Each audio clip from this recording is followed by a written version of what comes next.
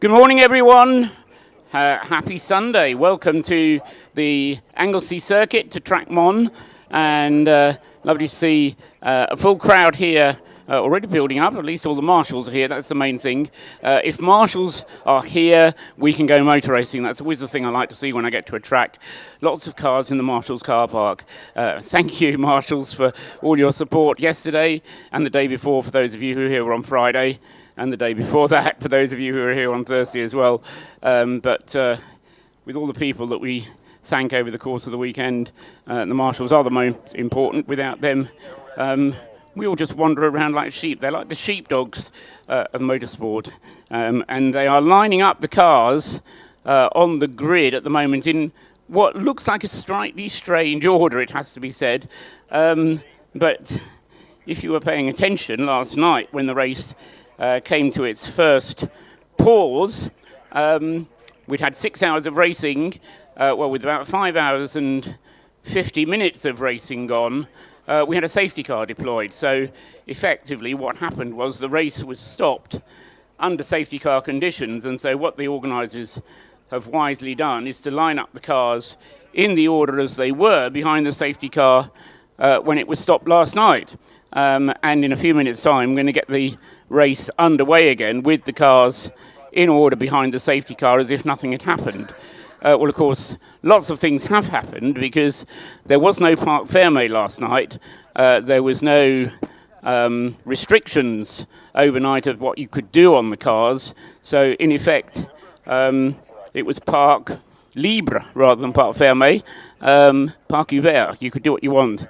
And as a result of that, a lot of cars are now reappearing on the grid, and I haven't actually counted. There are the full 53, I think, of everybody that started yesterday's race. We're now going to have all of them restarting today's race. There's a Citroën C1 just appearing at the tail end of the pack at the moment, including the car number 100 that completed a mere 4 laps yesterday. So great to see the Stubborn car back out again. Great to see as well Ricky Coomber's car back out again. The number 99 RKC Motorsport Honda Civic, that's back out on the grid and raring to go, no doubt, having had a gearbox problem, which the RKC Motorsport team, Ricky Coomber and his crew, have got on and fixed overnight. As far as I understand it, Harry Ormerod will have to restart the car because he was in the car when it was brought into the pits, but because the car was actually in the pits when the intervention happened, then it may be allowed to change driver. But strictly speaking, my reading of the rule would say that Harry Ormerod would be the driver of the car number 99. Anyway, it's currently 7 minutes before 9 o'clock, and we will be getting underway for a scheduled start at 9 a.m. For the remaining 6 hours of the 2021 Race of Remembrance. It's the 6th time that this race has been run, and it is a very special occasion indeed, a very special one this year as well, not least because it didn't happen last year, that would being for obvious reasons to do with pandemics and general suspension of any sort of activity that involved people coming close to each other. And so we didn't have a Race of Remembrance last year. So great to have the opportunity to return to Anglesey this year and settle old scores perhaps. And we'll see what happens. Car to watch once they untangle themselves from the safety car is going to be the number 19 Lotus Elise. That car leads the race on the road, but not by very much. There is a Caterham, if you can see the grid, just behind it. 1, 2, 3 cars behind it, number 97. And that car, number 97, is the only other car on the same number of laps as the race leader, number 19. So Rob Boston Racing, Peter Mansfield at the wheel of the number 19 car, will have the Caterham number 97, which should be Don Henshaw, I believe, driving in the 97 car. We'll confirm that once the... Steve McCulley, I'm advised. Steve McCulley then in the number 97 car, and that will be a bit of a battle between those two, 19 Lotus Elise and 97 Caterham, as I say, once they get themselves disentangled from the safety car and were able to get on with racing. It's a little bit damp here at Anglesey. If you're listening to us beyond the confines of the circuit, if you're listening to us on the circuit, you won't need me to tell you that. The little bit of overnight drizzle, I don't know if it would count as a sea fret. It wasn't really rain, it was just a little bit of drizzle overnight, and it does mean that the track a little bit slippery, and so there are no wet weather tyres as such that are used at this level of motor racing. They're road tyres, compulsory, but some road tyres, should we say, are more suitable for wet weather conditions, and some road tyres are more suitable for dry weather conditions. Having said that, some of the tyre wear we were seeing yesterday during the race was quite significant, with drivers going for an hour and a half, an hour and 45 minutes even, some of them, on a set of tyres, and they finding that some of the tyres were getting worn down quite severely indeed. So Rob Boston Racing then is not immediately behind the safety car, but he does lead the race. Peter Mansfield is behind the wheel, and he will have, as I say, a 3-car advantage over the 97 Caterham of Steve McCulley, which will be, I suspect, snapping at the Lotus's heels within a couple of laps. The Caterham perhaps more suited to sprint racing rather than endurance racing, but pleased to say that there are quite a few Caterhams at the Race of Remembrance this year who are intending to do the whole race with a single car. In past years, there has been, certainly even this year, you're allowed to run a relay team where you have a number of cars which you swap between over the course of the race. However, a number of Caterham runners electing this year to go for the Heroes Trophy, which is the coveted award which is given to the overall winners of the Race of Remembrance, provided they do it with a single car entry.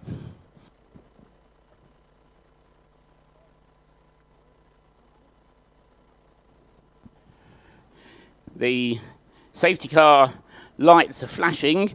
Draw attention to the safety car. You may get a glimpse of it on the live stream. If you're around the circuit, you'll get more of a glimpse of it. And what a marvellous car the safety car is. It's the what I've called the third generation poppy car.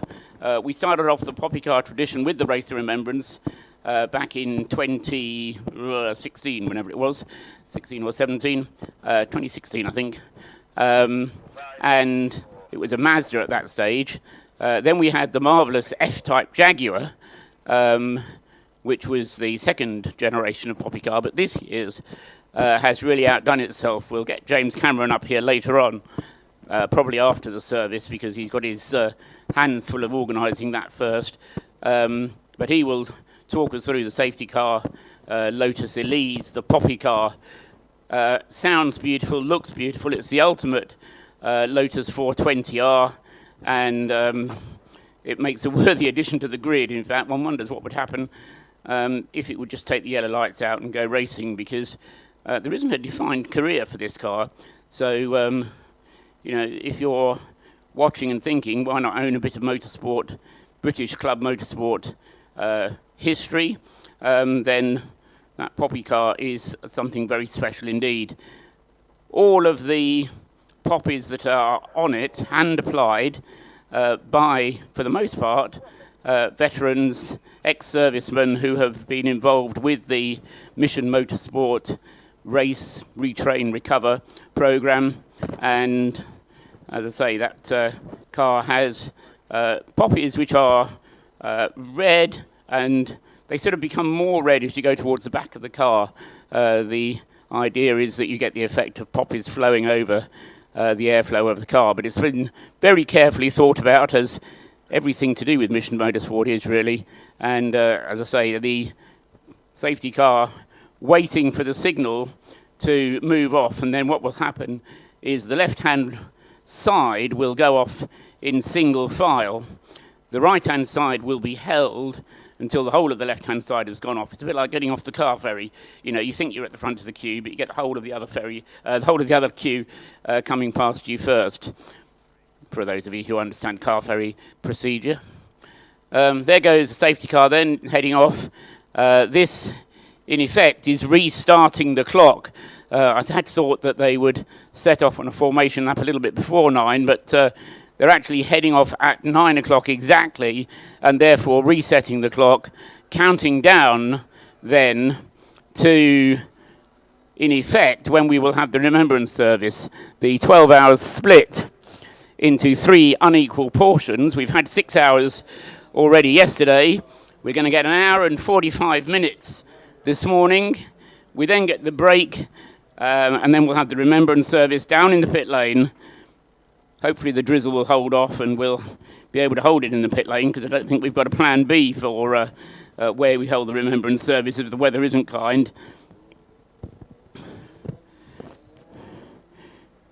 And now I'm very confused. Sorry, I was kind of pausing and interrupting myself. Clever safety car, right. So the safety car is doing what it didn't do last night.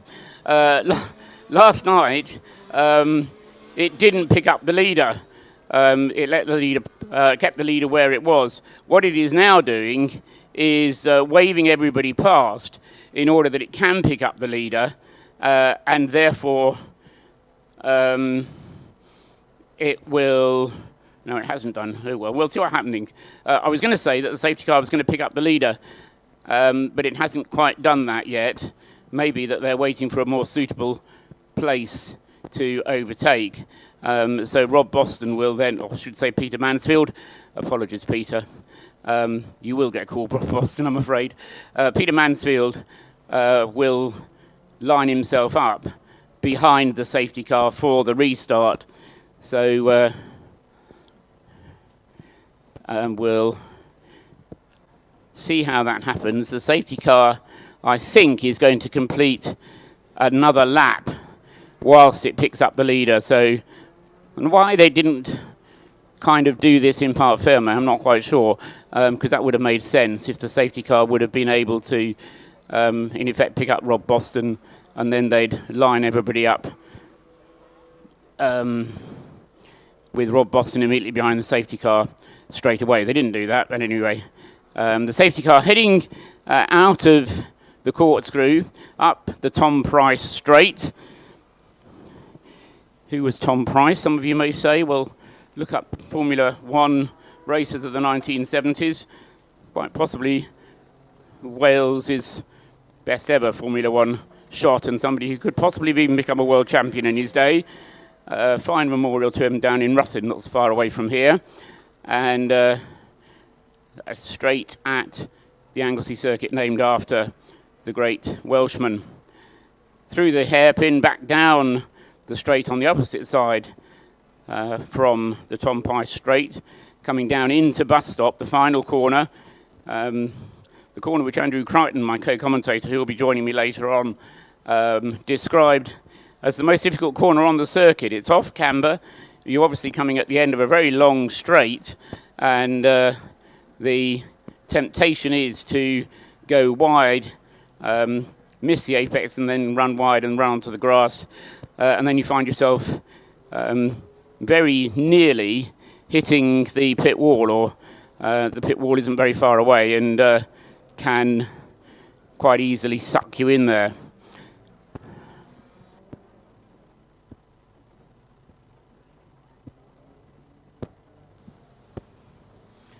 So, blink and you miss it. 9 o'clock last night, the race of remembrance was suspended for 12 hours in effect. But during those 12 hours, the teams have been able to work on the cars, and many of the teams have been able to repair their cars.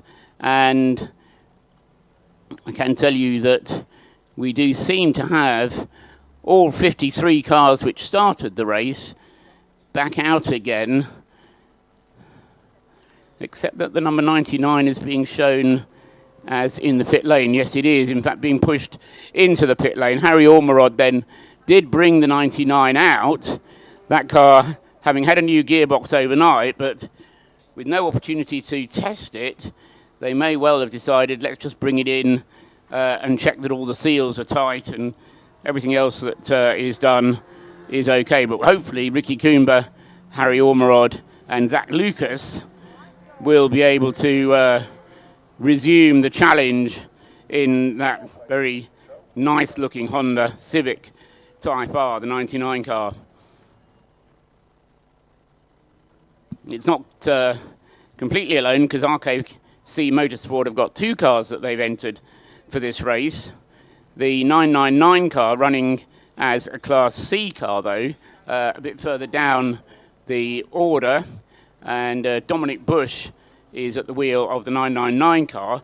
Looks almost identical, but as I say, with a slightly less powerful motor providing the motive power for the 999, so running as a lower, lesser Class C car.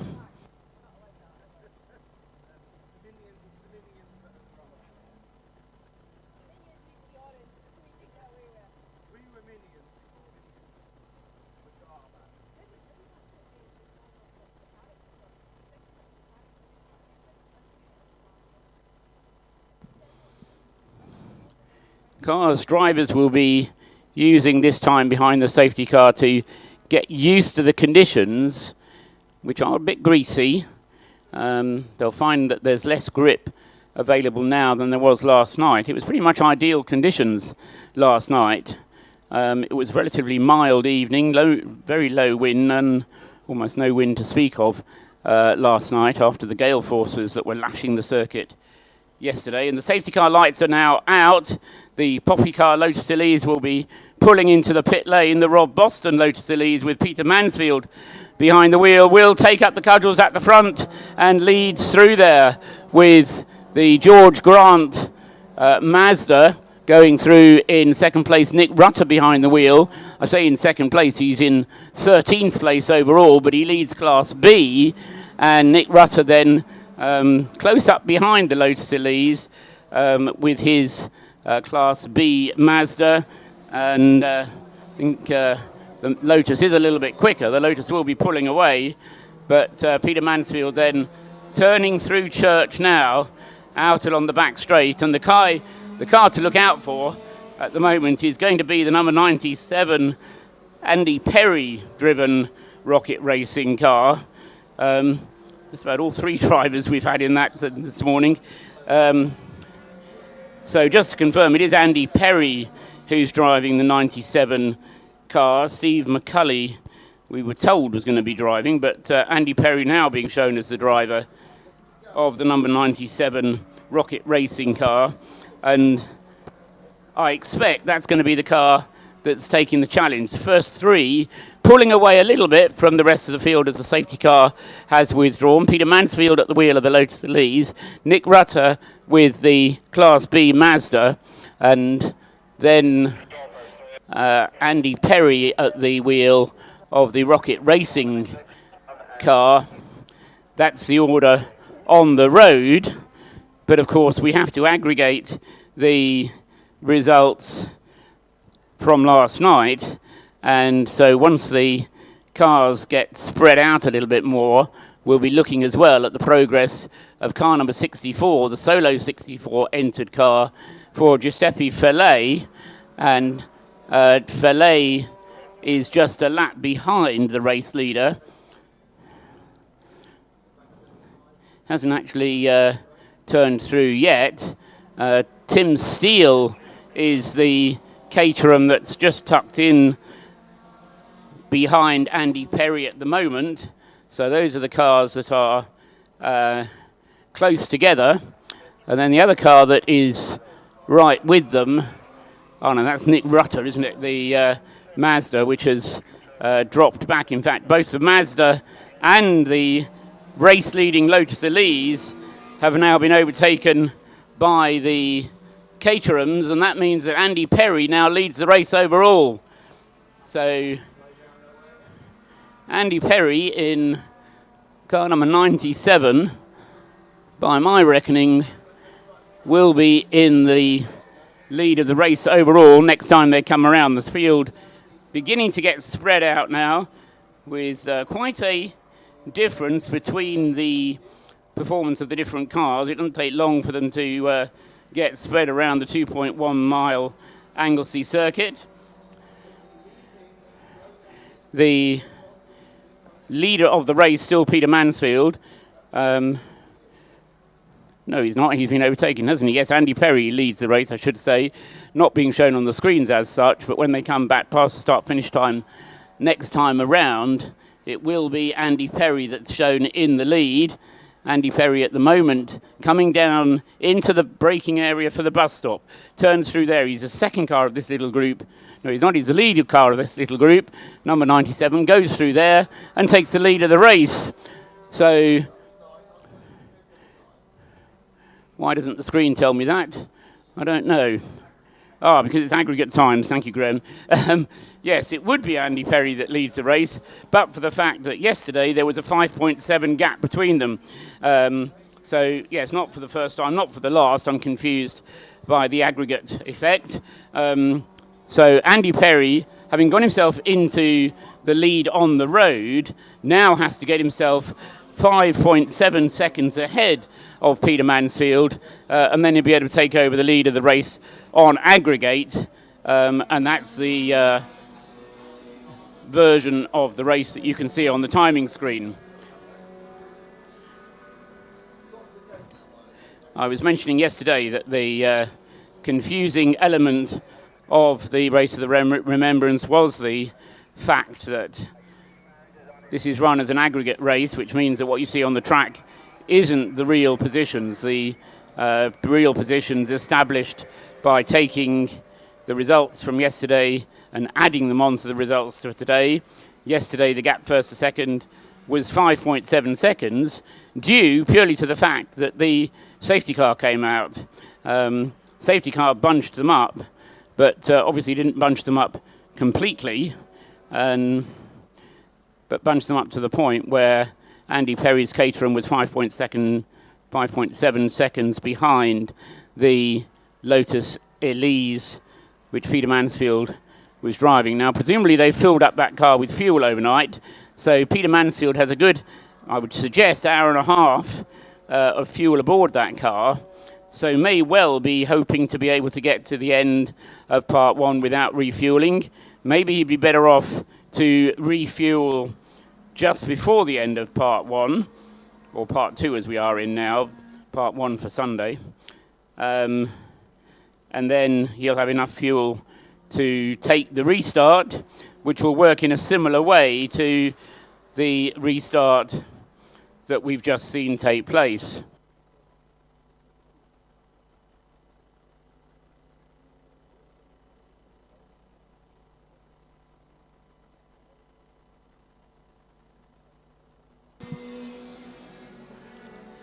So if you are listening to us on the World Wide Web, welcome to the broadcast, to the Radio Show Limited network of channels, and the 2021 running of the Race of Remembrance at Anglesey Circuit. Get yourself onto the live timing website at tsl-timing.com, and you'll see the aggregate positions. You'll see an elapsed time of something over 6 hours. Those 6 hours of racing took place yesterday and are being aggregated on the timing screen to what is happening here and now at Anglesey. And so sometimes you'll hear me describing a car leading the race. That will be the race of today on the road. Obviously, when it comes to the final reckoning, then it will be the overall times that count.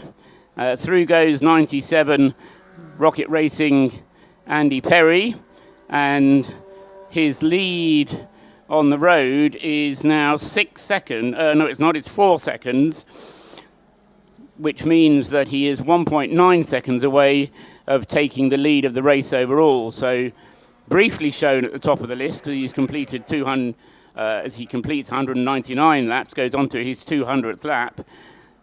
But then when Peter Mansfield goes through a few seconds later, the positions are reversed.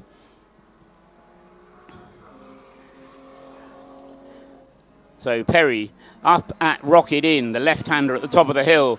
You turn left through Rocket, then get the car right over to the left-hand side of the circuit to turn through the right-handed part of Rocket, which is about 180 degrees to your right. You run along, still going uphill, the top of the hill there, the top of the skyline, and then another sharp right-hander at Peel brings you to where the drivers get the best view of the circuit.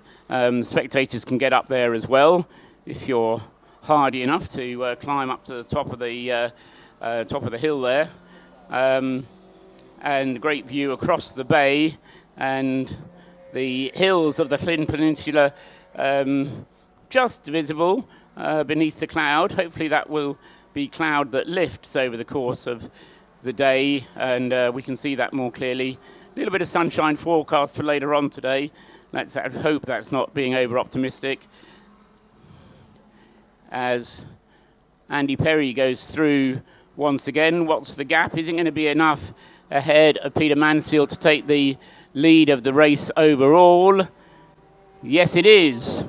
So Peter Mansfield not lapping as quickly as Andy Perry. Andy Perry's last lap time, 1 minute 45.568, puts him, in comparison to Peter Mansfield, 150.011. So 4.5 seconds gap on that last lap as Andy Perry, living up to the team name of Rocket Racing and disappearing off. Peter Mansfield a little bit more cautious in the traffic by my reading of the situation, and that's something that we've seen before. And let's say Peter Mansfield, vastly experienced at this kind of racing. Indeed, he and Rob Boston were winners of the Pre-remembrance 2 years ago, the last time it was held. And there was drama aplenty then with the Lotus Elise, which had been here 3 years ago as well, but wasn't reliable. They seemed to get the reliability issues sorted out for for 2 years ago's race, the last race we had. And between the two of them, it's a fairly tall order, 12 hours between just two drivers, so you've got to stick to the task. And because of the way that the regulations are written, demanding that the maximum driving time for any one driver is 3 hours in any period of 5, it does mean that Peter Mansfield has to do more than his fair share of driving. Here he comes now into the bus stop for the 201st time overall. And again, it's about 5 seconds, that margin, at which Andy Perry is lapping more quickly. So, well, this is where Rob Boston will be biting his fingernails. He won't. He'll be relaxed. He'll just be sitting there, biding his time, knowing that, as I say, in any period of 5 hours, he can only drive 3 of them. So the rest of the time, it must be Peter Mansfield who does the driving. And if Peter's not quite so quick, doesn't matter. When Rob gets back in the car, then it goes very much more rapidly. And with still 5.5 hours of this race remaining, plenty of time for Rob to do his fair share of the driving and to have his impact. I said to look out for Giuseppe Fillet in the number 64 Caterham. Yes, you should do that. That car also on 201 laps completed. So 3 cars on the lead lap. The interval in terms of aggregate times is a 32-second gap between Fillet and Peter Mansfield.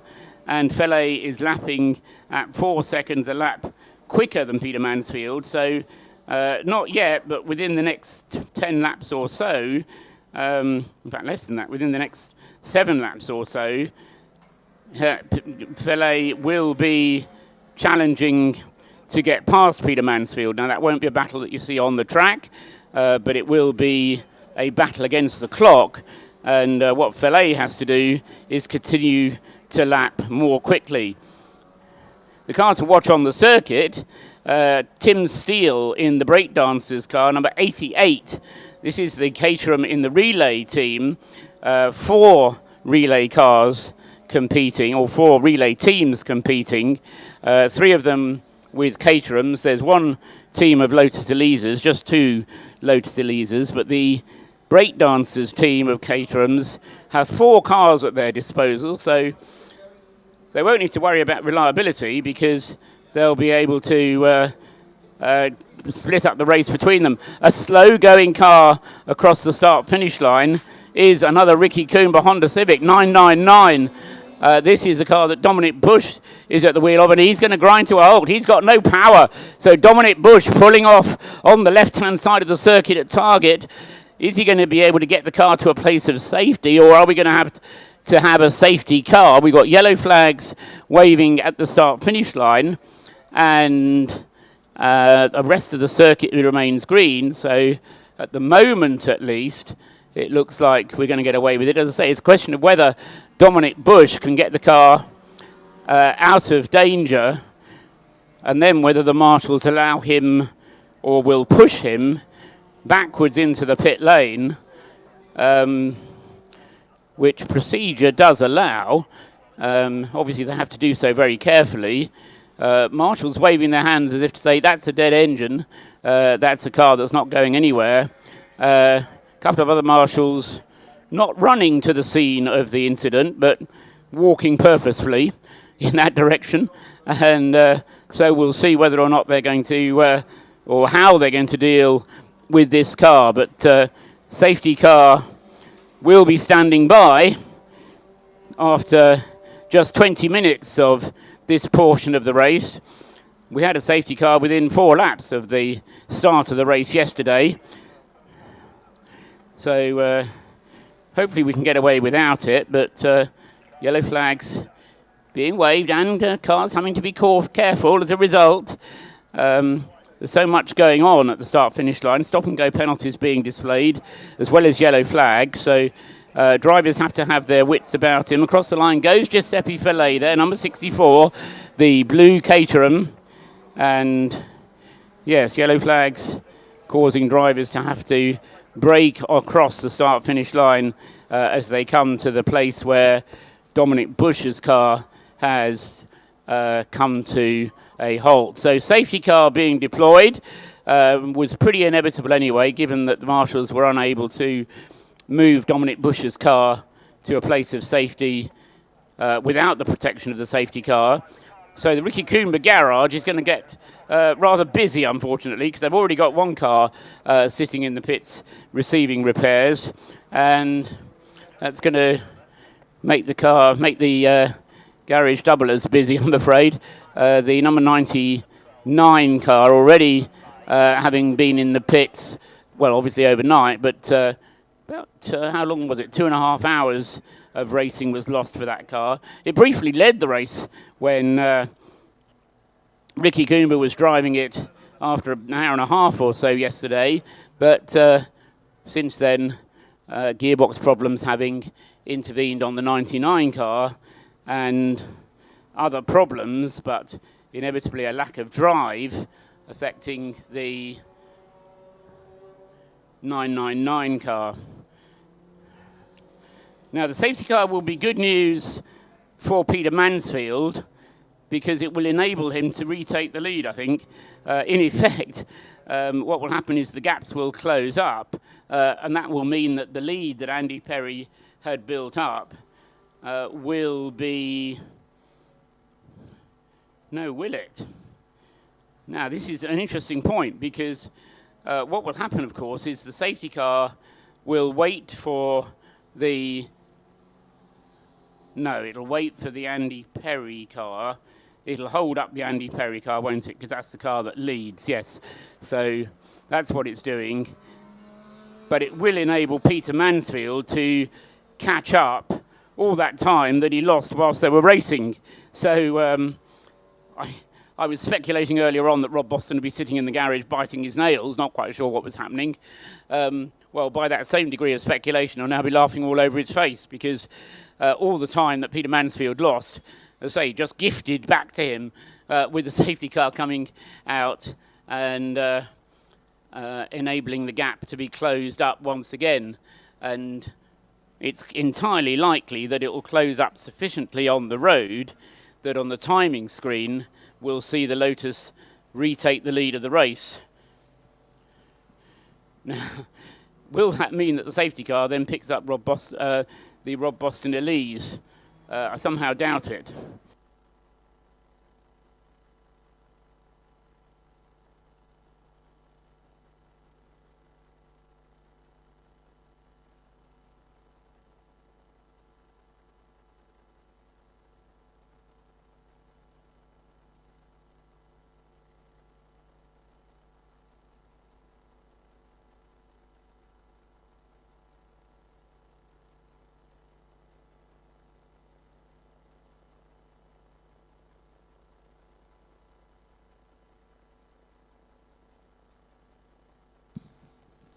So, just discussing the vagaries of safety cars.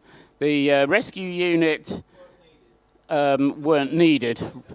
Right, so, Dominic Bush, no, I think what happened was the car, once the safety car came out, that gave the marshals the opportunity to push the car back into the pit lane. So, the lap that Dom Bush completed will be credited or will be taken away from him again. Safety car brings the cars around, and so it depends where Peter Mansfield ends up, and the answer is 8 seconds behind. So the gap was 5.7 seconds last night. It's now 8 seconds, and so Andy Perry still leads the race on aggregate, but yes, interesting situation. What could have happened behind the safety car could have actually had a change of lead brought about by the safety car coming into play, but there are enough cars between Andy Perry and Peter Mansfield so that hasn't happened.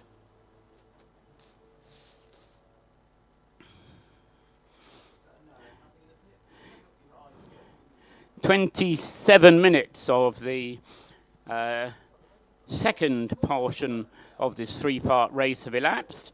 We've got an hour and 17 minutes until we suspend the race again, and this time it'll be to suspend the race for the service of remembrance, and then we'll be able to get on with racing again after that is complete, until 12 hours are elapsed altogether. Bit of a gap behind the safety car, or in the safety car queue.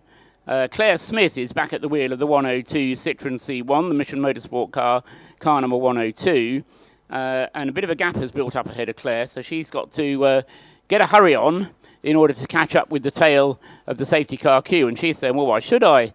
I can keep going at this pace, hold everybody else up, but no, the safety car's slowing everybody down right up at the front, and Claire will be then onto the tail of the queue along with everybody else. The rescue units, having been deployed, not required, return to their positions in the assembly area, Parc Fermé car parking area, from where they will rest until they're next needed. The safety car queue has been fully formed, so I would imagine the lights will be going out on this lap and will then be resuming racing as the cars come through to complete this lap, which will be lap 2:06 for the race leaders.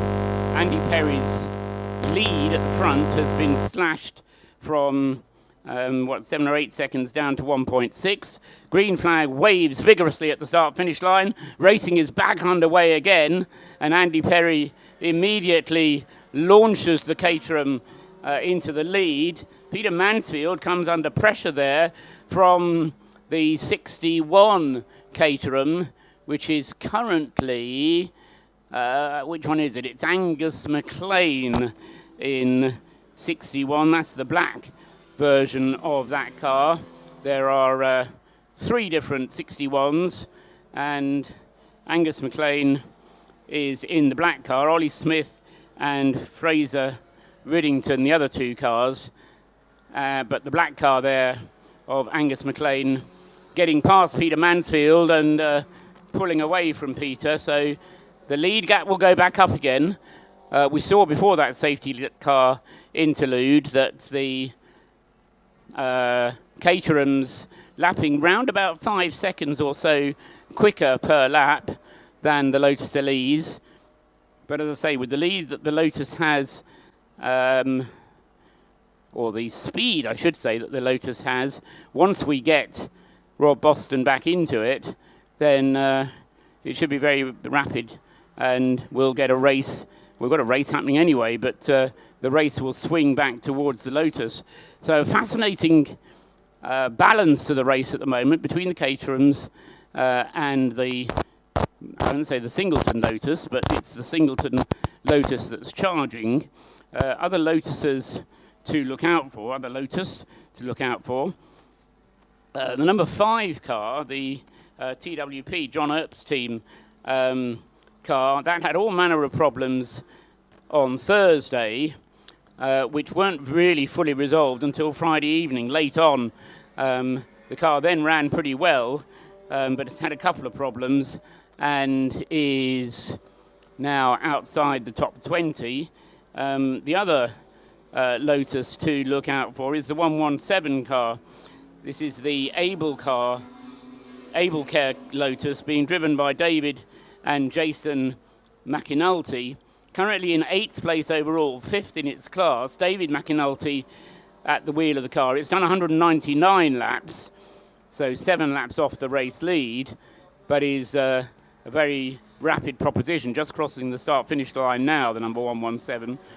And we'll see whether that car is going to be able to work its way up the field. Other manufacturers' cars to look out for, well, the grid yesterday had a Porsche on the front row, the number 15 car. Colin Gillespie is currently at the wheel of that car, the number 15 Porsche Cayman. It's in 10th place overall, and it suffered a little bit yesterday with having to take a couple of penalties, and that interrupted its progress, but it's also had a longer pit stop at some stage, and so the Porsche Cayman back in 10th place at the moment then, but keep your eye on that. Certainly as the race moves into phase 3, then that will be a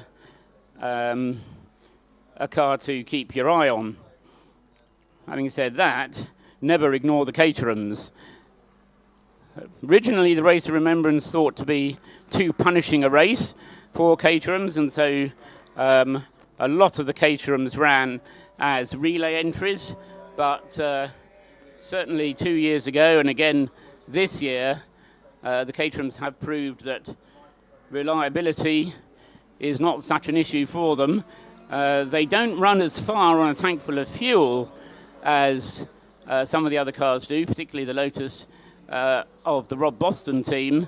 But having said that, the Caterhams, I believe, have had slightly larger fuel tanks fitted and can go further than they would normally do in sprint trim. But having said that, they then become a little bit of a handful when they are full of fuel, because the percentage of the weight just goes much higher. On a normal fuel load, of course, Caterham would be a much lighter proposition than either a Lotus Elise or a Porsche Cayman, come to that. So a pit stop to come from, I would think, pretty much all of the leaders running sometime in the next hour.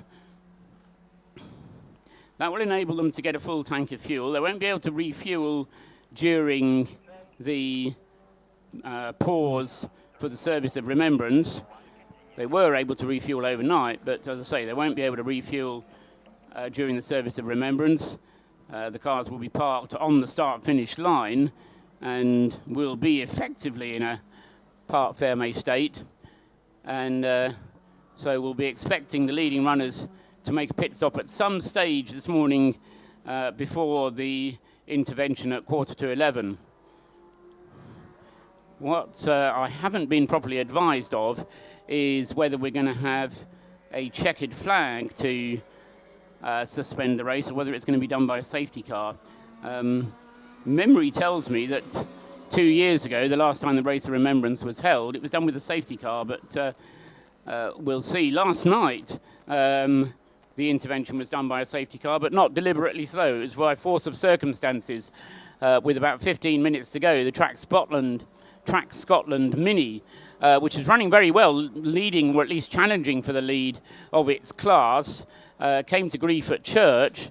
Off the circuit, no lights. We didn't know what had happened because it was so dark out there, couldn't see the car.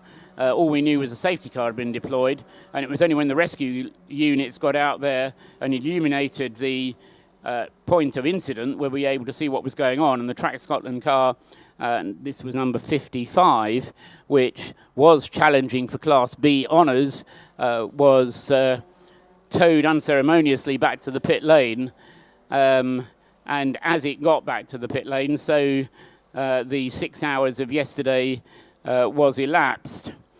Now, marshals down on the pit wall are preparing for a safety car. Now, that may well be because the marshal's bored and just decided to pick the safety car board up. On the other hand, he's got a radio, I haven't. And so whether there is an incident out there and we're preparing to do something with the safety car. I can't see any yellow flags around the circuit. We can't see all of the circuit by any manner of means, but can see quite a bit of it. Well, the safety car is deployed, so that marshal knew what he was doing. Somebody told him, prepare for safety car. He picked up the board and gave me the clue.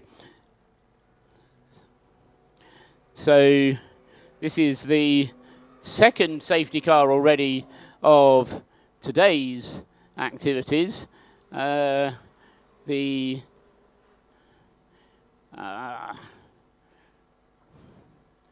Right, yes, so the count, I was trying to think how many we had last night. I think we had 5 safety cars, or 4 safety cars during last night's activities. The statistics page for today's racing only shows me the statistics from today. So once again, Peter Mansfield, the gap had gone up to over 10 seconds between himself and Andy Perry, gets another get out of jail card. So the longer the safety car keeps on being deployed, the better it is for Rob Boston Racing. They got very lucky yesterday with the second safety car that was deployed yesterday, because it was deployed just as Rob Boston needed a pit stop anyway. The safety car now heads out of the pit lane. We were showing as being under safety car conditions, but it took a wee while for the safety car driver to get himself out there. So he's out there now, and we'll be looking to pick up Andy Perry's Caterham, which I can tell you is now just crossing the start-finish line. So the safety car, having left the pit lane, is now coming out of the banking, heading down towards Church, and is waving past cars until he gets to that Caterham. I have to say he probably prefers when Peter Mansfield's leading the race, because that Lotus is a bit more distinctive and easier to pick out than just another Caterham. But the safety car keeping well over to the right-hand side of the road now. He'll be waiting for Andy Perry to come up, who is the next car to come. Yes, it is. So the safety car trying to wave past the Citroen. Once he's got rid of the Citroen, then he'll pick up the race leader, Andy Perry's Caterham, and then he can start to form the queue. Heading up towards Rocket at the moment goes the safety car.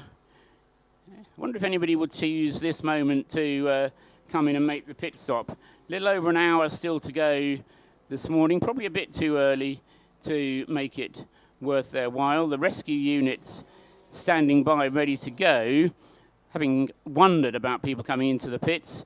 88 relay team does come into the pits. That's the car placed 5th overall. Tim Steele leading in 88. And Tim is coming in, and the regulations stipulate that every pit stop has to take 4 minutes. So when you come into the pits, you have to take 4 minutes to do so. Now, a rather big JCB has appeared on the circuit, which makes me think that whatever the reason for the safety car, it's going to take some fairly serious digging out.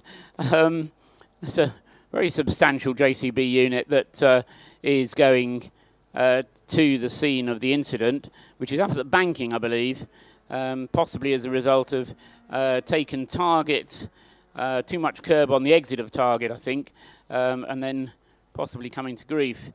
Whilst that rescue unit goes up to the banking, so the other one is coming through church. So not entirely clear to me the reason for the deployment of the safety car, but to say it does mean that 88 has made its pit stop, means that when the team decide who they're going to send out next, then after 4 minutes they will have lost a little time, but only a lap, whereas in full racing conditions a safety car can lose you certainly 2 laps and possibly a little bit more than that.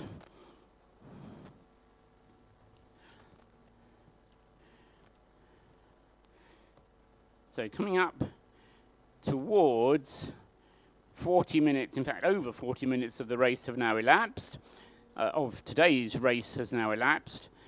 Slightly confusing. We got underway at 9 o'clock this morning, and we're going to run until 10:45, and then at 10:45 we'll pause for the remembrance service.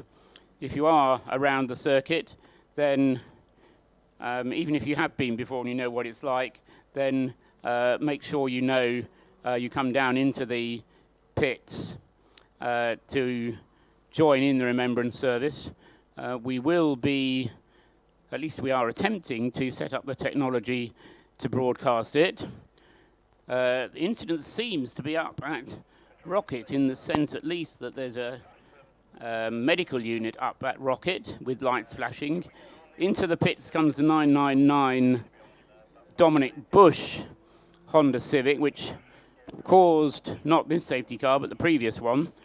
Testing 1 2 1 2. Testing JCB, 1 2 1 2. Went out to the scene of the incident, is returning, well I hope it's returning to whence it came, and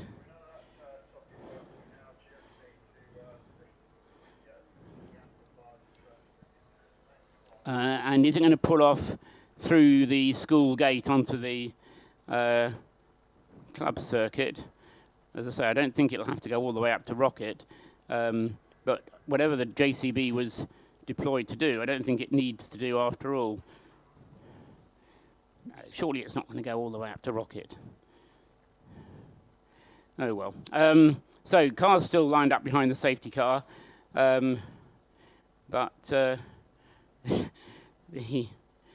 safety car itself is slowing the pace to the point where some of the competition cars are going to come to an absolute dead halt, and the medical unit at the top of the hill is stationary at Rocket with lights flashing, and maybe that's where the JCB is headed. Yes, rather than come out of School Gate, the JCB is headed up to Rocket. So whatever has happened on the exit of Rocket out, and just before the turning point to Peel Corner.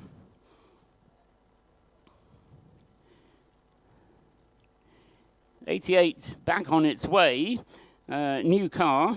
So if you got used to the silver car of Tim Steele, any moment now you're going to have to get used to the or the yellow and silver car, the all silver car now, Paul Herndon on its way as the '88 team car.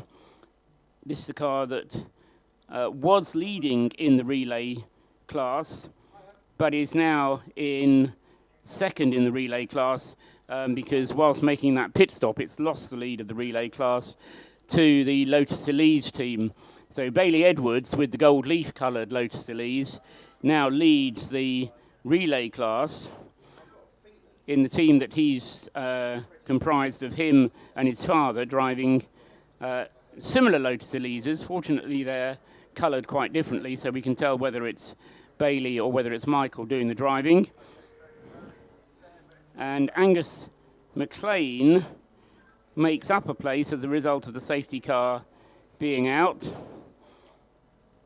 Bailey Edwards goes through with the Lotus in the safety car queue. That gives him the lead of the relay class, as we expected would happen.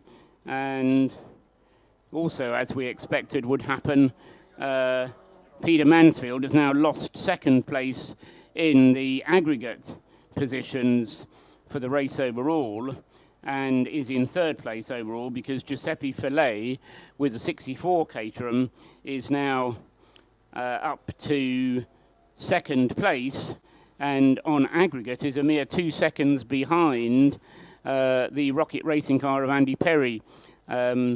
So these two, the Rocket Racing car number 97 and Solo 64, number 64, first and second in the race overall. They finished yesterday's race second and third, but the Solo 64 car was a lap behind. However, during the wave-by procedure, which happened at the beginning of the race, as the safety car set off, the wave-by happened, and that gave Giuseppe Fillet basically the lap back, put all three cars on the same lap, and Fillet is now, as I say, on the road. We'll have a look on the road, actually, because they're both in the same queue behind the safety car, but on aggregate times, just 2 seconds behind. And then a further 2 seconds behind is Peter Mansfield in the Rob Boston Lotus. So in aggregate terms, it couldn't be any closer. 2.6 seconds separating first from second. Andy Perry and Giuseppe Fillet, both in Caterhams, 97 leading 64. And then number 19, the Lotus Elise, with Peter Mansfield at the wheel, all three of them on 213 laps in aggregate, and Peter Mansfield just 2 seconds behind the Caterham. Right, the medical unit has returned from up there at Rocket, and the pace it is going, I would suggest, doesn't suggest an emergency, which is good news. As and when we hear news of any driver, then obviously we'll bring that to you. Just looking for who we might have lost in this portion of the race. The number 100 Stubborn Racing Honda Civic has stopped. The number 16 ploughing ahead Mazda MX-5 has stopped, and the Eco Racing with CSC car number 209 BMW has stopped. Talking of BMWs reminds me that we've not yet in this segment of the race talked about the BMW class. There is a singleton class for BMW 116i's, and it's currently being led by car number 199, which is Simon Killam, and Simon is indeed Killingham, except that on, now this is one where it's on aggregate or not. Martin Short, or is it Morgan, at the wheel of the Track Club BMW. It's either Morgan or Martin, and the screen isn't telling me at the moment because the timekeepers haven't reset the screens to let me know, and I should have asked them to do that. Anyway, Martin Short then, or Morgan, leads the class, and Simon Killam in second place in Class E. Those are the two cars leading the way in the BMW 116i. But the real battling that's going on in that class is between the various services.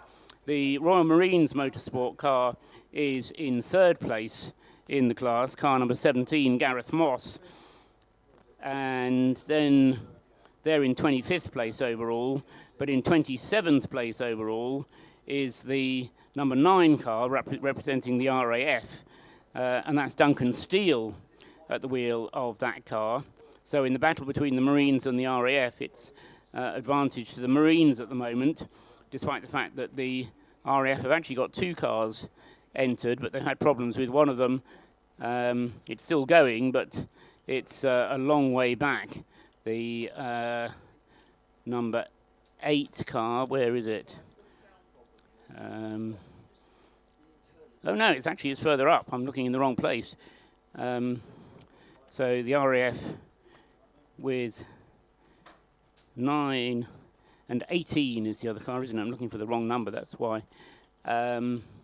Yes, it's down in 51st out of 53. So the second of the RAF cars. It is still running, the number 18 car. Alex Smith at the wheel of it. But, as I say, they've had their problems earlier today, or yesterday during the race. And so Alex Smith trying to make up ground and make up some positions before the end of the race. And he should be able to do that with cars ahead of him having problems. Safety car is still out. And work continuing up at the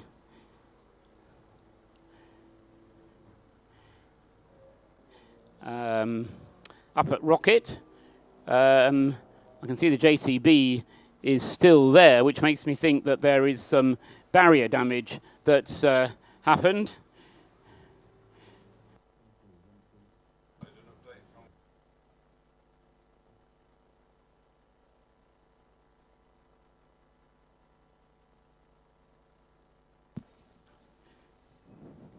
There you go. So we were talking a couple of moments ago about the BMW class. He must have been listening to me because I said the BMW class was being led at the moment, and a bit of a battle going on between the cars of the Martin Short's team.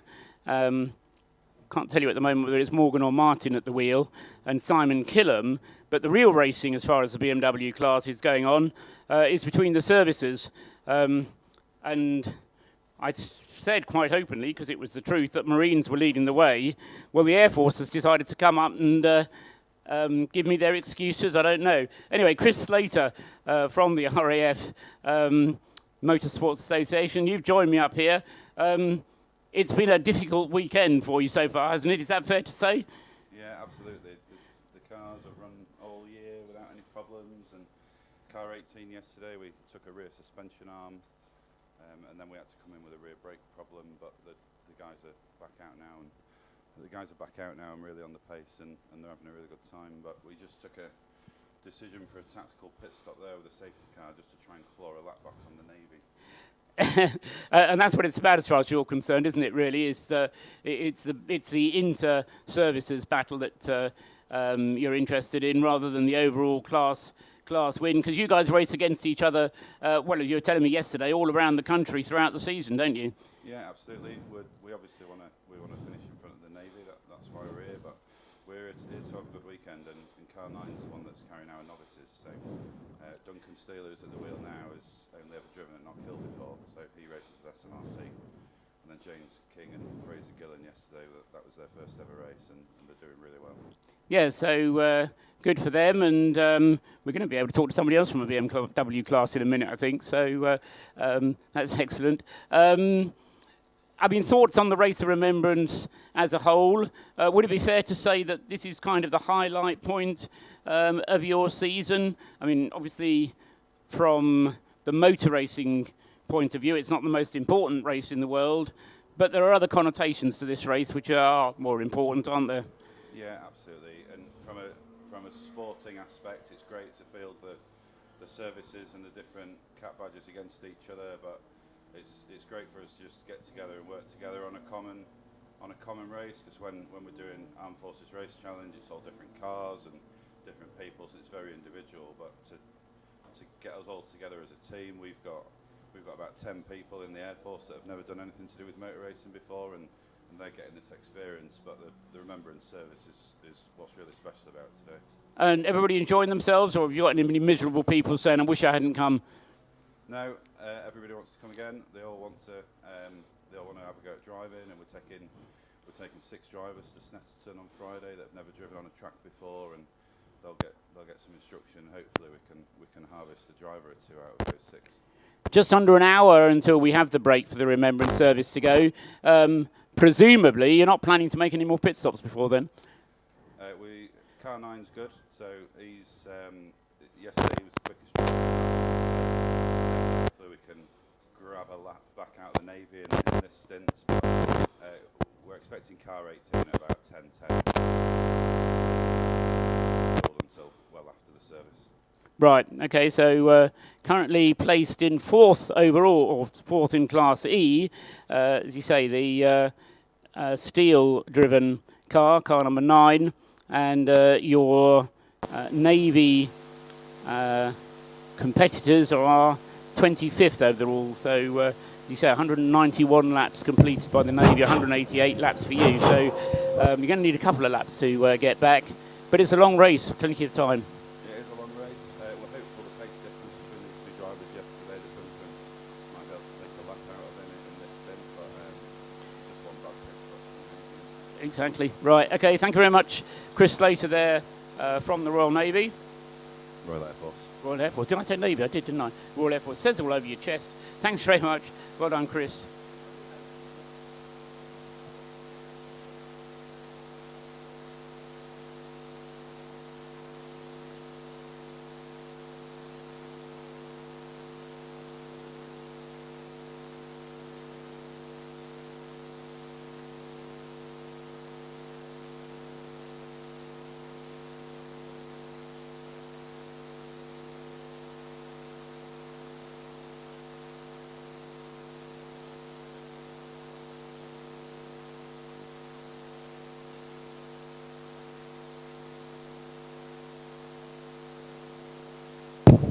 One, two, three, So green four, flag conditions again. five, Sorry, 6, short delay. Well, 7, we'll catch up, 8, with the track 9, club 10, situation. and testing back, thanks to 10, James coming up from 9, track club, 8, just to let me know 7, that Morgan 6, it is who's in the car at 5, the moment. 4, Now, 3, wide, 2, over 1. wide as Peter Mansfield wait until we go to green flag racing before we get the number 19 into the pit lane. But never mind about the why, let's worry about the fact that it is. So Peter Mansfield into the pits with the Lotus Elise, car number 19. Looked like I'm saying intentional stop. It obviously he meant to bring it in. The car has been running for very nearly an hour in this morning's part of the race. We got underway at 9 o'clock prompt. Had 2 safety cars since then. That second one rather longer than the first.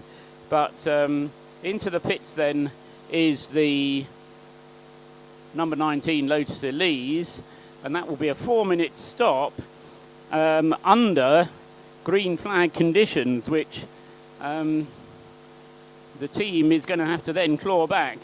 So it's Caterham's first and second, Rocket Racing, Andy Perry leading the way. 5 seconds is the difference on aggregate between him and Giuseppe Fillet with the Solo 64 Caterham running in second place behind. So Giuseppe Fillet in second place, and then Peter Mansfield bringing the Lotus into the pits.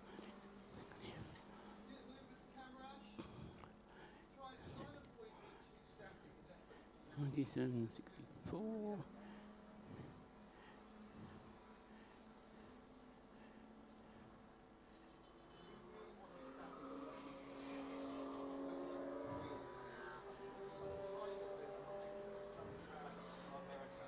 So just picking up the race leader then, Andy Perry is heading along, there he goes now, just got him going along towards school, and he is on the road about the length of the back straight between Church and Rocket, ahead of the 64 car of Giuseppe Fillet, and in fact on aggregate they're 5 seconds apart. So what you see on the road and what you see on aggregate is not actually that far apart, and those two cars then currently on their 219th lap, where Peter Mansfield still in the pits, having work done. Rob Boston has got into the car, and Rob has just getting himself strapped in.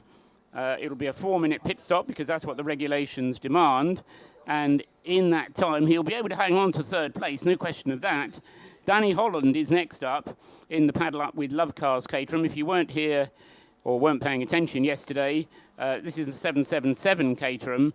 Danny Holland was the winner of the Biathlon of Foolishness, which is a traditional event that is held in the run-up to the beginning of the Race of Remembrance itself. The foolishness being that it's a running race, starts from the start-finish line, heads up to the banking, and then you turn back down upon yourself, go down to the beach, which is literally only a hop, skip and a jump over the tyre wall. And because the tide was out, you just had to put a foot in the water and then come back. But Danny Holland was the winner of that race and is in the paddle up Caterham at the moment, number 777, running in 4th place overall, but has fallen sufficiently far behind the first 3 that even with a Rob Boston pit stop, he won't be in a position to make up any places unless something goes wrong with the pit stop for the Lotus Elise. The Lotus, though, still stationary in the pits, so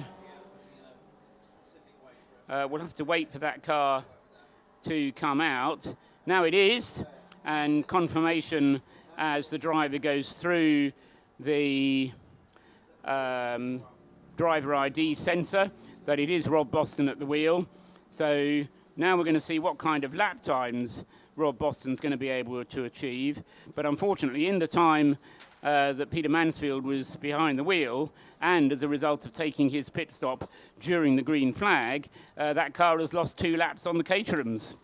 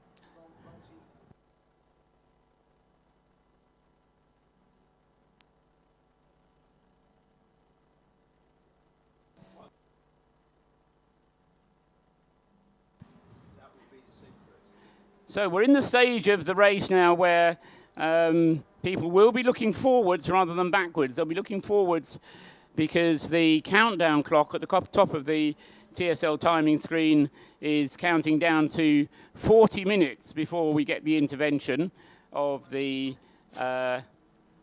interval for the remembrance service. And just having a little moment off air a moment ago to talk to Andrew Crichton, who's going to be giving us an update from the pit lane shortly. He's had a few other fires to fight in the rest of this morning, but hopefully we are at a stage where those are now dealt with, and Andrew can find out a few of the stories that are going on down there in the pit lane. Rob Boston crosses the line, a time of 1 minute 42.050 on the clocks for Rob. But as I say, he's fallen 2 laps off the leader, who is still Andy Perry at the wheel of the Rocket Racing car. And yes, it's 2 laps plus, isn't it? Because we're going to have Andy Perry and Giuseppe Fillet coming through again before we get Rob Boston's Lotus for the next time around. So it's 2 laps plus the gap second to third. The gap first to second, 5.3 seconds on aggregate as Andy Perry goes through, waiting for the number 64 car to come down into the bus stop now. And across the line comes Giuseppe Fillet with the 64 car, very distinctive in the night time with those red luminous LED lights across the roll cage and across the support stands at the back of the roll cage on the 64 car, so it's easy to pick out at night. The car of Giuseppe Fillet.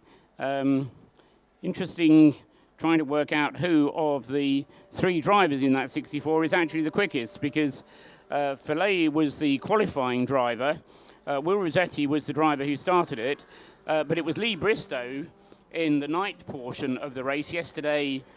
When it really was pitch black, it was Lee Bristow who was setting laps faster than either of the other 2 had done up until that point. So it's a quick car, and at the moment, well, indeed on the last lap, Fillet was a second quicker than Andy Perry. So even though the 2 cars may not be quite as close on the road, they are pretty close in terms of the aggregate position. So we'll keep an eye on them.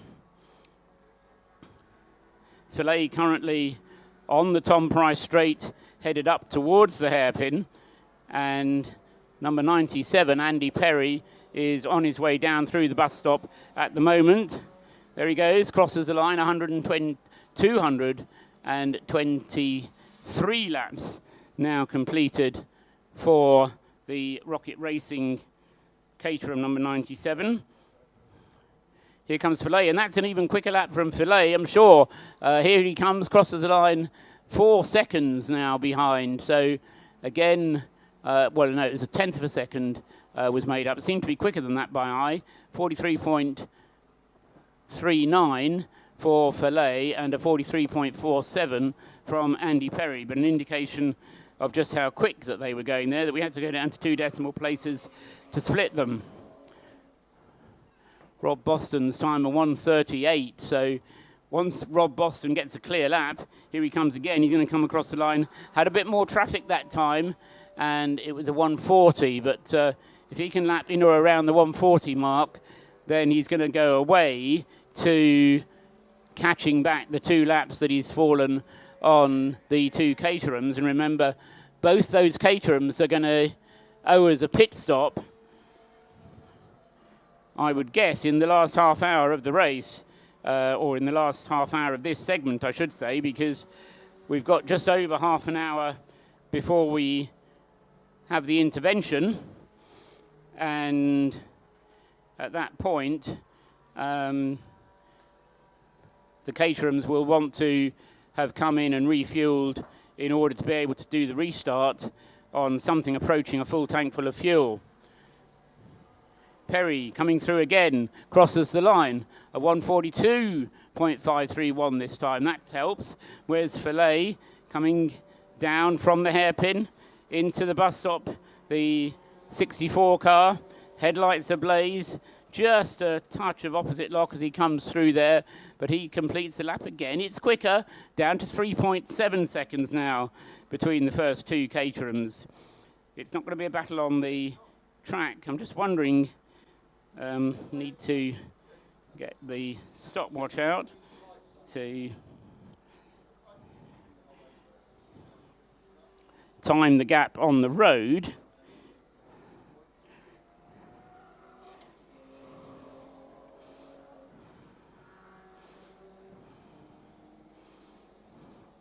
which we'll do in a minute.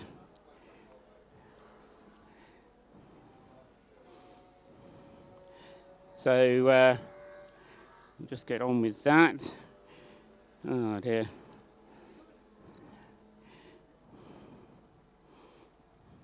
So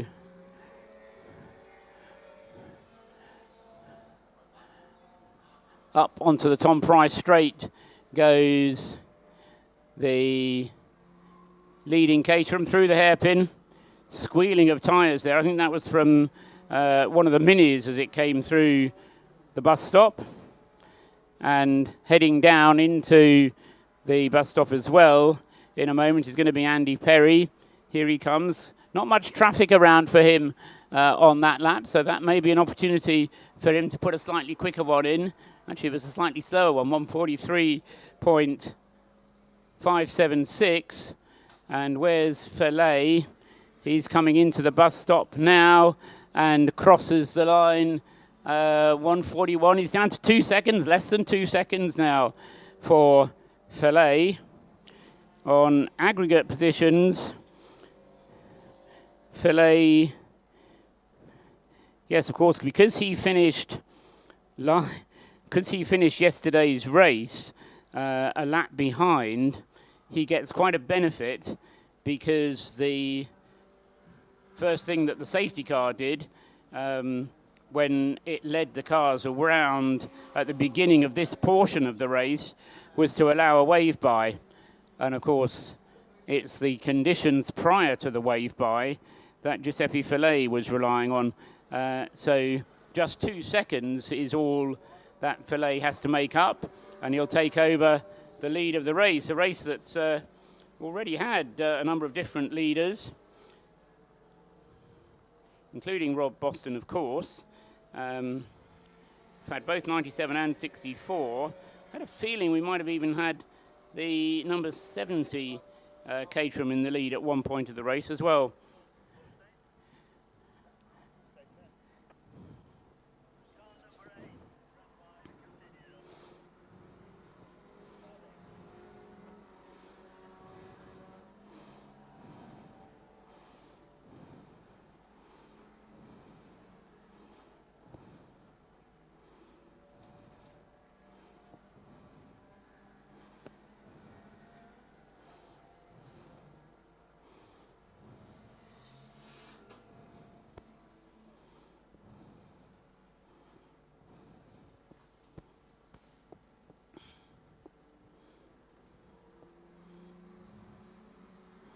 Crossing the line at the moment is the number 70 Q6 car, which is currently in 11th place with Andrew Bergbaum driving it. There goes Rob Boston, continuing to lap well under 1 minute 40. And in fact, a 1 minute 37.8 is not that far the best lap of the race for that car. It's certainly quicker than any of the Caterhams have ever gone. So Rob Boston plus Lotus Elise equals a very fast thing indeed. Peter Mansfield plus Lotus Elise, not quite as quick as we saw in the early stages of the race.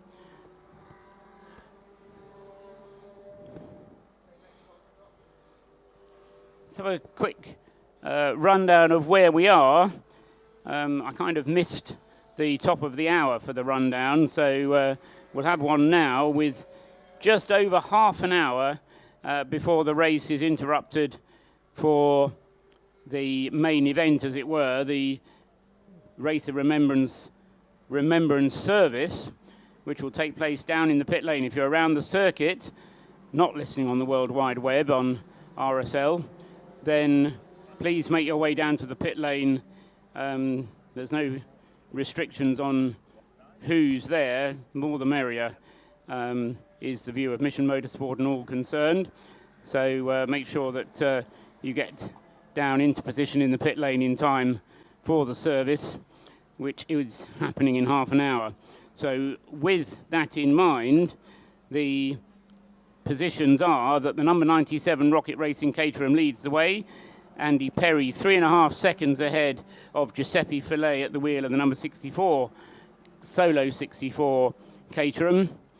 Those two 2 laps ahead of Rob Boston in the Lotus Elise, who's driving as quickly as he knows how to try and make up the ground, but knowing that the likelihood is that both the Caterhams ahead of him will have to make pit stops. They'll be hoping for a safety car, at which point then they will be expected to dive in. If they get a safety car, then the 2 Caterhams should be able to stay ahead of the Lotus. If they don't get a safety car, and we don't do it under green flag conditions, then the 3 cars, the 2 Caterhams and the Lotus that's third, will all be on the same lap. Fourth, behind the Lotus, is another Caterham. So Caterham's first, second and fourth, with the Danny Holland-driven car, number 777, in 4th place. In 5th place is the first of the relay cars. In fact, 5th, 6th and 7th are all relay teams. Breakdancers, number 88, is 5th. Paul Herndon at the wheel at the moment of the silver Caterham, number 88. 6th is the second relay car, Bailey Edwards at the wheel of the Gold Leaf Lotus Elise. And then 7th is the third of the relay cars, Angus McLean in the silver AOPF Caterham in car number 61. Sorry, it's the black one, Angus McLean's. I beg your pardon, they don't have a silver car. The black car is Angus McLean, and he is in 7th place with car number 61. In the pits at the moment is the Able Care Lotus Elise number 117, David McInulty, to hand over to Jason McInulty. That car has been right up at the front earlier on, but has dropped back with some longer pit stops, and as I said, he's in the pits at the moment, so losing more ground, and in fact he's going to lose 8th place to the Lodge Sports Racing car of Colin Gillespie, the Porsche Cayman, which started on the front row of the grid, car number 15, and is now in 9th, but as I say, it will inherit 8th place whilst Jason and David McInulty's car is in the pits. In 10th is Nick Timpson with the Q6 Motorsport Caterham number 71, and Nick is neither one thing nor the other. He's over a minute behind the car in front of him and over 2 minutes ahead of the car behind, so he's kind of caught in a fairly lonely place. Behind him is the teammate car number 70, so 71 is 10th, 70 is 11th. In the classes, Class B is being led by Nick Rutter, and that's the Mazda MX-5, car number 169, that leads Class B. Second in Class B is Kevin Sylvain, car number 67. And Kevin in the Numbers Racing Mazda MX-5. And then third in Class B is the 155 car, the Track Scotland 2 entered car, which currently has behind the wheel of it Will Robson, with Adam Morrison behind that in the number 55 car. The number 55 car was leading the B class yesterday until it ground to a halt out there on the circuit at Church late last night, and as a result of that lost a lot of ground. In Class E, leader is currently the CSC racing car, number 199, the Class E being the BMW 116 class, and Simon Killam and Morgan Short battling over the lead of Class E, except that at the moment Michael Morgan has lost some ground in the pits at the moment. So it'll be Martin getting in now, replacing his son. So Morgan still only 18 or 19, I think, but Martin, proud father, and will be taking over the car to run up to and beyond the Service of Remembrance whilst that car is in the pits. But as a result of being in the pits, it's lost, well, not only its position at the front of Class E, but it's also lost the position to the Royal Navy car, number 17, which has moved into second place in Class E. So the Navy going well, thanks to Gareth Moss in the number 17 car. In the A classes, there are two A classes. Team Torpedo and Stephen Bliss are leading the way in ACC. That's the City Car Cup class. And it's Stuart Bliss leading the way in the Team Torpedo Toyota Igo. And then in AC1, that class being led by the 417 Citroen, which is the car that's changed classes, and Rob Baker seems to have done an awful lot of the driving in that car, and Rob leading the way in that class, but only by 11 seconds from the 318 Citroen C1, which is currently in the hands of James Poulton, third in AC1, and a further lap behind is the 497 car of Alex McEwen, except the car is currently being driven by Stephen Gray. Now you see,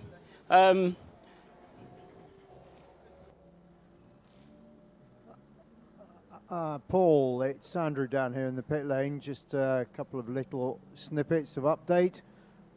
Heard you pause for breath. Usual brilliant commentary coming to us from Paul up there in the tower. He's carried this race meeting commentary-wise through the first part and more than ably in the second. So well done, Paul. This is really good news. Just talking to a couple of the teams. In Garage 22, we have number 5, Lotus. And that, I was hearing today, probably done more pit stops than the entire field combined. Now, you probably tell us whether that's right or not, Paul, up there in the commentary. Which car is that, Andrew? Car number 5 in Garage 22. He's certainly been there for longer than anybody else. 14 pit stops altogether, so you're absolutely right. Yeah, they were dismayed about it, but the car's still going. That's the most important thing. So they're still there in the hunt one way or another. We talked a bit about the Honda Civics up in that end of the pit lane yesterday. The Honda Civics were very quick yesterday. The 99 and 999 cars, the white ones, both of them have now retired, apparently. Gearbox issues assailed certainly 99 yesterday, and they got it back together again overnight, but unfortunately it didn't quite work this morning. So that car now out of the running, and yet it had been looking yesterday afternoon as if it was going to be on the podium today. Okay, thank you for that. Andrew Crichton down in the pit lane. Sorry if I missed you earlier on. There was, for a moment, too many other things going on. So sad news for Ricky Coomber and his team from RKC Motorsport. Would seem that his cars have had problems. Now, I mentioned a little while ago that the BMW 116i of the track club team was in the pits. Morgan, I suppose, was handing over to Martin, because that's what Steve, the team manager, told me was going to happen. Well, clearly that's not the plan, because both Morgan and Martin are here at the moment, and Craig Denman isn't out in the car. So, Morgan, glum faces around the team at the moment. What's happened? Yeah, very glum. I came out of the hairpin and just lost power completely, came in, and there's something very wrong within the engine. Something's just, freak accident, something's just gone wrong, and we're out, unfortunately. So not even something that you can repair and get up? Yeah, the only solution would be to change the engine, and that would take hours and hours, and there'd be no point by the end of it. But nevertheless, we've had a really enjoyable weekend up until this point. Stephen and track group have done an amazing job with the car. The car's been perfect, all weekend up until this one freak moment that had obviously nothing to do with it. Until this one driver happened to break it. No, I mean, but this is what motorsport's about. I mean, Morgan, you're obviously at the beginning of your career, and I mean, I think you've done iRacing in the past, but I mean, one thing that your dad can tell you about motorsport is that 90%, 95% of the time is this feeling of, oh, miserable, it's all gone wrong. But it makes those other moments worthwhile, doesn't it? Yeah, well, this season it seems like I'm pretty cursed when it comes to engines. It's not been there's definitely been more of those low times. It's definitely still been able to appreciate the high times, but no, it's pretty disappointing to go out in this sort of way from the lead, comfortable lead with a pit stop in hand. But you know, it, like you say, it makes you appreciate the better moments, and yeah, we'll look forward to having some more of those. I would guess not this year. Are you making plans for what you're going to do in 2022? Yeah, we have some things. Nothing is firm yet. We've sold my the car, the MG I was racing this year. So obviously Marcus, my younger brother as well, is just starting up as well. So I'm sure we'll end up doing some stuff together, and he'll start, you know, learning the ropes. But no, nothing solid yet. But we're looking forward to making some plans. Yeah. See, he's learnt the save. Now, I'm not going to say anything. Martin's brought him up as well. I'll tell you, Martin, one of the things we've spent a lot of time talking about this weekend is the... why am I not hearing myself anymore? There we go. One of the things we've been talking about a lot this weekend, because of the way that Mission Motorsport works, it's all about getting your head around overcoming problems, overcoming obstacles.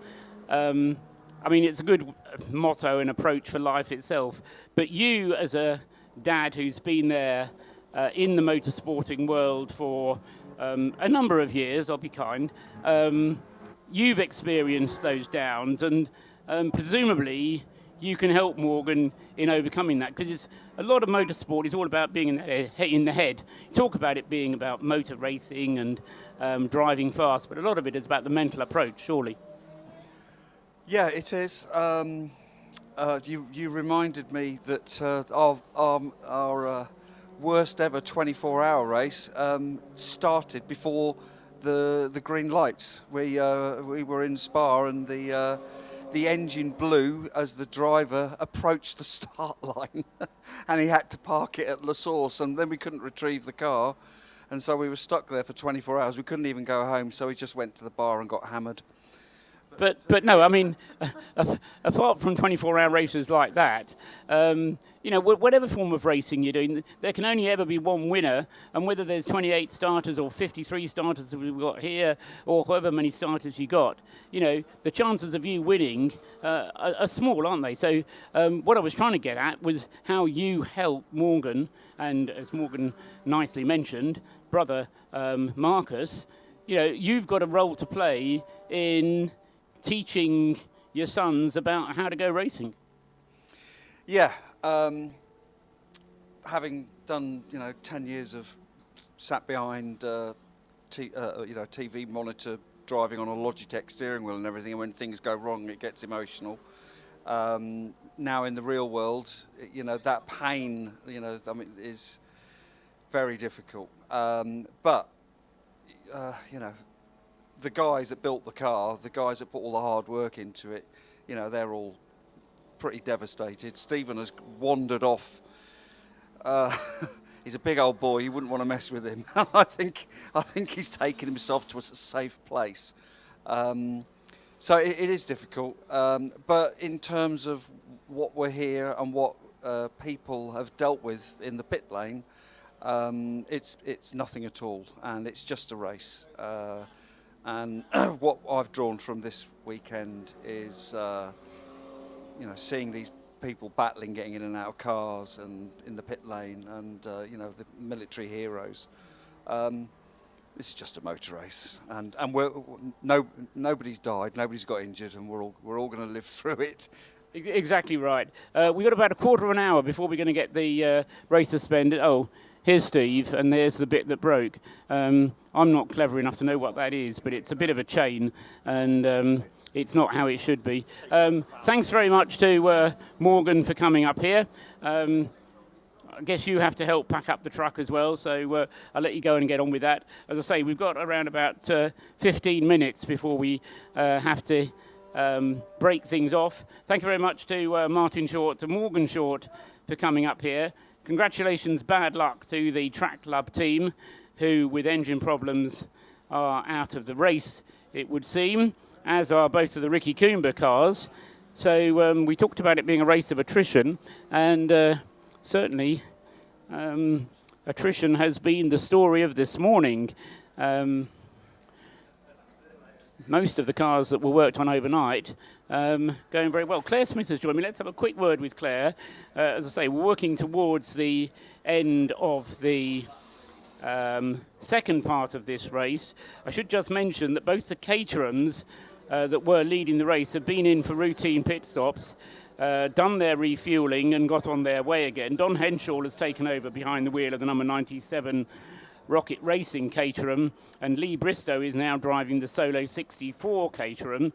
They are in the same order as they were before, and I mentioned if they did their pit stops under green conditions, which they did, they will find themselves on the same lap as the Rob Boston Racing Lotus Elise. Well, they are all three on the same lap, yes, but importantly, as far as Rob Boston is concerned, they got their pit stop done and dusted in time, so the Lotus Elise now leads the way again, but only by half a minute.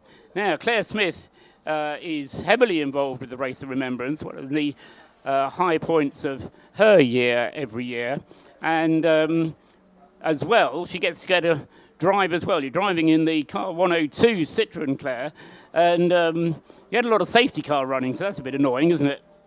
Not really, not in that car.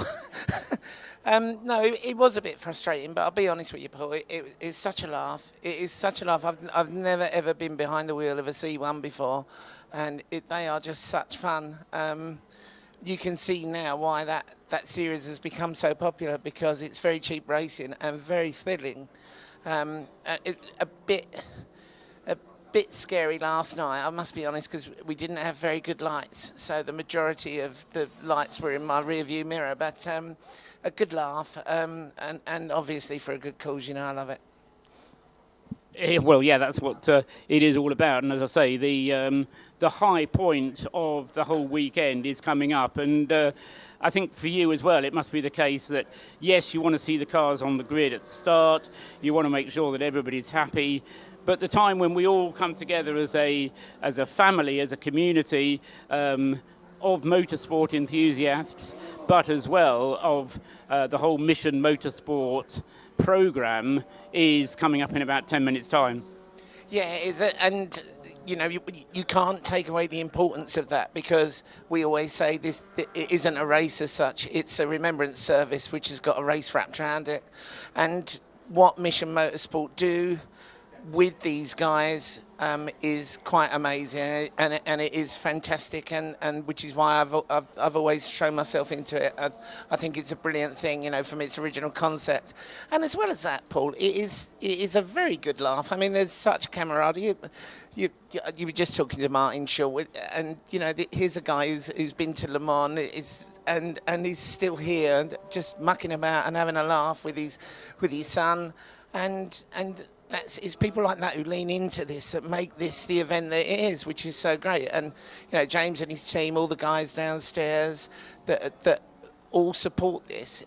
That's what it's about, and you'll see that in about 10 minutes now, when the safety car goes out, and we pause for remembrance, which is what it's all about, really.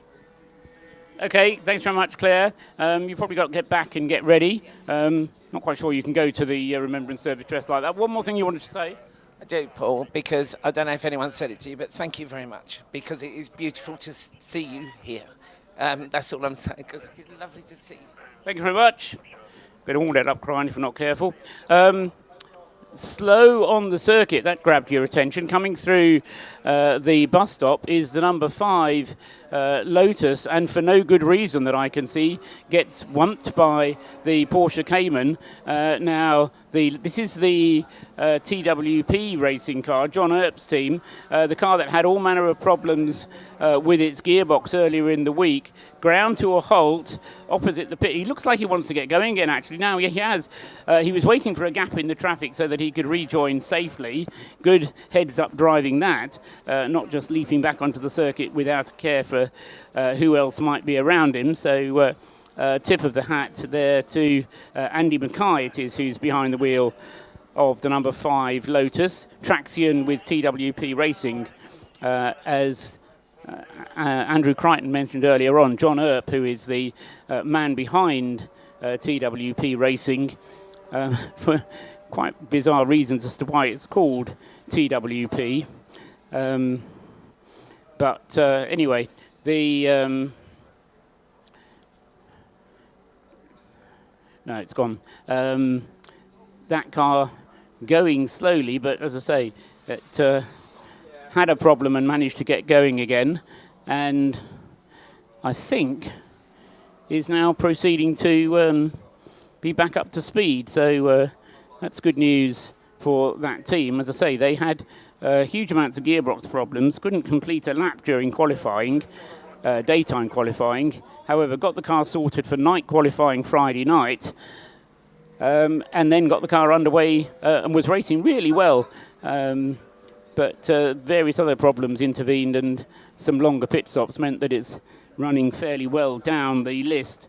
Currently in 47th overall, as the checkered flag is shown a little earlier than we were expecting it to be.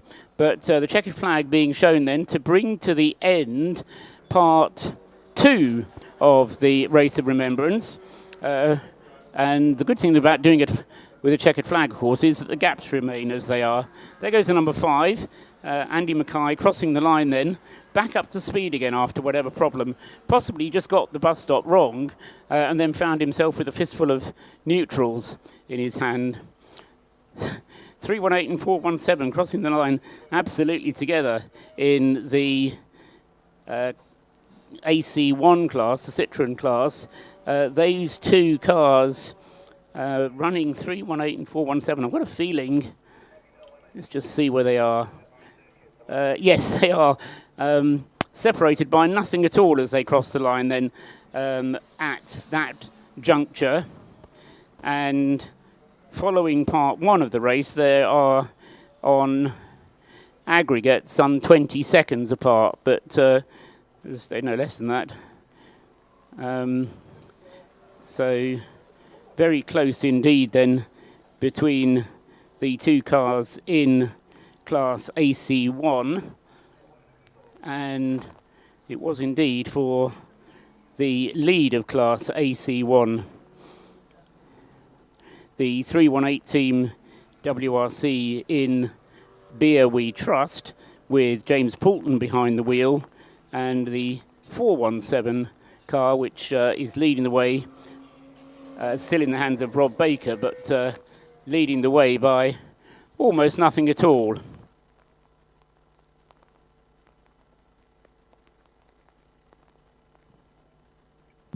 So checkered flag.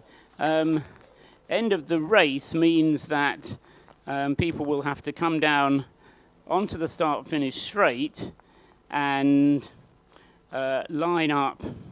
The idea was that they would line up nose to tail in 2 columns, just as they did for the restart this morning. Rob Boston with the Lotus Elise has gone around, actually taken the checkered flag twice because he wants to make sure he's at the front, which is where he deserves to be. The situation on aggregate, let's just pause before we pause. Before we pause for the service of remembrance, let's just pause in the race and recap where we are. So Rob Boston with 7 hours and 40 minutes of the race elapsed, has completed 238 laps in the Lotus Elise that he shares with Peter Mansfield, and leads Don Henshaw's Rocket Racing Caterham number 97 by just under a minute. 50.8 seconds is the gap between first and second. A further 37 seconds behind is Lee Bristow with the Solo 64 Caterham, car number 64. And those 3 cars all on 238 laps. In fourth place, 5 laps behind, is the Breakdancers team, Paul Herndon, and that's the leading relay team. And then in fifth place is the second place relay team, ES Motorsport, the Lotus Elise of Bailey Edwards, number 34. Those 2 cars both on 233 laps. And then also on 233 laps is the next car up in the Heroes Trophy, fourth in Class D, number 777, which is the car of Paul Woodman. And he is, I say, 5 laps behind the other cars in Class D. Joey? Attention paddock, all personnel to the pit lane for the remembrance service. Thank you very much. So behind Paul Woodman is the next car up in Class D. In 7th place, Colin Gillespie with the Lodge Sports Racing Porsche Cayman, car number 15. 8th is car number 61, Fergus Ridington in the Caterham from the AOPF Motorsport team, the 3rd placed relay runner. And then 9th is number 117, Jason McInulty at the wheel of the Able Care Lotus Elise.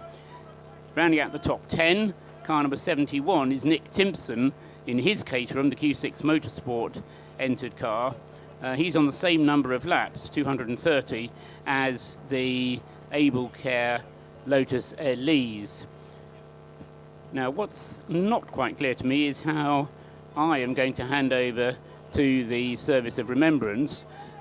So I will be ready to pause, but having brought to you the positions as they were at the end of 7 hours and 40 minutes, I'll bring you the remainder of the race once we get underway with it. And for the moment at least, I will pause and then the Remembrance service can get underway in its own time without having to wait for me to shut up if I pause first, and then when they're ready to go, they can take over the airwaves.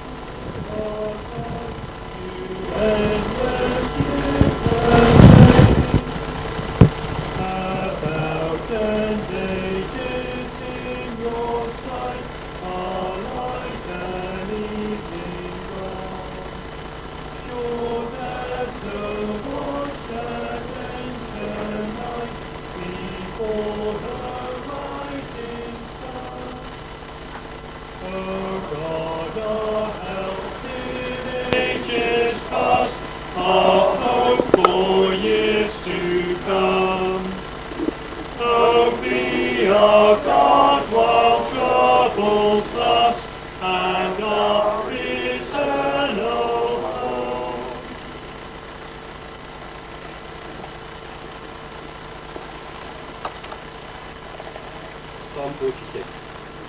God is our refuge and strength, ever-present help in trouble.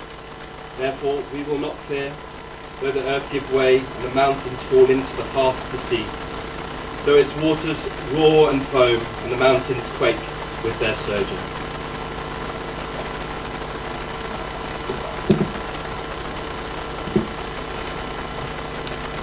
Psalm 15. My command is this: love each other as I have loved you. Greater love is no one than this: to lay down one's life for one's friend.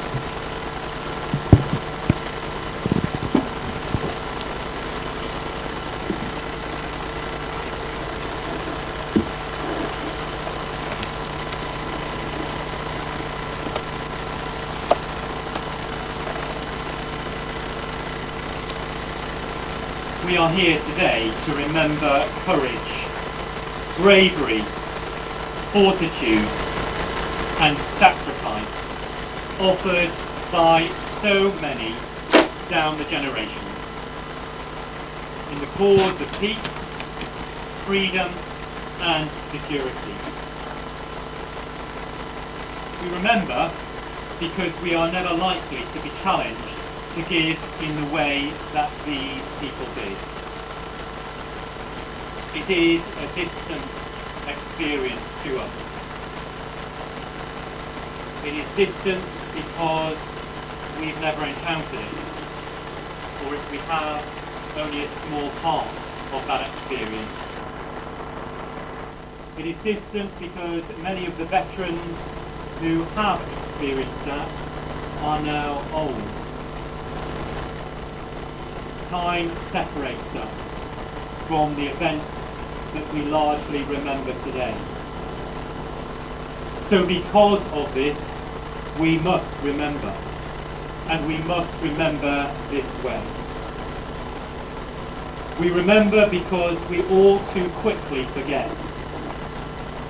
In a society where we largely enjoy the peace and freedoms won for us by previous generations, we need to remember often that which is too easy to take for granted.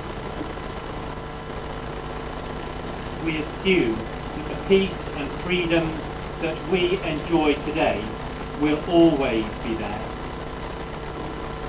We need to remember that generations thought that too, and they paid the ultimate cost.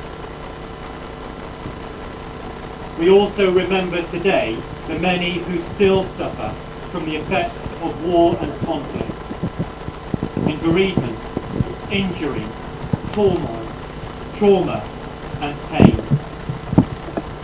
We remember because they need us to, and we need to continue to support and care for them, and allow their voices and their experiences to be heard.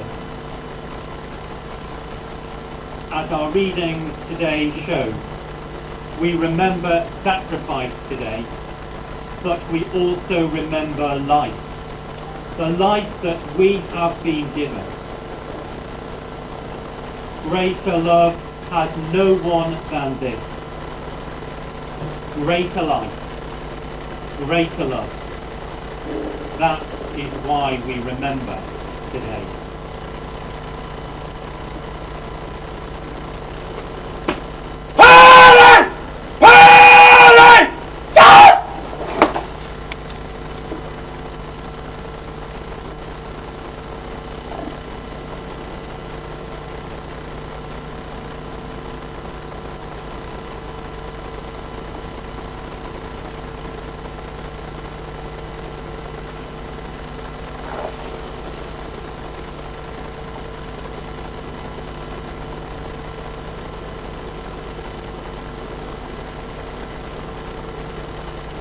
We meet in the presence of God. We commit ourselves to work in penitence and faith for reconciliation between the nations, that all may live together in freedom, peace and justice. We pray for all who in bereavement, disability and pain continue to suffer the consequences of fighting and terror. We remember with thanksgiving and sorrow those whose lives in world wars and conflicts, past and present, have been given and taken away.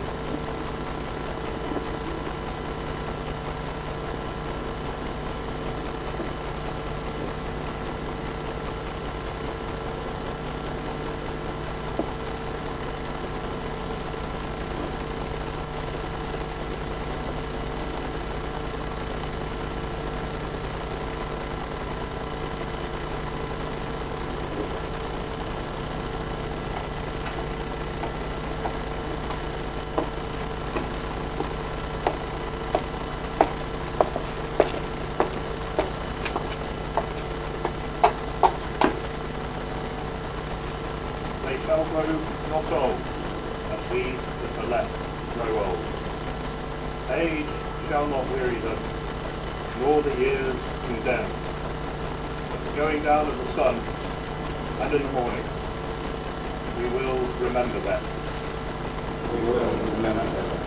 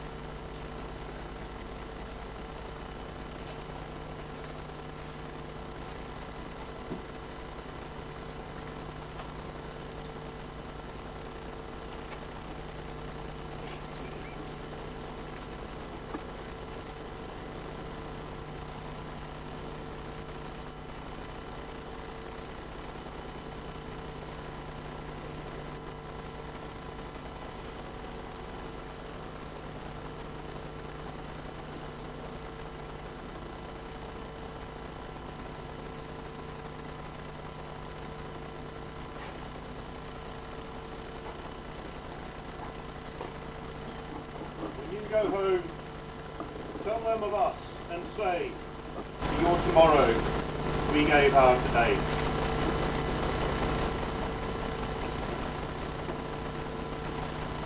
Alright! That is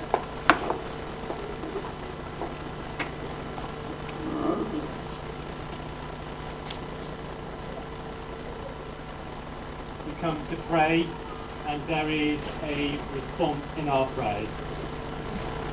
To my words, Lord, in your mercy, would you respond, hear our prayer.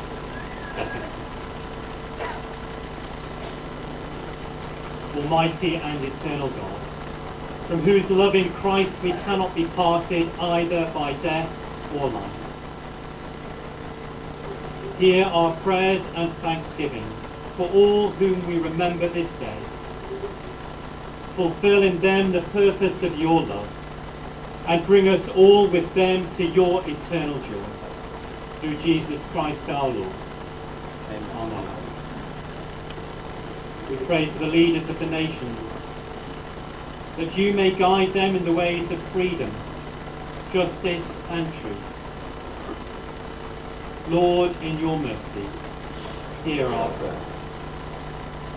We pray for those who serve in the armed forces of the Crown, that they may have discipline and discernment, courage and compassion. Lord, in your mercy, hear our prayer. We pray for our enemies and those who wish us harm, that you may turn the hearts of all to kindness and to friendship. Lord, in your mercy, hear our prayer. We pray for the wounded and the captive, the grieving and the homeless, that in all their trials they may know your love and support. Lord, in your mercy, hear our prayer. Most holy God and Father, hear our prayers for all who strive for peace and all who yearn for justice. Help us who today remember the cost of war to work for a better tomorrow. And as we commend to you lives lost in terror and conflict, bring us all in the end to the peace of your presence, through Christ our Lord. Amen. We share this together in saying the Lord's Prayer. Our Father, who art in heaven, hallowed be thy name. Thy kingdom come, thy will be done, on earth as it is in heaven. Give us this day our daily bread, and forgive us our trespasses, as we forgive those who trespass against us. And lead us not into temptation, but deliver us from evil. For thine is the kingdom, the power and the glory, forever and ever. Amen. We join in singing the hymn, I Vow to Thee, My Country. I vow to thee, my country, all earthly things above, entire and full and perfect, the service of my love, the love that asks no question, the love that stands the test, that lays upon the altar the dearest and the best, the love that never falters, the love that pays the price, the love that makes undaunted the final sacrifice.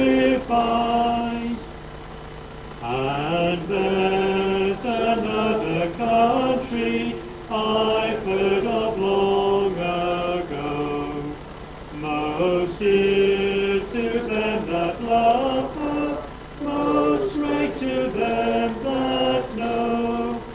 We may not count her armies, we may not see her king, her fortress is a faithful heart, her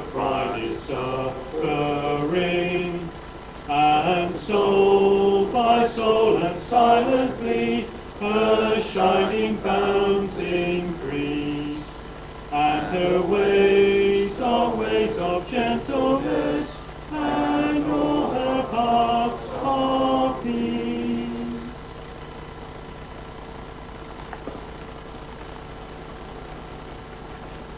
May God grant to the living grace, to the departed rest, to the Church, the Queen, the Commonwealth, and all people, peace and concord, and to us and all his servants, life everlasting. And the blessing of God Almighty, Father, Son, and Holy Spirit, be with you all, evermore. Amen.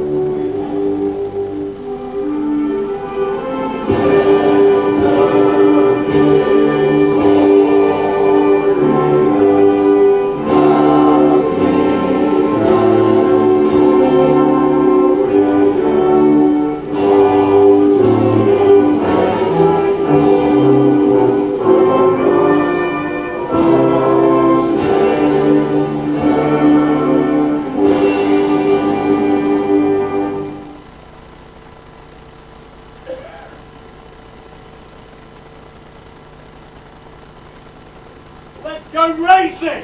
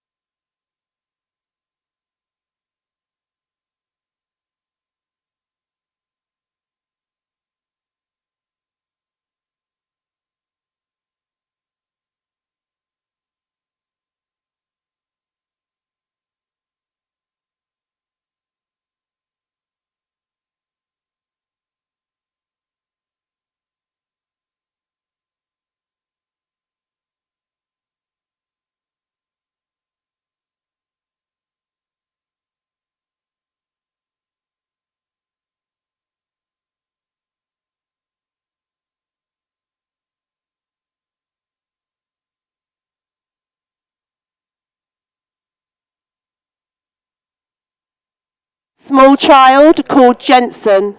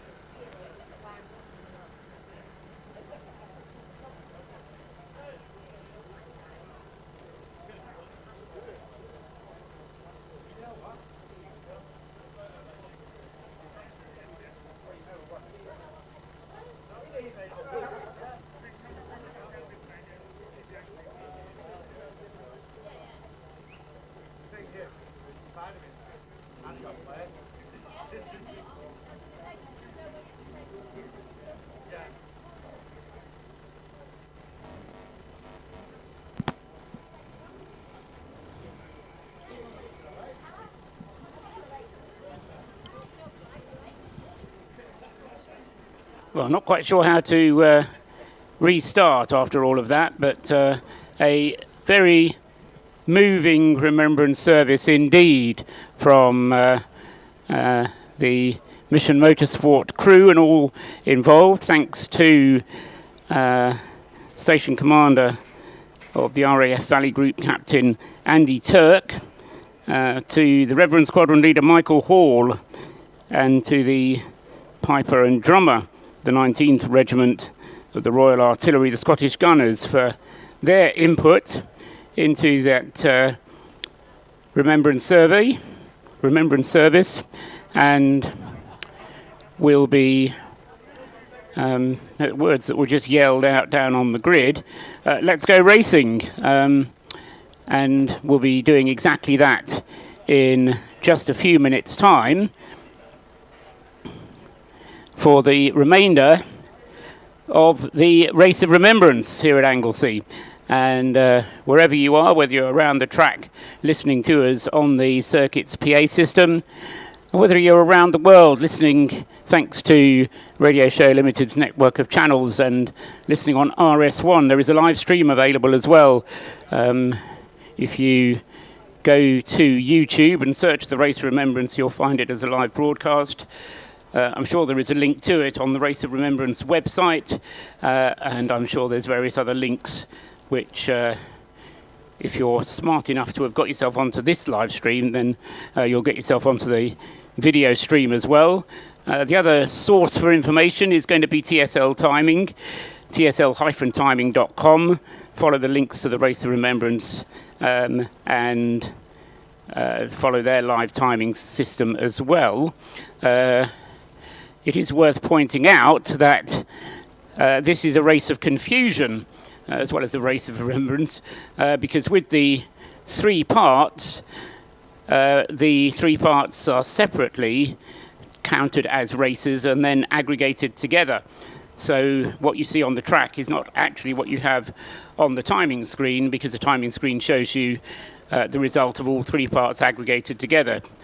The important thing to note is that the car that leads the race overall will start immediately behind the safety car, which will be leading them away on another formation lap in single file, and then they'll be given the green flag and we're back to full course green racing just after that. Peter Mansfield is at the wheel of the Rob Boston Racing Lotus Elise according to my screen, but I'm going to pause at that because as far as I remember it, Rob Boston was at the wheel when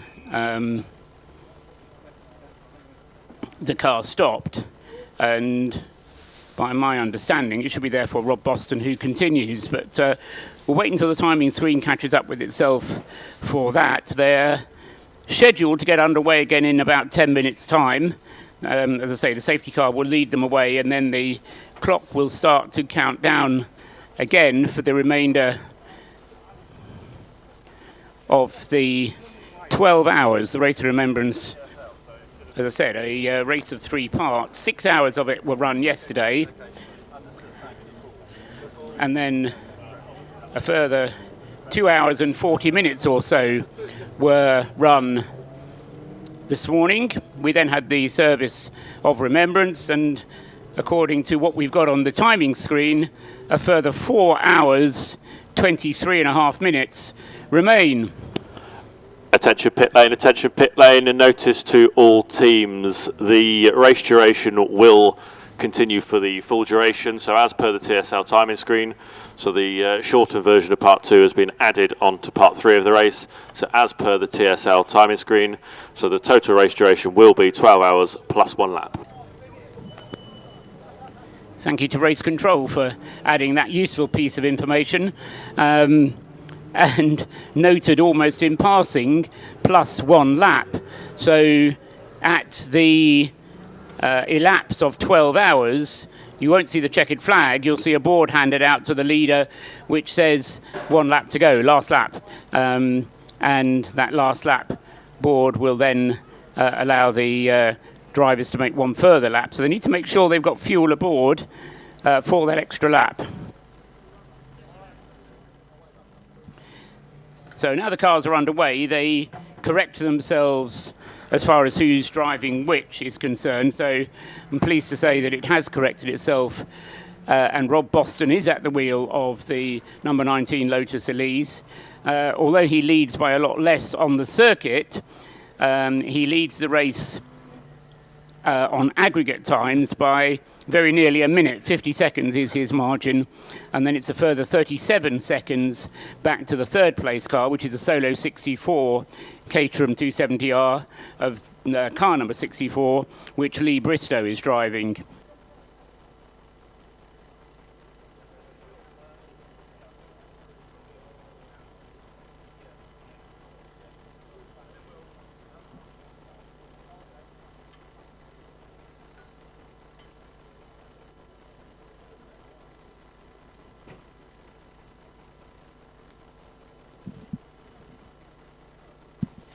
So the safety car up at the hairpin at the moment.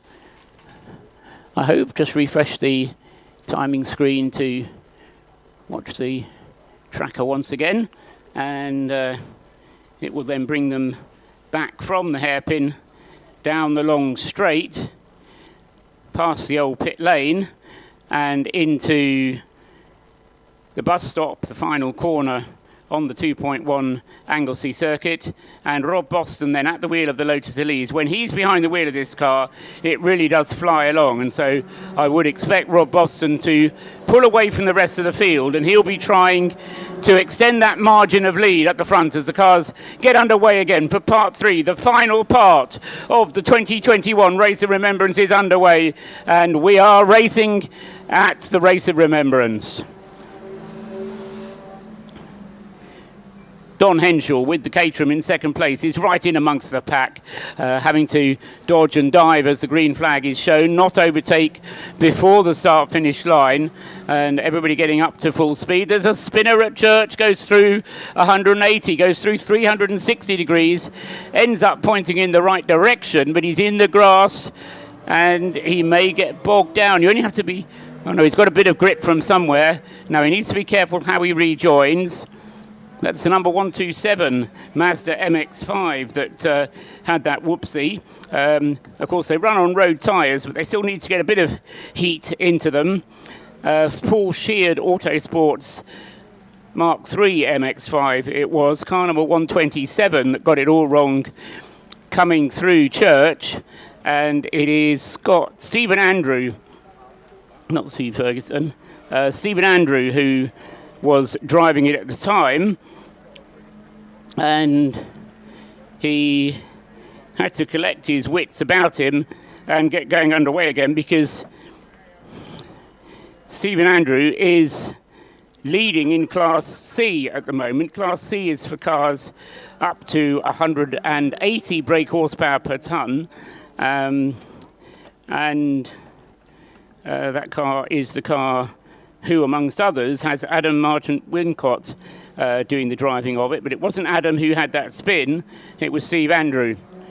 Anyway, he's got going again, just a little bit of a red face, damaged pride. Caterham side by side as they come through the bus stop. 71 and 777, both trying to make up ground. 71 is Nick Timpson in 10th place overall, and 777 is Paul Woodman in 6th place overall. Of course, the restart behind the safety car didn't take any account of where you were in the race.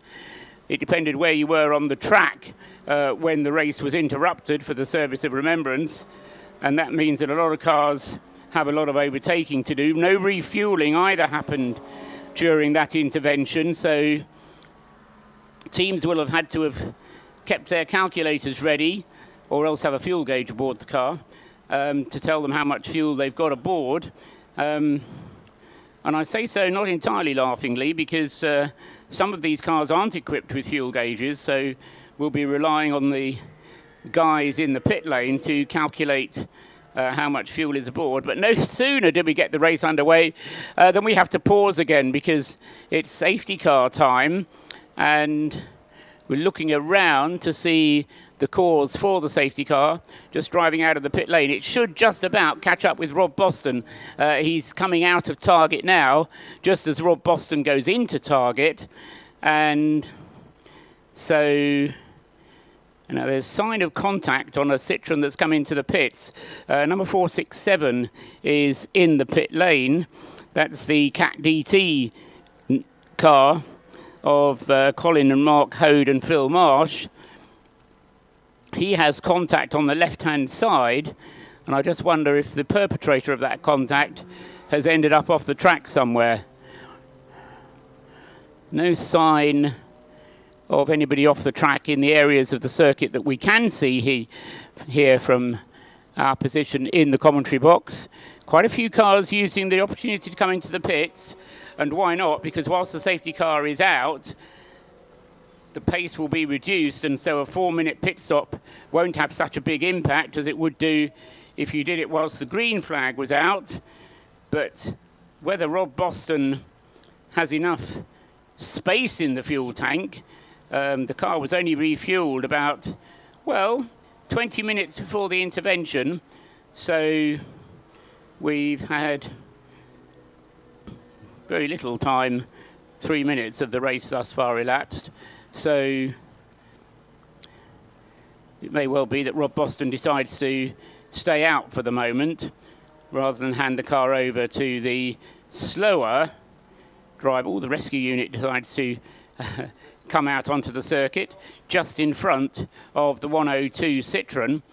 That's the car that Claire Smith has been driving, but which is currently being driven by Ian Bolton.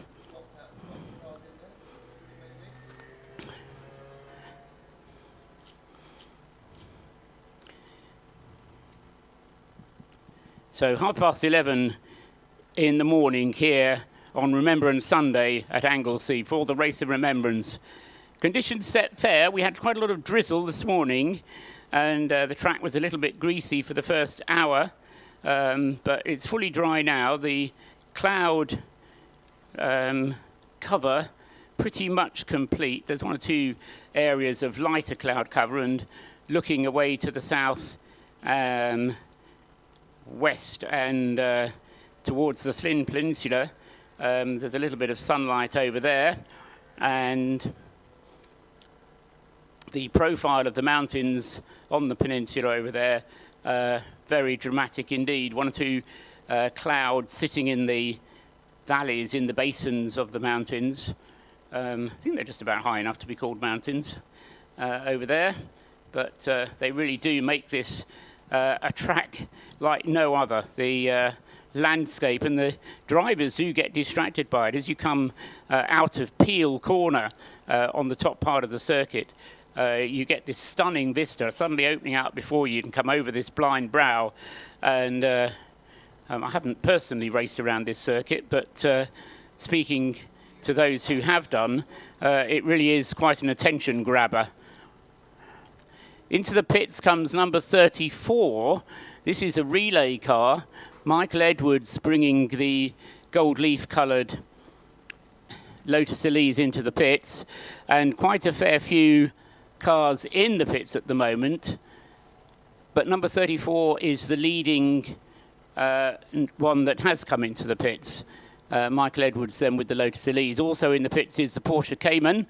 Colin Gillespie has brought number 15 into the pits, which was the car that started from the front row of the grid, was in 10th place at the overnight stop. It got itself up to 7th when racing was interrupted at the end of part 2 for the remembrance service.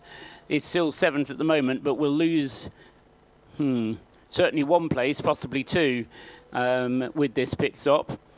Rob Boston electing to stay out, as have the 2 Caterhams behind him. All 3 of those cars on the same lap, and 97 Don Henschel Rocket Racing is in 2nd place. He'll be ruining this time because he can't make up any ground on the Lotus whilst he's behind the safety car. Equally, Rob Boston may be ruining the time and saying, yeah, but I can't extend my margin of lead either. So a point in the race of neutralisation, and time to just sit and wait for the track to go green again before you can go racing and have an impact. Lee Bristow at the wheel of the 64 Caterham is 3rd, and he is a further minute very nearly behind. So they're in a queue behind the safety car. So they've all bunched up, but the time differences from the previous races are counted on the screen. So the gaps on the screen shown as being quite large, but the gaps on the track all bunched up behind the safety car. So what's important is to note who's on how many laps, and that's to say the first 3 all on the same lap. That's lap 243. In 4th place, there are, well, 4th, 5th and 6th places, 3 cars, all 5 laps behind the leader. And 2 of those are the relay teams, the number 88 Breakdancers team, which Paul Herndon is now representing, and then Michael Edwards in the pits, and Paul Woodman with the 777 Love Cars Caterham, which will take over that position. Not this time around, but next time around, should the safety car stay out, unless Bailey Edwards can get out in the number 34 before then, which I have to say is more likely than not. The way the rules allow both Michael and Bailey Edwards to drive either of their 2 Lotuses, and I think it might be something for Andrew Crichton to check later on, that both 34s are still running strongly, but it's possible that there is a problem with one of them, because I've got a feeling that the Gold Leaf car has seen more track action than the other 34 Lotus Elise.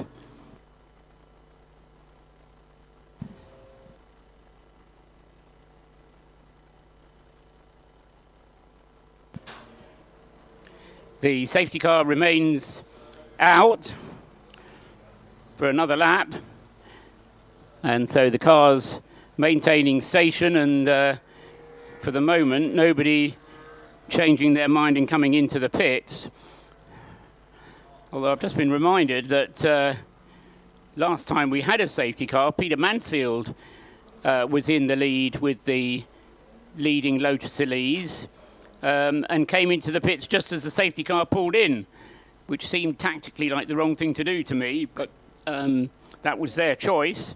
It meant that the car lost 2 laps on the 2 Caterhams, but then the time came for the 2 Caterhams to make their pit stops, and they had to make those pit stops under green conditions as well. So one favour was given, another was returned, and it ended up with the Elise back in the lead of the race.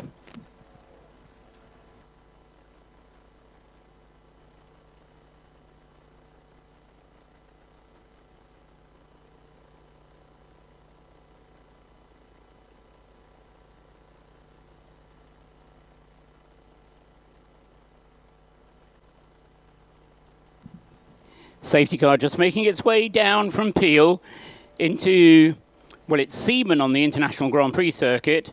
It would be the Corkscrew if they were on the shorter version, which omits the Tom Price straight. Sequence of left and right hand bends, but as Seaman is just a long downhill left. Again, though, with the camber dropping away from you on your outside, and the right-hand wheels taking all of the pressure. Most of the time it's the left-hand wheels that are taking the pressure, but the Anglesey circuit, like most others, a clockwise run one, but it has its fair share of slow left-handers.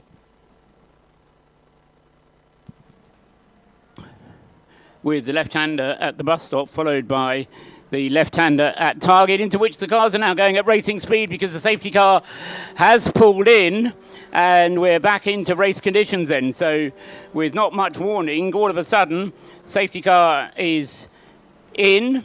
Racing is underway again. Rob Boston leads the way with the blue Lotus Elise number 19 from Rocket Racing's Don Henshaw. And the Caterhams go less far on a tank full of fuel, so we might be encouraged to think that it will be a Caterham into the pits first. But on the other hand, remember that the Lotus came into the pits earlier before we had the service of remembrance, and so that will have less far to go. Messages from race control awarding a stop and go penalty to car number 40, which is well down the field. That's one of the Mission Motorsport Morgans, number 40. Lionel O'Connell's car. I don't know quite what they did wrong, but the Mission Motorsport team getting their knuckles wrapped, and it's a stop and go penalty then for number 40. John Hogan, it is at the wheel. I would guess some kind of safety car infringement.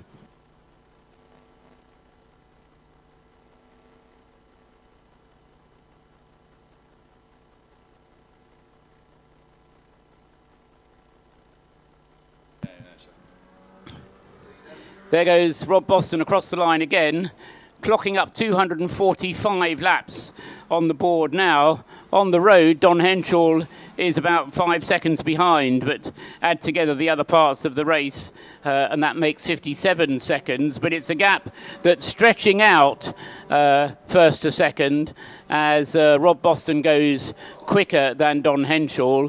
And then Lee Bristow with the 64 Caterham, pretty much exactly matching the times of Don Henshaw. In comes number 40 then for his stop and go penalty. John Hogan then will be told how the safety car is supposed to work and what you're supposed to do. And James Cameron has joined me up here in the box. You were having a little snigger to yourself there. James, what can you tell us about John Hogan? Because that car, the number 40, is the very special Morgan, isn't it, with the hand controls? Yeah, absolutely it is. And John's a former Royal Engineer, served 8 years in the Royal Engineers, and he now is a journalist, the editor of Superbike magazine, but he also writes the Sun's motoring column.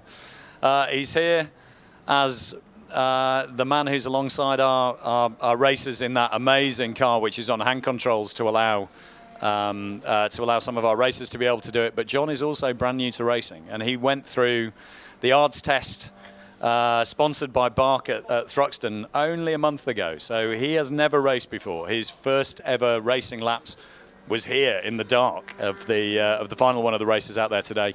And he's on a learning curve. So there's a little wry smile there, as he's obviously, a little transgression that I'll tease him for later.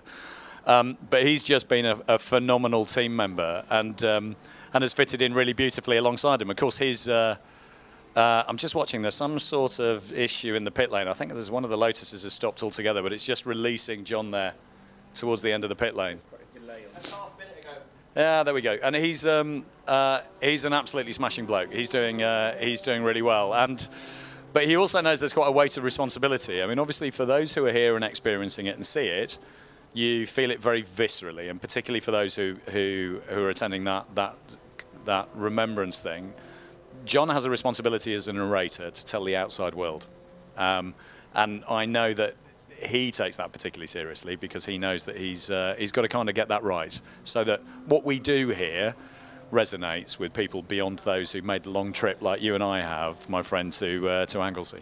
I mean, you had a track record there as well, because was it 3 years ago you had Nick Trott and Andrew Frankel here, who had a similar responsibility to tell the world.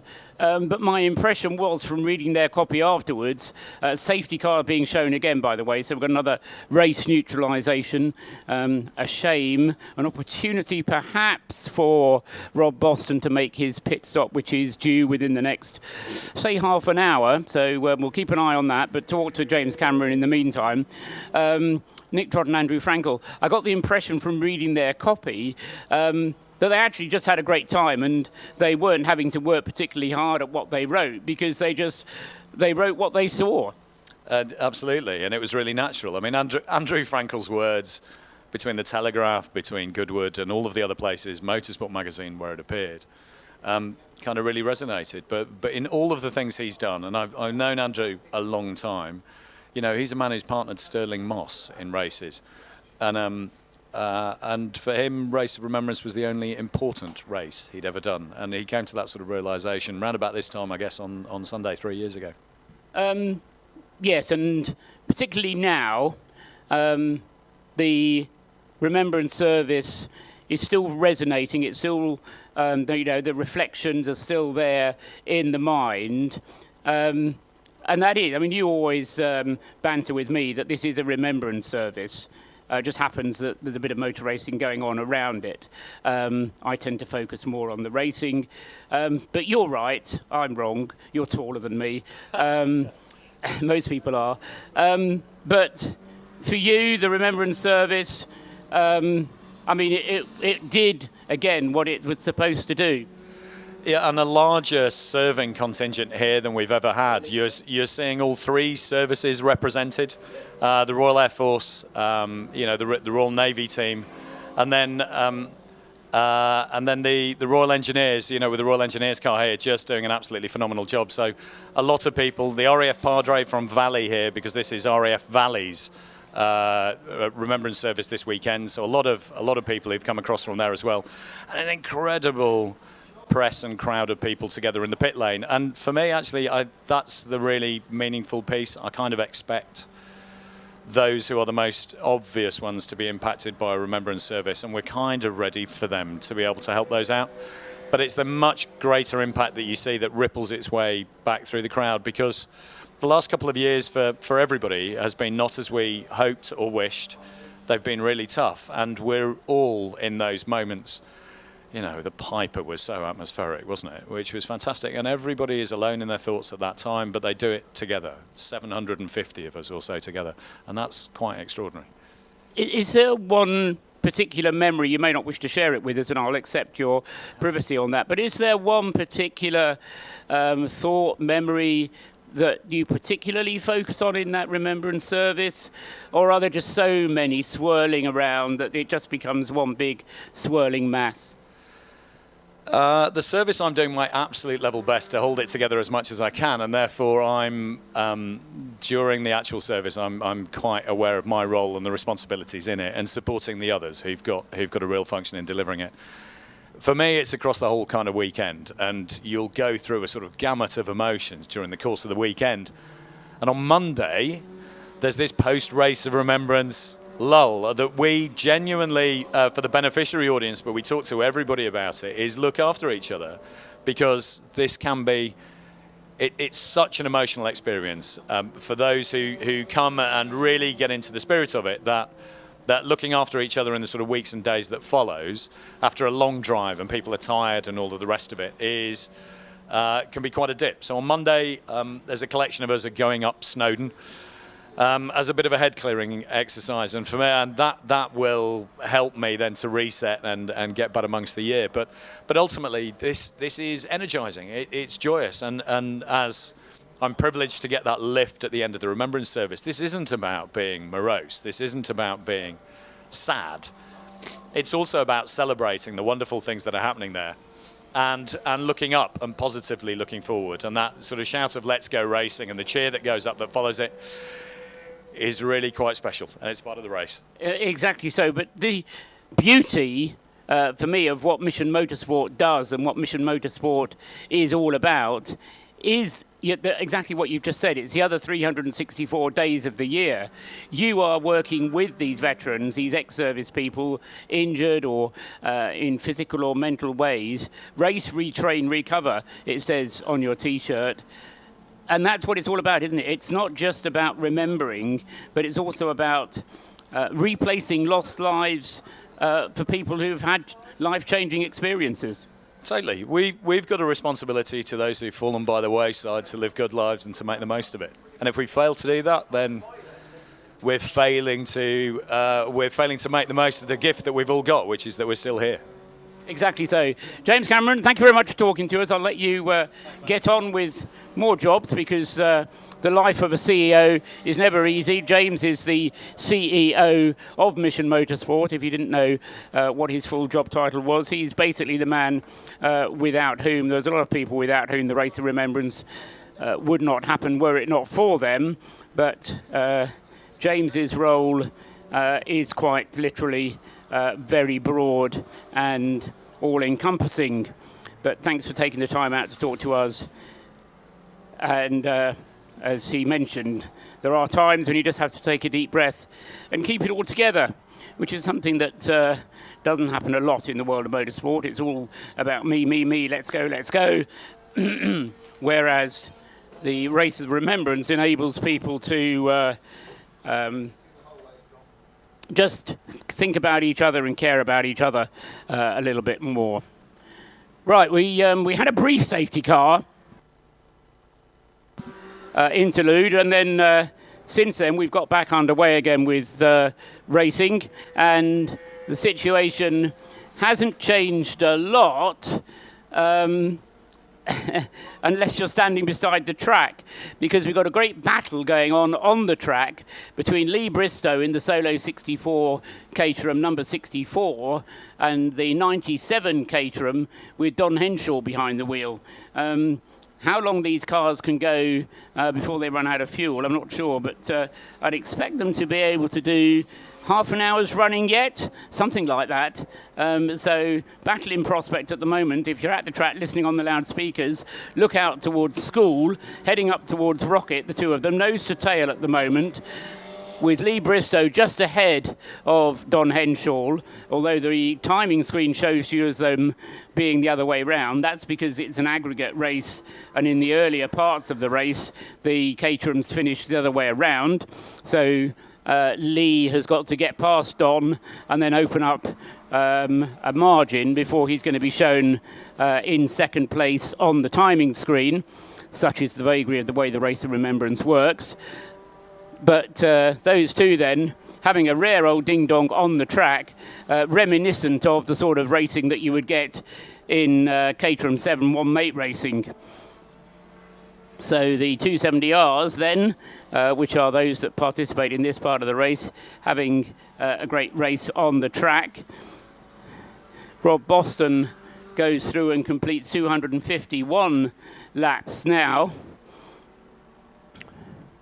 Less than 4 hours to go on the clock.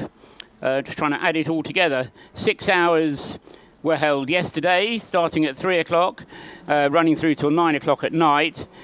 We then had an hour and 40 minutes this morning, running through until about 11:15, when we paused for the Remembrance service. And so, yes, that makes a little over 4.5 hours to get us to the end of the race, and we've had half an hour of that. So just under 4 hours to go to the end of the race. And then we'll see how this is all going to pan out. But we've still got driving time to come from Peter Mansfield. And that's where it all gets very interesting, because once Peter Mansfield gets behind the wheel of the Lotus, it doesn't go as quickly as it does when Rob Boston's driving it, and that gives the Caterhams a chance. The Caterhams have to stop more often, and that gives the Lotus a chance. When the Lotus is being driven by Rob Boston, that gives the Lotus a chance. The Lotus is a heavier car, which means it's putting more stress on all of its components. That plays towards the Caterhams. The Caterhams weren't built for long distance racing. That gives the balance to the Lotus. Pay your money and take the choice. Watch the racing, it's great fun. Here comes Rob Boston out of bus stop, dives through on the inside of a VW Golf and a Citroen C1, heads up towards target ahead of both of them, completes 252 laps, has got now, what is it, going through, well, he's extended that margin, hasn't he? 1 minute 40 was his lap. It was 50 seconds, it's now gone out to 63 seconds between first and second. The Rocket Racing car 97 heading out towards the banking, just turning through the banking at the moment, in fact turning through Church, is just ahead now of Don Henschel. So Rocket Racing has got itself ahead of Solo 64. Lee Bristow, having been in front, has now dropped back again. As far as the other classes are concerned, I haven't spoken about the relay cars very much recently. The yellow and black Lotus is still running strongly. I suggested there might be a problem with that car a little while ago, but Michael Edwards with the number 34, the yellow and black number 34, going very nicely, and he is leading the relay class at the moment. Darrell Cresswell is 1 lap behind, isn't he? 245 laps completed for Darrell Cresswell in the breakdancers team number 88, of which there are 4 cars. The Lotus Elise team, ES Motorsport, managing with just 2 Lotus Elises. Then next up in the relay class, so it's 34 Lotus leading, ES Motorsport, 88 breakdancers, 61 AOPF, and Fergus Riddington with number 61 in 3rd place in the relay class. And the relay cars running 5th, 6th and 7th in the overall positions. In Class B, George Grant is leading the way in the Clapham North MOT Mazda MX-5, car number 169, and he is a lap ahead of the Numbers Racing Mazda MX-5, car number 67. Clive Chisnell, it is at the wheel of that car at the moment, and so Clive is in, lost him, where is he? There we are, Class B, in 2nd place in Class B, and then 3rd place in Class B. That's gone back now to the Track Scotland 1 Mini of Andrew Kindness, number 55, and those positions in Class B. In Class C, the leader there is Stephen Andrew with the Mazda MX-5, number 127, who was spinning away on the opening lap of this portion of the race, but has clawed it back together again and still leading the class. And then leading Class E, the BMW class, is car number 1,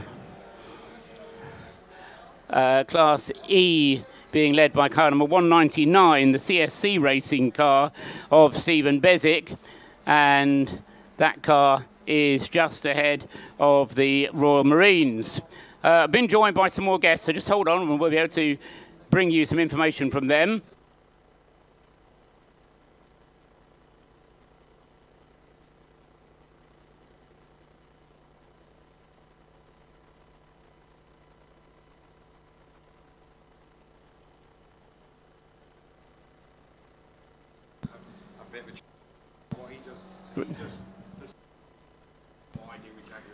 Right. We heard yesterday evening from Steve Leeds from Jaguar Land Rover, and Steve, big motor racing fan, looking after a huge number of things involved with Mission Motorsport. We're now joined by Pa Niji, is it? Yes. Pa, welcome to Anglesey. Is this your first time here? First question. Yes, this is my first time here in Anglesey. And enjoying yourself? Yeah, it's really fascinating seeing lovely cars, meeting up guys that I've did my rehabilitation when I was at Headley Court, and also experiencing the whole weekend. So it's been really fantastic for me so far. So far, you're going to continue to enjoy it. What do you mean? Well, no, it's great to have you here, and you're involved, I'm assuming, as Steve is as well, with an ex-military background to you, and from the military you've then got involved in Mission Motorsport.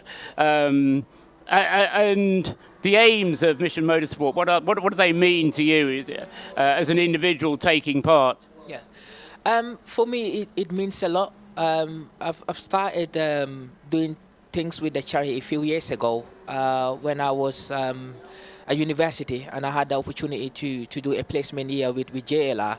And without Mission Motorsport, I think I wouldn't be able to do that.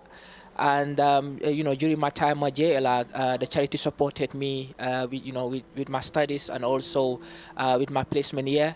So immediately when I graduated from university, I went back to JLR, and still the charity supporting me. And when the opportunity came to work for the charity and also supporting service leavers and veterans, for me it was an honor and also a massive privilege supporting service leavers, veterans, and also just to make sure that they've got the right support to get into civilian life and the right training to be part of the society as a whole. And presumably, having been there and done that, you're ideally placed to help other people through the same issues. But it's never the same for everybody, is it? So, you've got to adapt and things like that. So how do you deal with that and dealing with the different people? Is that important in the way it works? Yes, for me personally it is, because I think rightly mentioned, I've been there and I've done it. And, sometimes it's a little bit challenging, and people tend to struggle, with the transition from the military to civilian world. So the fact that I've experienced that, and I've learned a lot of things, in my journey, and when I got injured and when I got medically discharged from the military. So using my expertise and my life experiences supporting veterans and service leavers to get into employment, to get into better training in order for them to have a normal life. I mean, for me it means a lot, and I think that's Mission Motorsports. That's what they've been doing over the past few years as well, and that's been really good, and it's something that I think most of the veterans and service leavers have benefited over the past few years.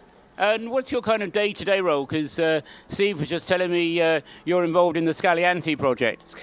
It's Salentis. So basically, Salentis is a merger between FCA, Fiat Chrysler Automotive, and PSA Group. That's Peugeot, DS, Vauxhall, and Citroën.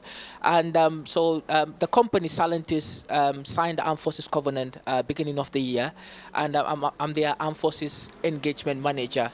And so basically, I'm between the charity and the company supporting service leavers, veterans, military spouses, and reservists to get into employment and also placements and training.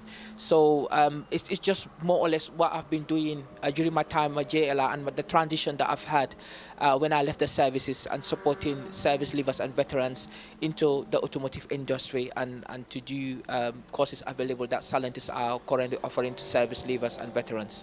And what Steve said to me when I asked him the question, I'm sure you'll answer the same. No regrets about making that move into the into the charitable sector, in a sense. Yeah, absolutely. For me, and I'm not exaggerating this, the charity sector, especially military charities, they've played a massive role in my life. And since I've got injured, I think without them, I wouldn't be here having this conversation with you to start off with.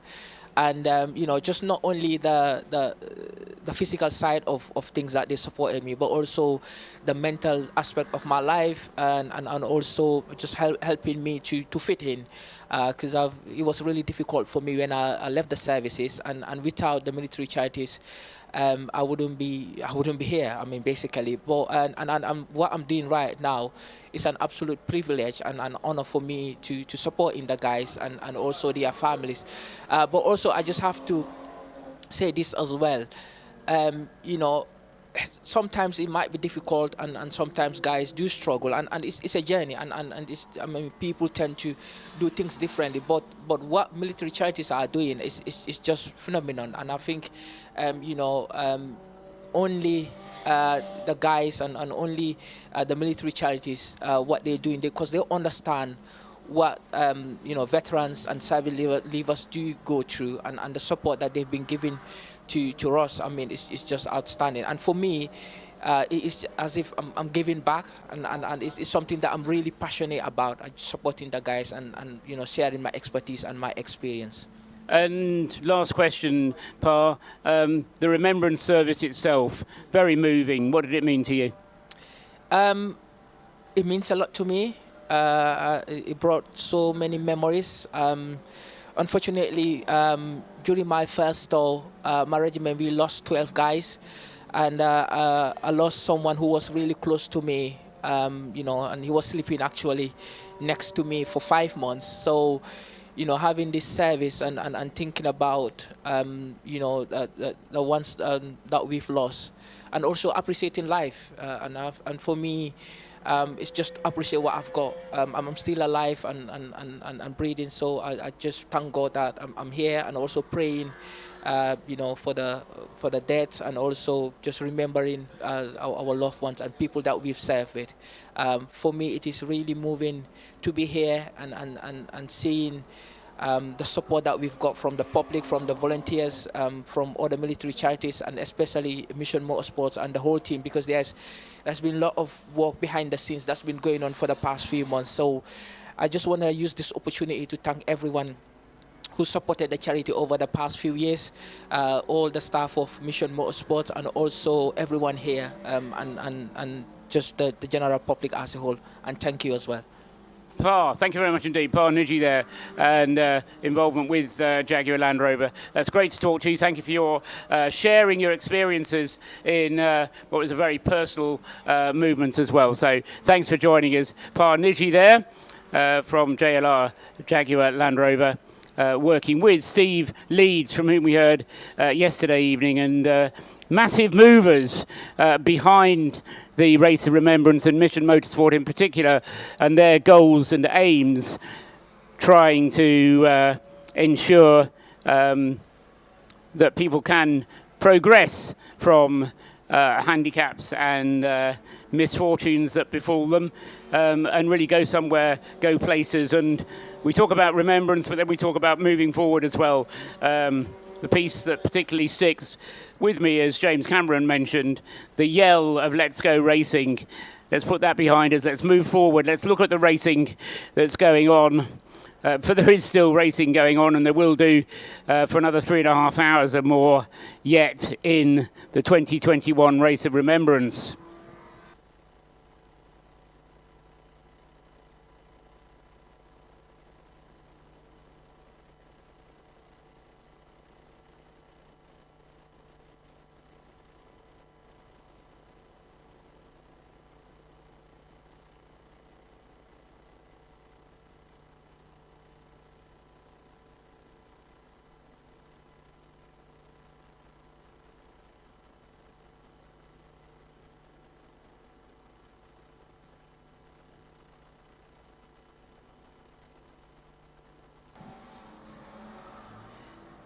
So just gone midday.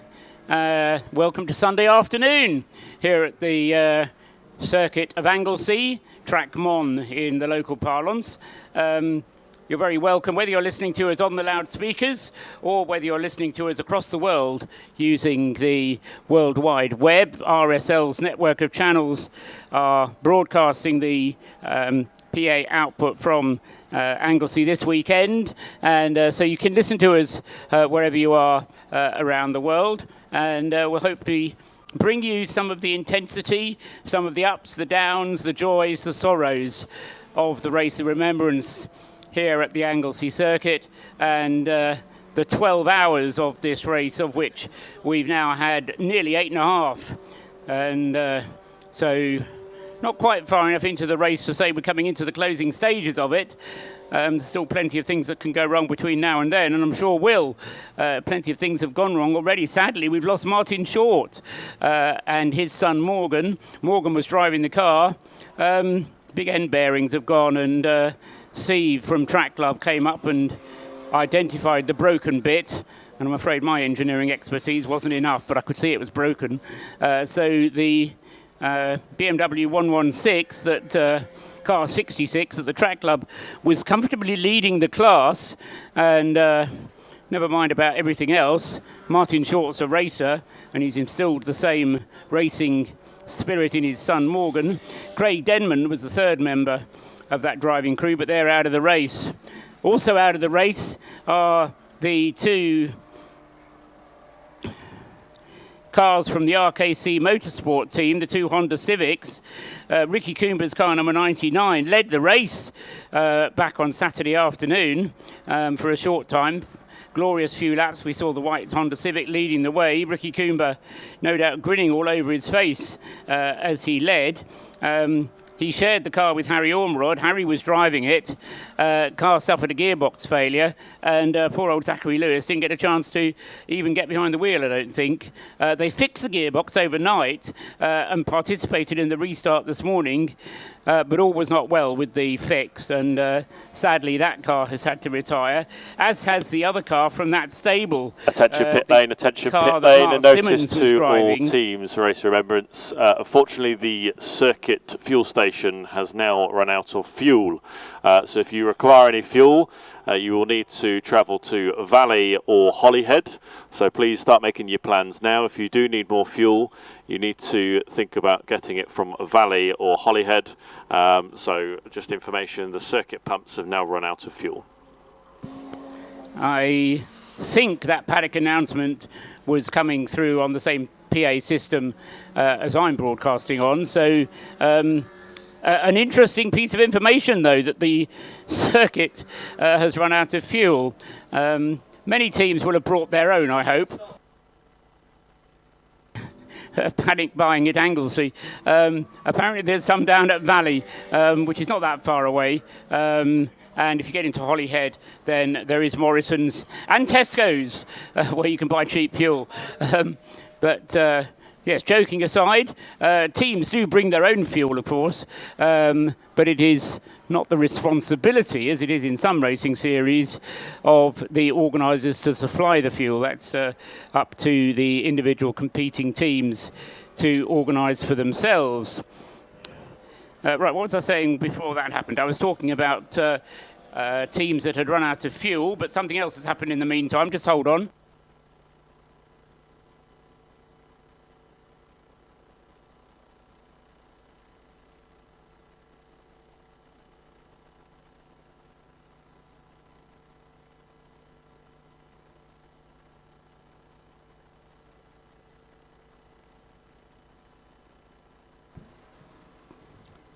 So it was the Ricky Coomber team that has been really had a nightmare weekend, bless them, having lost the 99 car, the 999 car, which is the slightly less powerful 180 brake horsepower per tonne Class C Honda Civic, which Mark Simmons sharing with Dominic Bush. That car running a lot more strongly than its sister car, but then this morning came grinding to a halt as it crossed the start-finish line.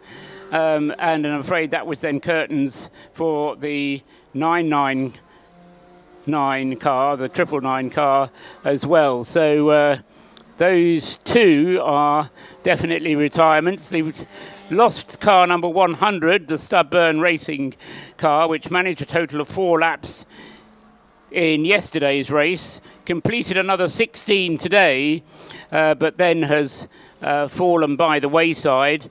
Who else have we lost? I think that the ploughing ahead Mazda MX-5 is out of the race, as is the Eco Racing BMW 116, car number 209. The Royal Engineers are out of it with the BMW 305.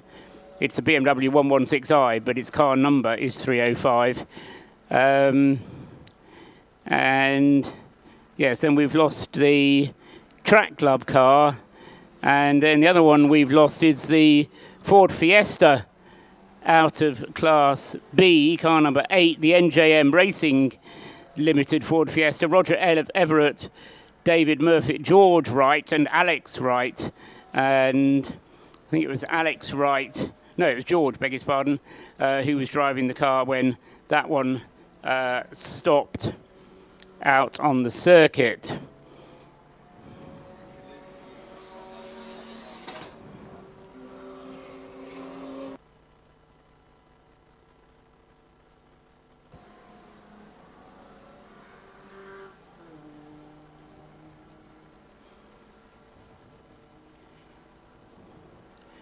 So still waiting for 64, somebody to blink, as it were.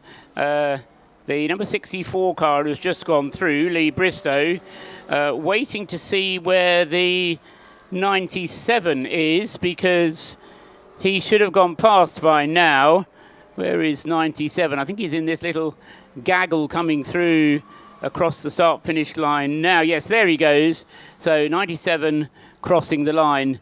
Yes, so it's Don Henschel in second place, but separated. There's 12 seconds separating Don Henschel and Lee Bristow. And those two squabbling over second place in the race overall. About a minute and a half now behind Rob Boston. When Rob's in that car, he laps, well, at the moment he's lapping 3 seconds per lap faster, and he's been at the wheel of that car now for around about 45 minutes since the remembrance service and racing got underway again. So Rob Boston establishing quite a tidy lead. What he would really like to do is to be able to get a lap on the two Caterhams. So that won't be a lap that you'll be able to see on the circuit, but it will be a gap of more than a minute and 40 seconds. And then at least he's protected against any vagaries that the safety car might bring, should we get a safety car period. And the pace that Rob Boston is going at, certainly quick enough to suggest that's a possibility. 1 minute 39.5 on his last lap. But all credit to Lee Bristow, 139.7 on his last lap. And the best lap that car has done, a 138.9. So he's within a second of the best lap that car's done, is Lee Bristow. And as far as I remember, it was Lee Bristow who set the fastest lap for that car when it set it. If you've got access to the timing screen on tsltiming.com, then you'll notice that second place switches around between Don Henschel and Lee Bristow. That's because what you're seeing on the timing screen are overall positions, aggregate positions, and because this part is part 3 of a 3-part race, then it's when the aggregating happens, you see the switching around. But the way it's being shown at the moment, Don Henschel is in reality just under 10 seconds ahead of Lee Bristow when the aggregate times are taken into account. Into the pits is the number 29 Morgan. This is the racer's Morgan, if I can call it that, as opposed to the hand adjusted, the hand controls car. 29, it was, who brought the car in? James Taylor, I believe, brought that car into the pits. No, it wasn't. It was Tom Richards brought the car in. So Tom Richards brings the number 29 Morgan into the pits. Good to have Morgan along. We were joined yesterday by the managing director of Morgan. I don't know if he's still here today, but currently running in 13th place overall, 9th as far as the class is concerned when you take into account the relay runners which are positioned up ahead of him. So the Morgan number 29 has run pretty well, all things considered.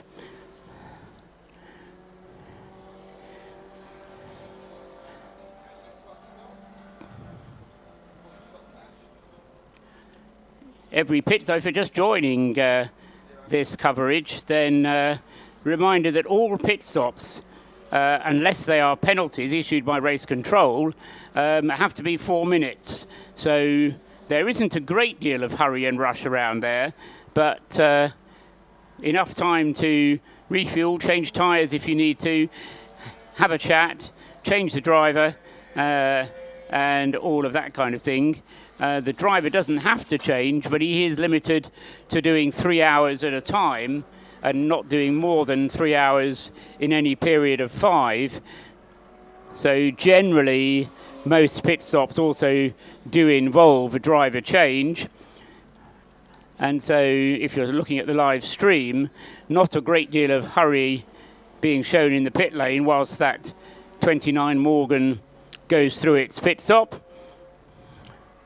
Just waiting for Don Henschel to come through and correct the timing screen, because it's when he goes through and completes his 267th lap that the timing screen then shows the correct times. There he goes now. So Don Henschel then completes 267 laps. 3 cars all on the lead lap at the moment. And Lee Bristow has just done the fastest lap for that car. Well done, Lee. He set the fastest lap before, late last night when it was dark. Now it's daylight, he's gone even quicker. So tip of the cap to Lee Bristow. That Caterham's still working well. It's obviously nothing wrong with it because it's going quickly now as it did at the beginning of the race. Lee Bristow, 1:38.996 his last lap.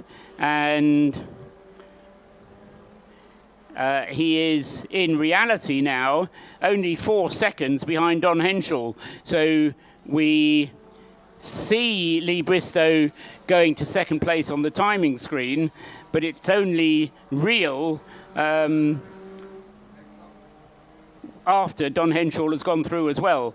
Until Don Henschel goes through, it's not a real overtake.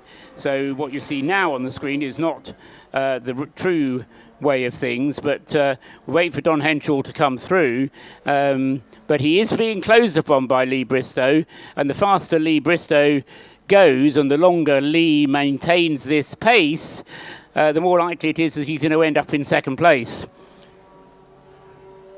We're getting ever closer to the time when Rob Boston's going to have to come into the pits, trying to count down how much fuel he's going to have on board.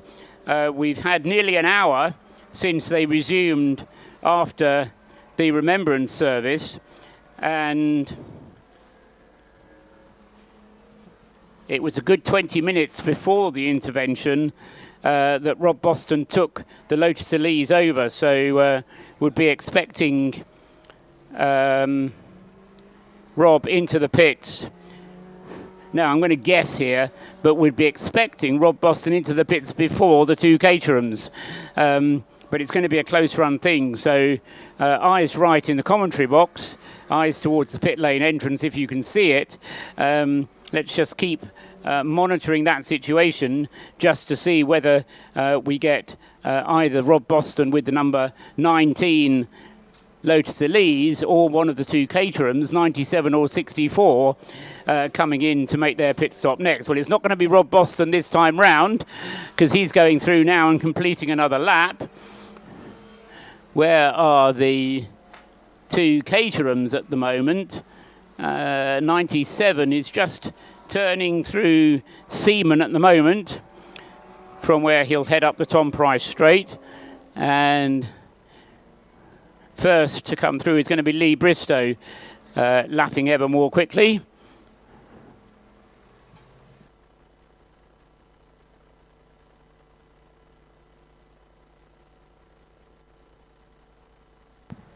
There, Lee's already gone through.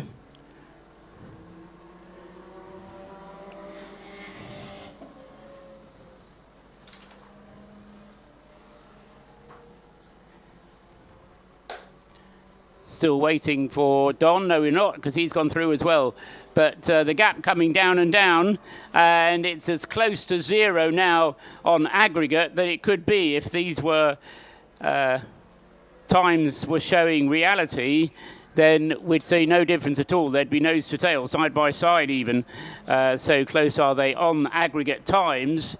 269 laps completed for both of them, but the reckoning is going to be on this next lap around. If Lee Bristow laps more quickly than Don Henshaw, which he has been doing for the last 5 laps or so, if he laps quicker again on this lap, then he's going to take second place in the aggregate positions.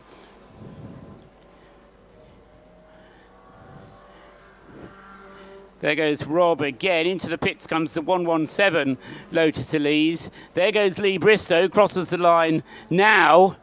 And where is Don Henshaw? What's his lap time going to be? Lee's lap time was a 1:39.027. And Don Henshaw in number 97. Well, he's still on the Tom Price straight. And surely that's going to mean that by the time he gets round, Lee Bristow is going to be far enough ahead to take second place on aggregate times as well.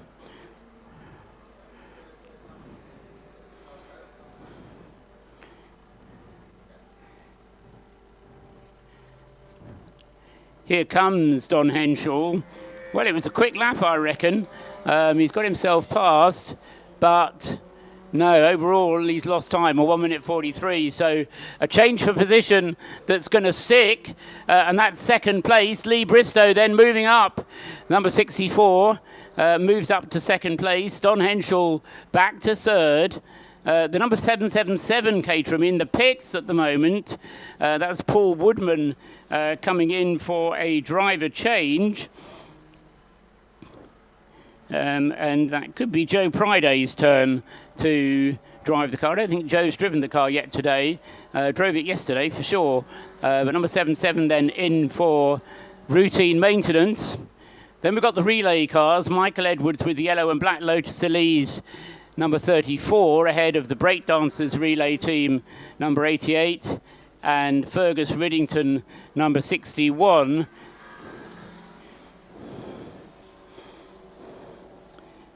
One day I'm going to get his first name right. Fraser Riddington it is. Spent the first half of the race calling him Finley.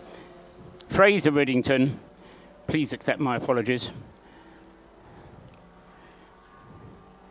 So, change for second place. 3 hours and 20 minutes of the race of remembrance remaining.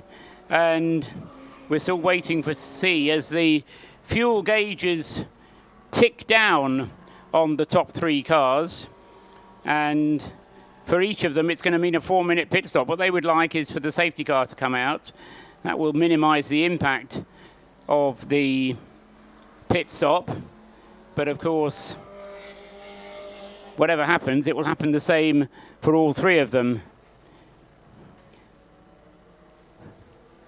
Don Henshaw's already gone through, and again dropping away on that lap. So this has been a thoroughly good stint from Lee Bristow, and has put that solo 64 Caterham well and truly back into contention for the lead of the race.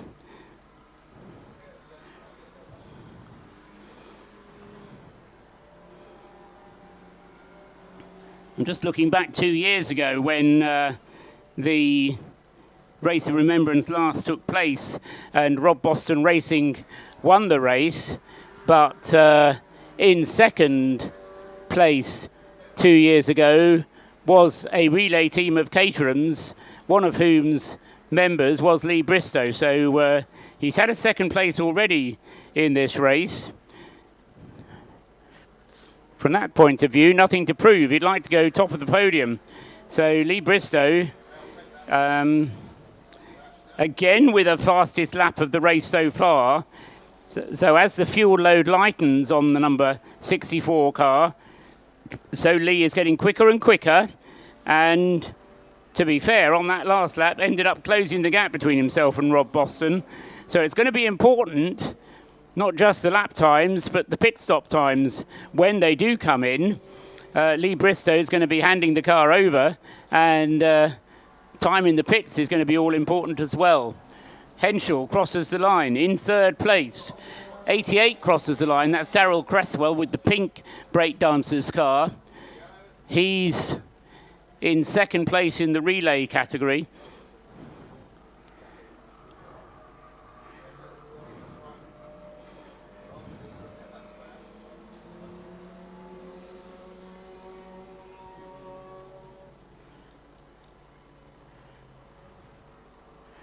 But still the top three managing to make the fuel last. Just waiting for Rob Boston's next lap. Here he comes, dives down the inside of the Morgan number 65. Not really talked about that number 65 car. That's the PT Motorsports Morgan, a trad-shaped Morgan. Started with a gearbox problem. In fact, an hour of the race had elapsed before we saw the 65 car even. Had a couple of problems along the way, but since, about 7 o'clock last night, the car has been running strongly, and number 65, having been a solid last, makes up a position. Ian Payne is driving it at the moment, car he shares with Paul Vokes, and Ian Payne is up to 39th place, so pretty good performance from that two-driver team. They're not really in a position where they can challenge the leading Morgans, who have had a lot more time on the track, but it's a much older car.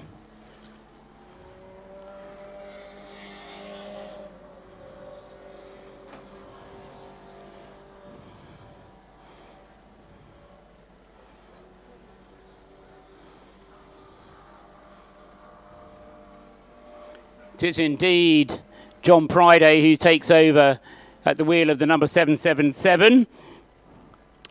Joe Priday then at the wheel of the 777. Still fourth over in Class D. He's been overtaken by the two relay runners, but he hasn't lost the place, but he has in overall positions. Bristow crosses the line 1 minute 40.343, not quite as quick at his best, but he's still out there. And as the fuel load comes down, so the car can get quicker and quicker. Rob Boston lapping consistently around the 1 minute 40, maintaining a margin of a lead, about a minute and a half. It goes up and down a little bit as the cars encounter traffic. But very consistent indeed is Rob Boston, consistent and quick. Peter Mansfield equally consistent, not quite as quick, but with the longer fuel consumption for the Lotus, then it overall gives the Lotus just the overall advantage. But as I rattled through it's longer ago than that, about half an hour ago, the various differences. There are reasons why a Lotus is better suited, reasons why a Caterham might be better suited to the event. And make no mistake about it, race of remembrance, whether this is a remembrance service with a motor race wrapped around it or a motor race, it's very closely fought indeed. Into the pits comes one of the relay runners, number 61. That's Fraser Riddington. Got there in the end. Well done, Fraser. Good stint there from the number 61 car, but he's third in the class at the moment. Here comes the Solo 64 car. This is Lee Bristow. He brings his Caterham in. This will be not a relay car, but this is for a routine service. So I was wondering who was going to be the first one to blink. Well, it's number 64, Lee Bristow, into the pits, out of second place. That's going to hand second place back to Don Henschel, just until he has to make his pit stop. But Rob Boston has gone further than the pair of them, because he pitted 10 minutes before either of those two Caterhams did. But the Lotus, with a slightly bigger fuel tank and better fuel consumption, although a heavier car than the Caterham. Nevertheless, gets more miles out of his tank. And so Rob Boston able to continue. But it can't be long before Rob Boston's due for the pit lane as well. And then it's absolutely essential. Yes, it's a minimum of 4 minutes, but it's absolutely essential that you don't mess around and spend longer than 4 minutes in the pits, because your competitors won't. And that's then where a big difference can appear. Just waiting for Rob Boston to appear at the bus stop. He'll be coming through this time to complete 276 laps. Will he come into the pits? Willie Eckersley, no. Goes through and completes another lap. Also staying out for the moment is Don Henschel, but he was on the same fuel strategy in the sense that his last pit stop was pretty much timed at the same time as the Solo 64 car last time around. Don Henschel going through, that's not him, but going through soon to complete another lap. Or will it be Don Henschel calling at the pits this time around? Can't be much in it.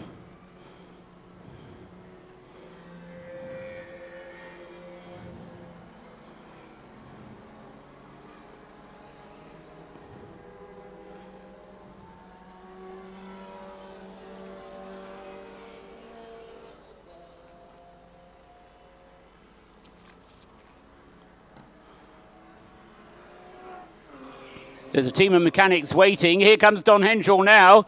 And yes, he's coming into the pit. So number 97, Rocket Racing, into the pits.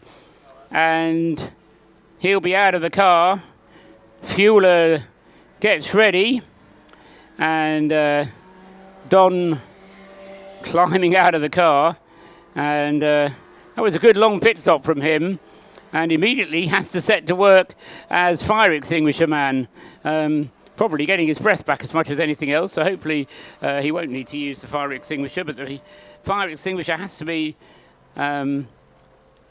held ready should there be any incident whilst the refueling's taking place. And then the expectation is that it will be Steve McCulley taking over the driving duties for the number 97, and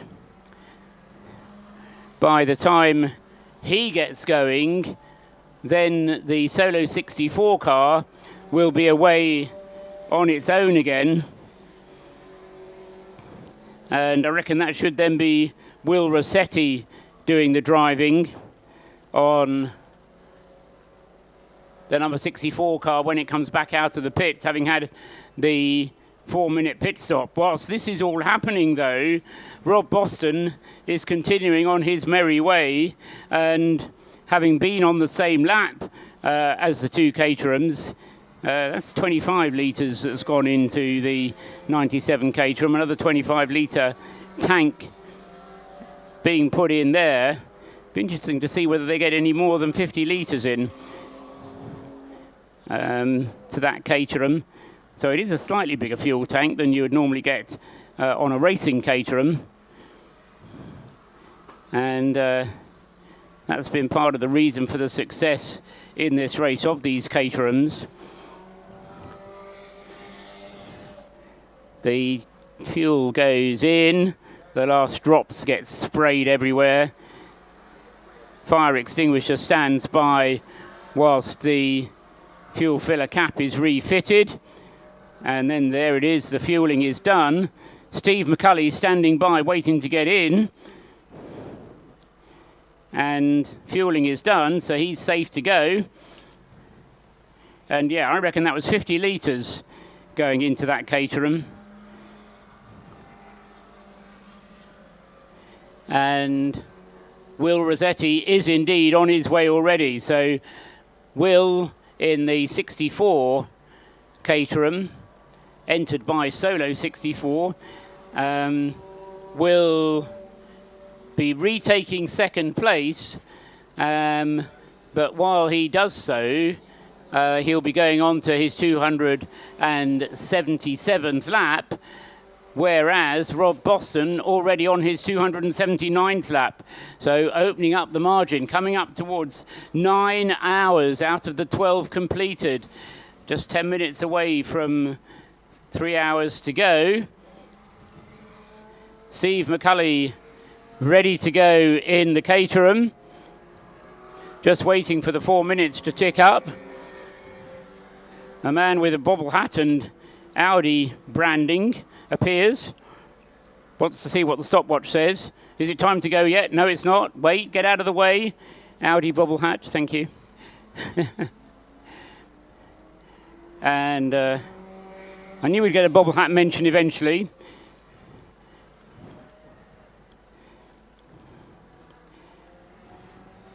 So Don Henshaw's car, the Rocket Racing team, heads on up the pit lane.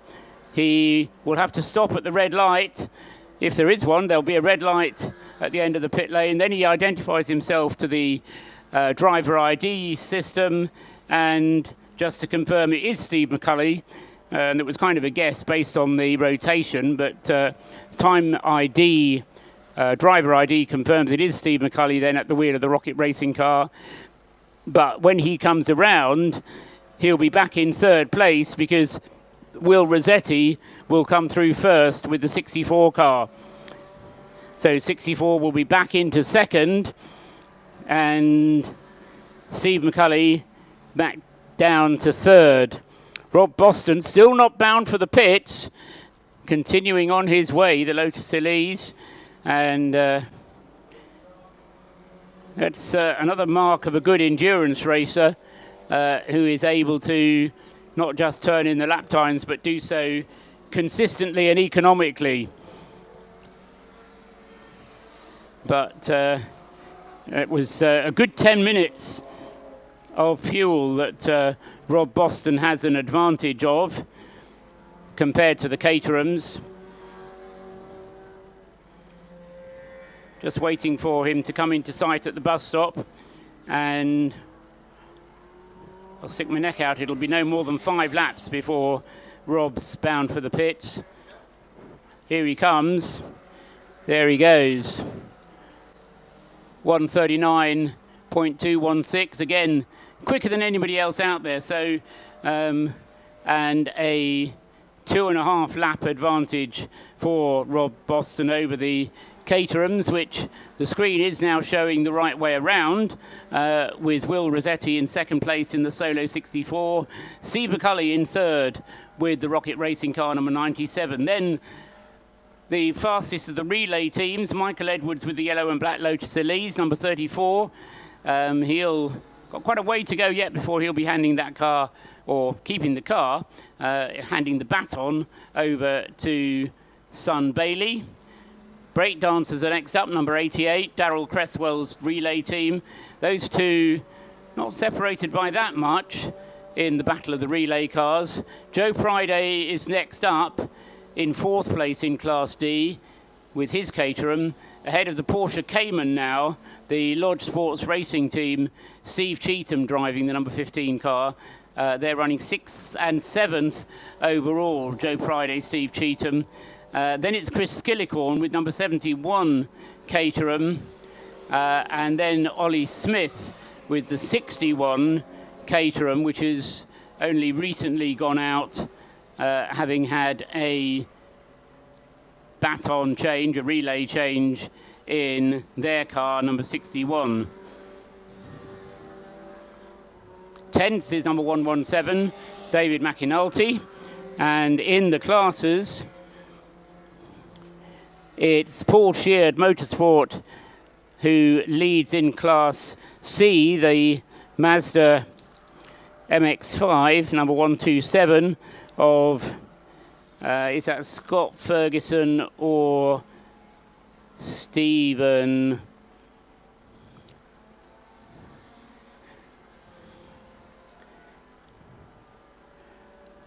Scott Ferguson it is, car number 127 that leads the way in Class C. In Class B, George Grant leading the way with the Mazda MX-5, car number 169. So George Grant leading for Clapham North MOT in Class B. ahead of Clive Chisnall in number 67 in Class B, and then Track Scotland 2 ahead of Track Scotland 1 in the battle of the Scottish Minis. 155 and 55. 155 ahead of 55. Up until yesterday evening, right at the end of the first 6 hours, Track Scotland 1 was the car involved in the battle for the lead of that class. Fiona Kindness is now behind the wheel and is lapping pretty much identical times with 155, Alex Dawson. But at the moment, Alex Dawson ahead of Fiona. They cut that car, having lost about 3 laps, being towed back to the pits, whilst the safety car was out right at the end of yesterday's portion of the race.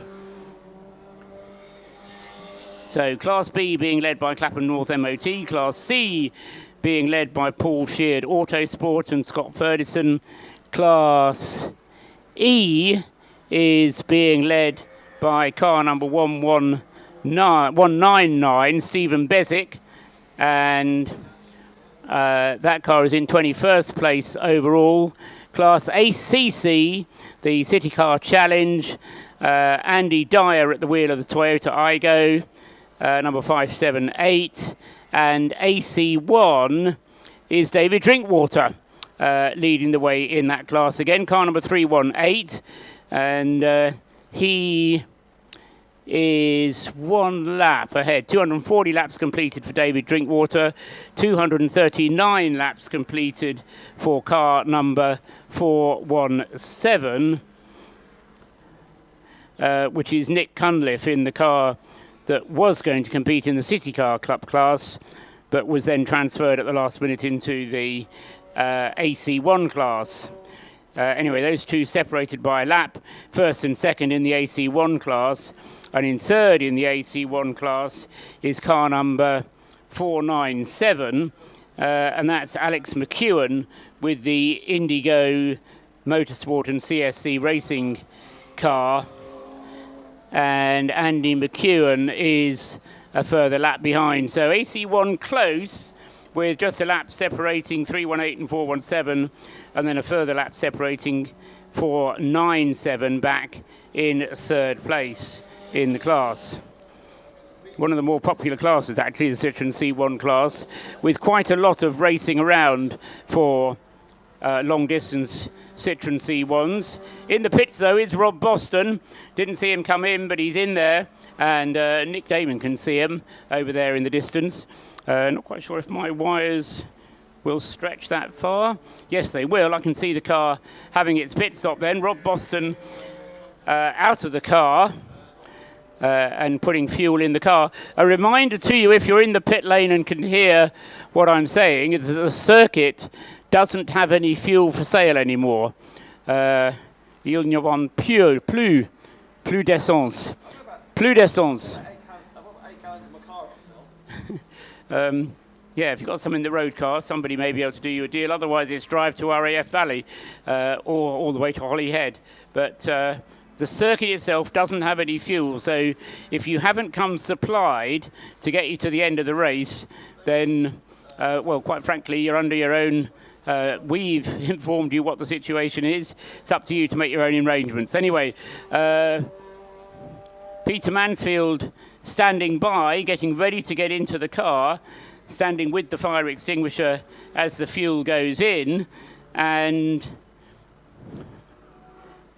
Rob Boston having done a sterling job at the wheel of the Lotus Elise and established it in the lead. But of course, this 4 minutes is going to nullify the 2.5 laps of an advantage. Fine if the pit stop is just 4 minutes, but if it overruns for whatever reason, then those two Caterhams behind, they were about a minute adrift before the round of pit stops. The Lotus had the advantage in Rob Boston's hands that it can go further on a tankful. It can go faster with Rob Boston at the wheel.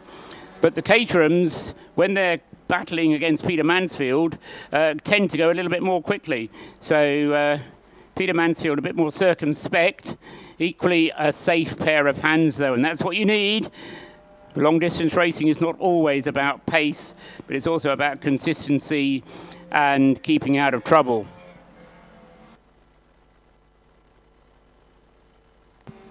So the seconds ticking away. The engine cover comes off the Lotus. Just a quick inspection, checking of the levels, making sure there's no leaks and nothing untoward. Rob Boston already has his helmet off, and it's his team. He's making sure that all is well. A little bit of attention around the right rear of the car, but thumbs up, everything's okay, say the team. Getting towards the end of the 4 minutes, and then he'll be waved away. Peter Alexander will then have to identify himself to the HU timing driver identification system before he gets on his way again.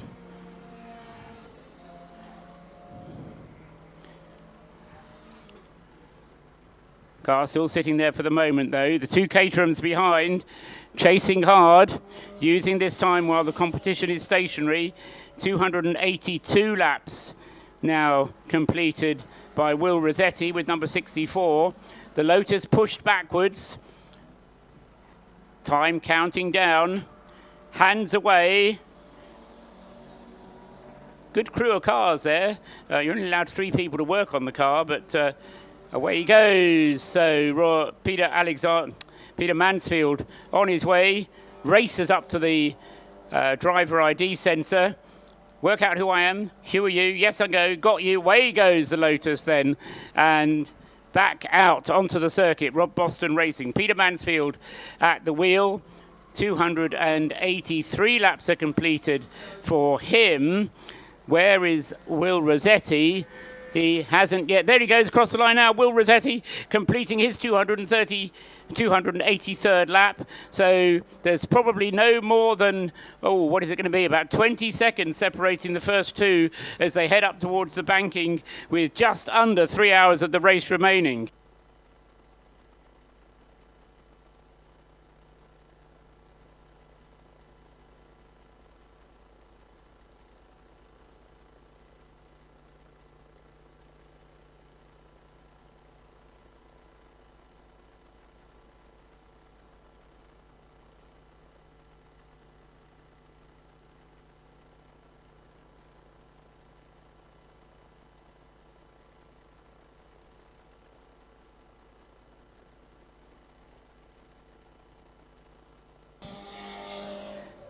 So just another reminder coming. I'll mention this again before the end of the race. 3 hours remaining. If you are a team and you do not have enough fuel to get you to the end of the race in the garage or anywhere else, then you need to go out and get some, because the circuit refueling station doesn't have any fuel left. 53 cars started this race, and that's a record. So they've now run out. And so if you need more fuel to get you to the end of the race, you need to go and buy some from the local refueling station. Morrison's or Tesco's are in Holyhead, and apparently RAF Valley has a refueling station as well.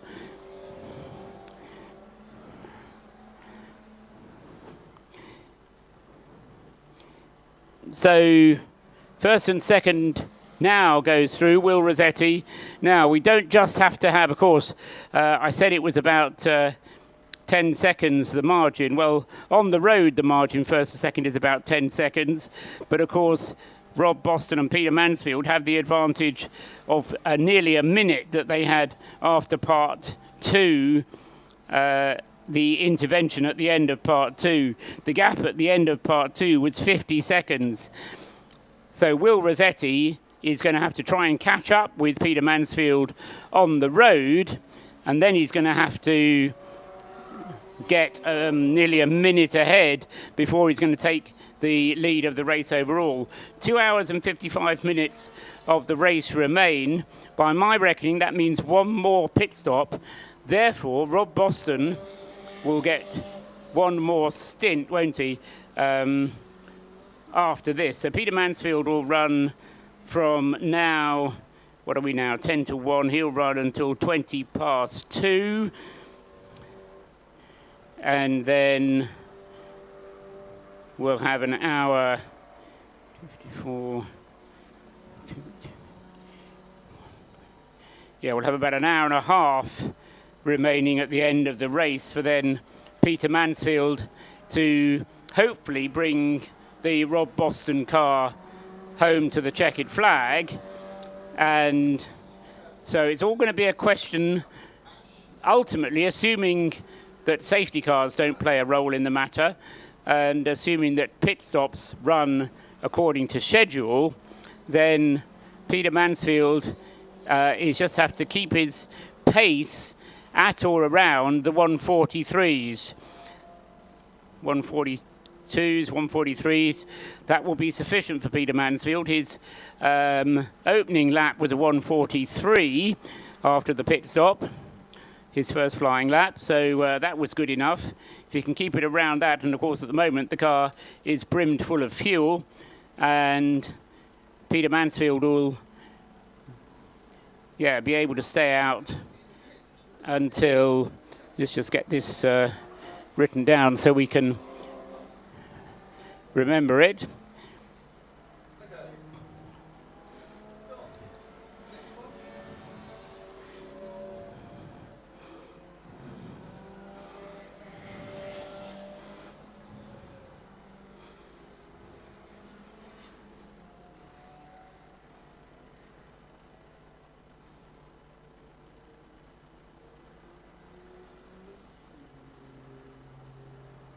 Yeah, so he'll be able to go probably until about 10 past 2, whereas the Caterhams may even need 2 more pit stops.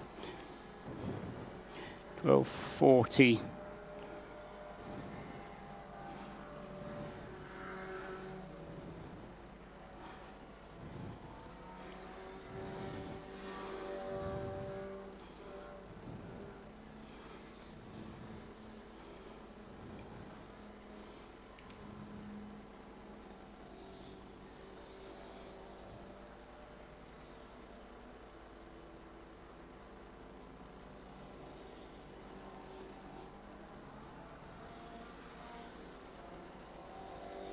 Yeah, so the race is going to run through until after 3:30, just before a quarter to 4, by my reckoning, and yes, it'll be nearer a quarter to 4, because what happened was we stopped the race a little bit early at the end of part 2 in order to be ready for the remembrance service, and that time was then added on to part 3. So although we got part 3 underway 5 minutes early, that means that it will have to run on until just gone 3:30, between 3:30 and a quarter to 4 this afternoon. Ample time to get packed up and away before it goes dark, hopefully, but not that long, because darkness falls with a fairly heavy thud out here in Anglesey, round about 4:30 in the afternoon.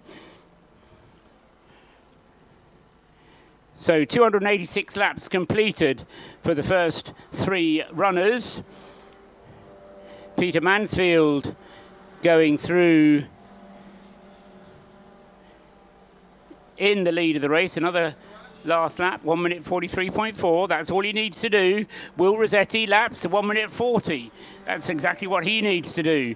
He's closing in, and I think that's where we're going to have to keep our eye rather than on the timing screen.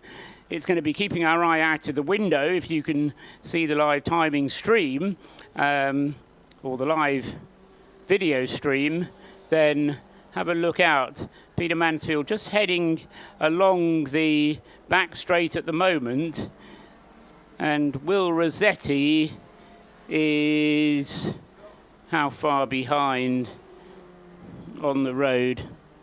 No, he's actually a bit further behind on the road than I thought he was.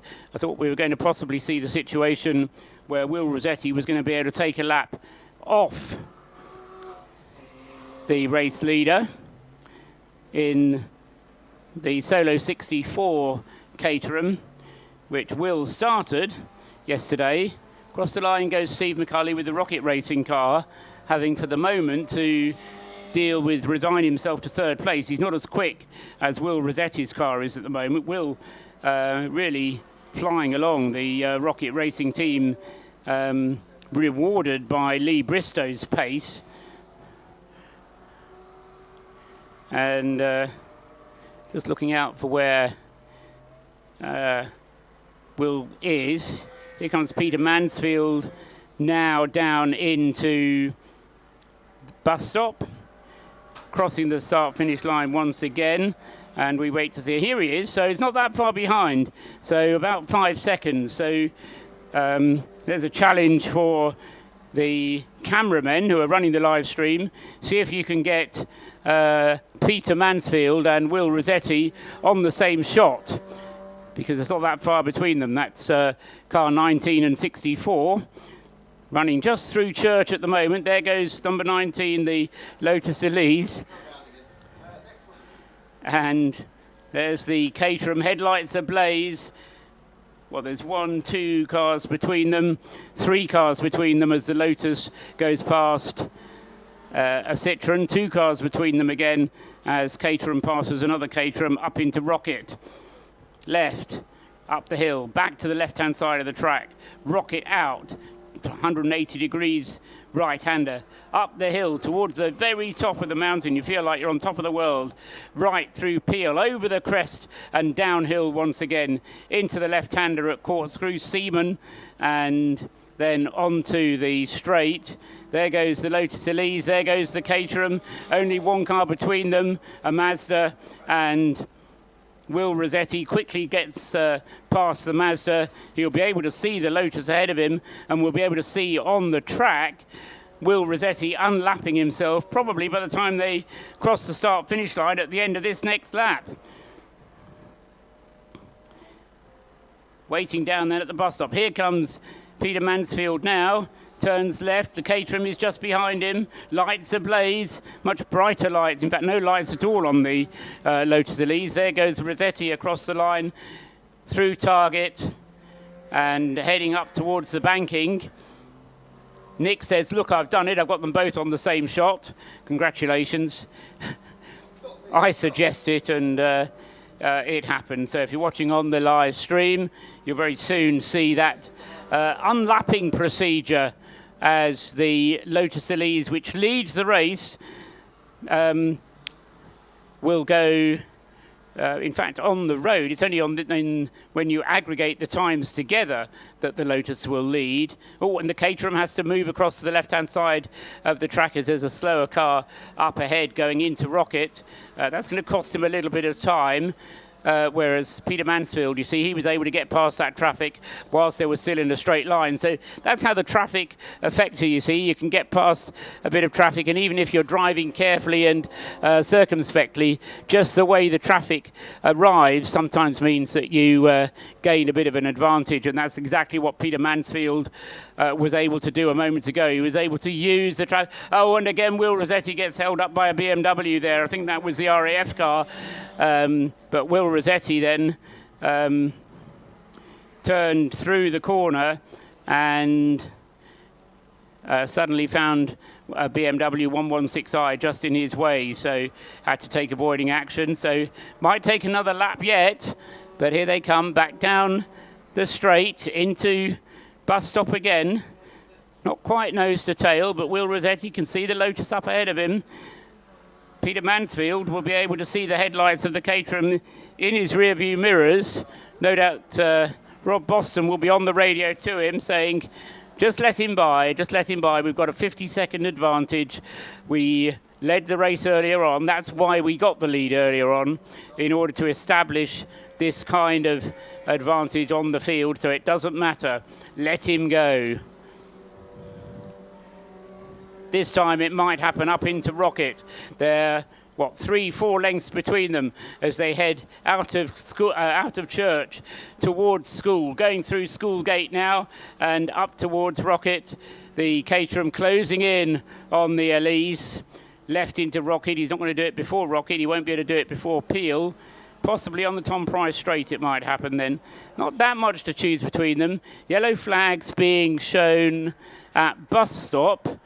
Oh, because there's a car being pushed in the pit lane, and that's to warn the Porsche Cayman that there is an obstruction in the pit lane. The Morgan is also coming into the pit lane. That's the 666 Morgan.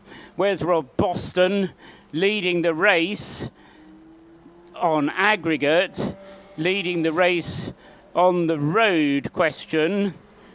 He should be coming down into the bus stop by now, I should have thought, unless I missed him with all the other excitement that was going on.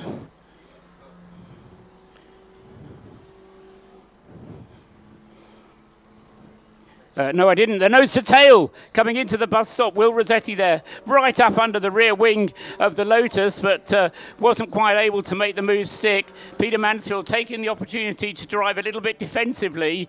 Not make life easy for Will Rossetti. Why should he? There's a battle to be won. There's a race to be won. It may not be fighting on overall positions, but they are fighting on the track. And if Peter Mansfield can hold Will Rossetti up, then why shouldn't he? Side by side they are. As they go into church, that's going to be very brave as they turn in there, but he wasn't quite able to make it stick.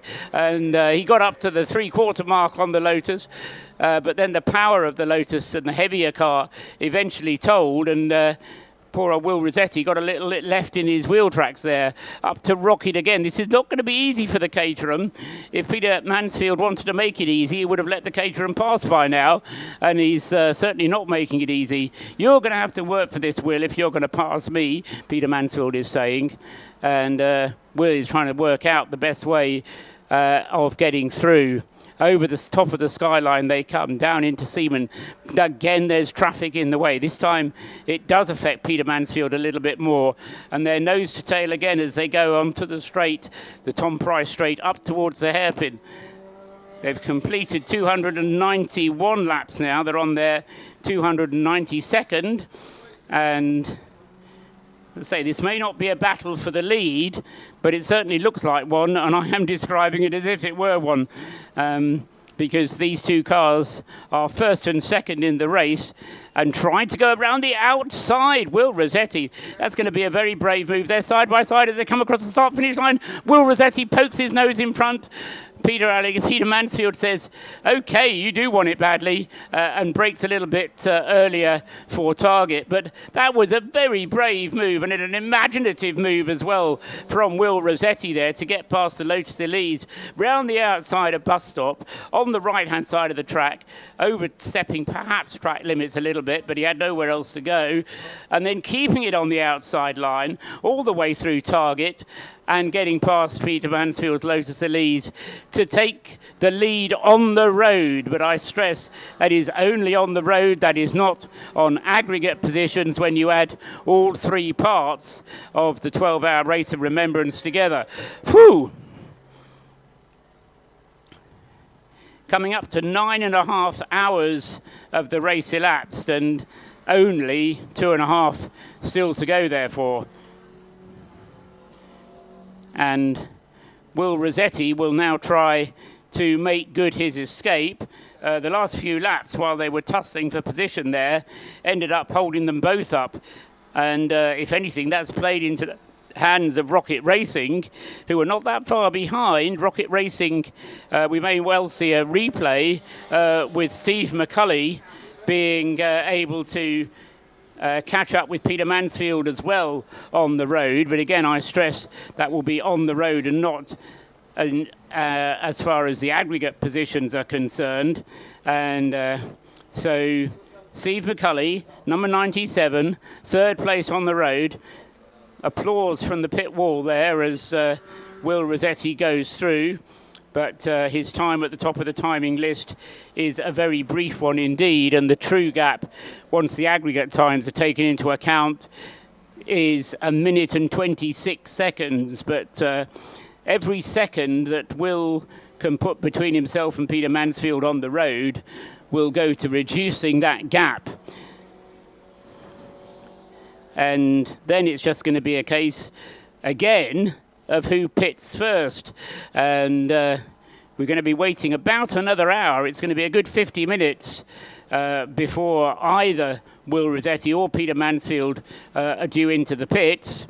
and there it will almost certainly be Will Rossetti coming in first, and then Peter Mansfield will be able to retake the lead whilst they're refueling the Solo 64 Caterham.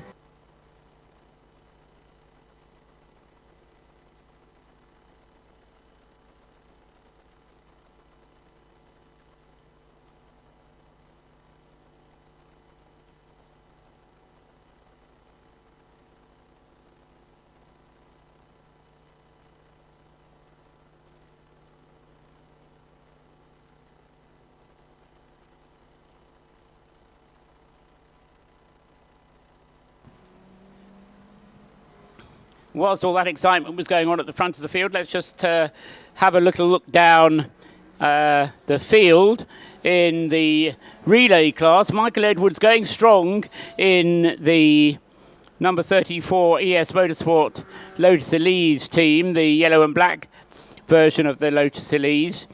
And he must be due a pit stop fairly soon, I would have thought. Haven't got exactly onto where he is on the driver rotation, but Bailey Edwards will be standing by in the gold leaf coloured number 34. Only 4 pit stops for that team, so the car was started by Bailey. Michael took it over at the first pit stop, then Bailey drove stint 3, and it was Michael again. Then it should be Bailey. Maybe the car has had 1 penalty, so 4 pit stops, 5 stints for Michael and Bailey. And leading the way in the relay class,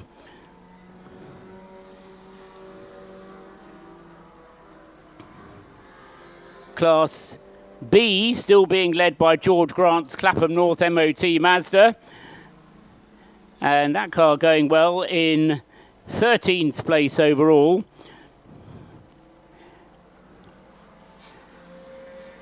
Second in Class B is the Numbers Racing Mazda.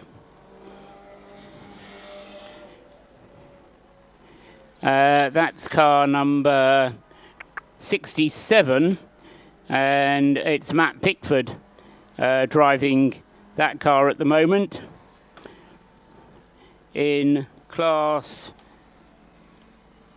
C, that's still being led by Scott Ferguson with the car number 127, the Mazda MX-5, Paul Sheard Autosport. And they have a comfortable lead in Class C over the Stuart Humphrey Racing Mazda MX-5. Class E being led by the CSC Racing BMW 116i, Patrick Scharfegger at the wheel of the 199, which leads the BMW class.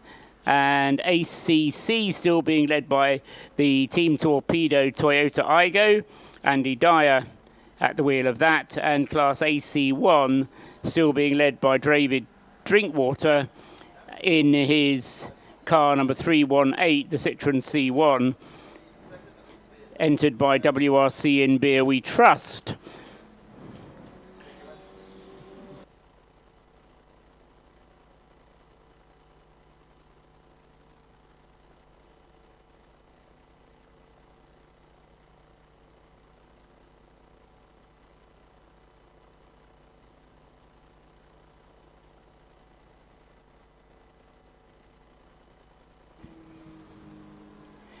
It has been a race of some attrition.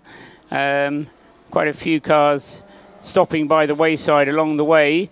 Happy to say that the number 59 car is still going. This being the Mazda which Brad Philpott stopped yesterday. It's now back out with Nick Duggill at the wheel. That car should have been in with a shout of some better result than it's going to get. It's 52nd out of 53 at the moment, only 109 laps completed, but it's had to sit out an awful lot of the race, and a very disappointed Brad Philpott yesterday had only completed a couple of dozen laps, but they've kept to it and now have completed 110 laps. The next target, 113 laps up ahead of them, is the Ricky Coomber Motorsport 99 Honda Civic Type R, which we know already has thrown in the towel. So has Ploughing Ahead, not Ploughing Ahead at the moment. 209, that's number 16 by the way, Ploughing Ahead.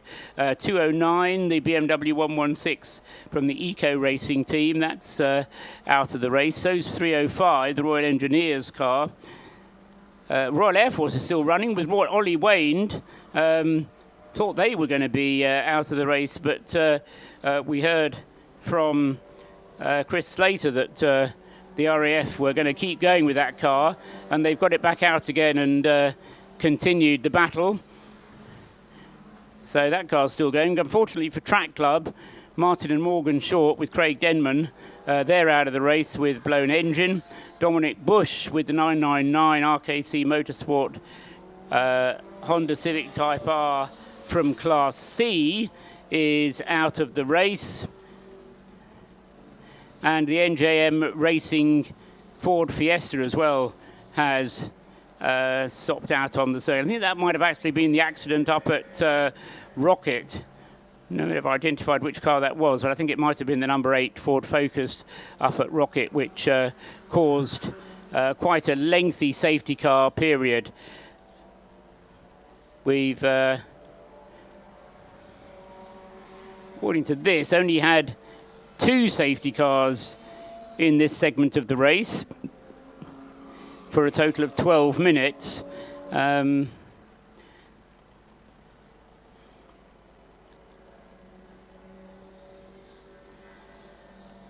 that's probably right, because we had those 2 very short safety cars pretty much straight away after the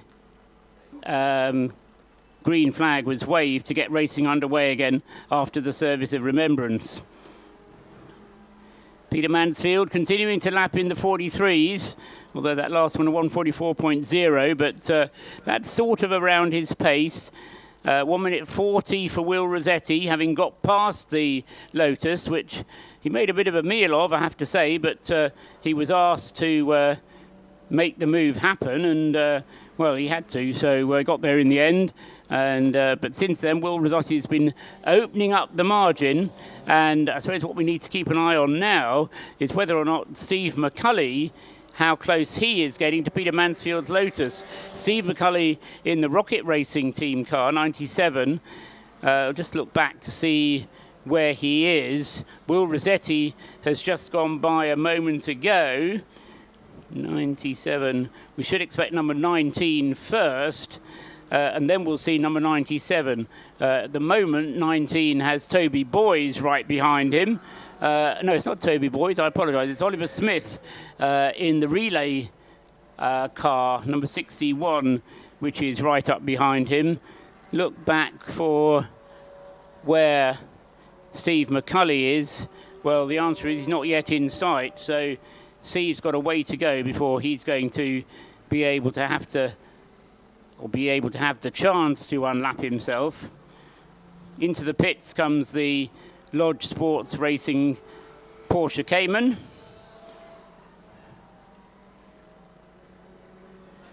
And still we wait for Steve McCulley. Here he comes now. No, where's Steve McCulley? He's coming into the pits. This is a bit early, I would say. Why is Steve McCulley in the pits? Nobody's ready for him. In he comes. And, yeah, they come out, say, well, what are you doing? What's the problem?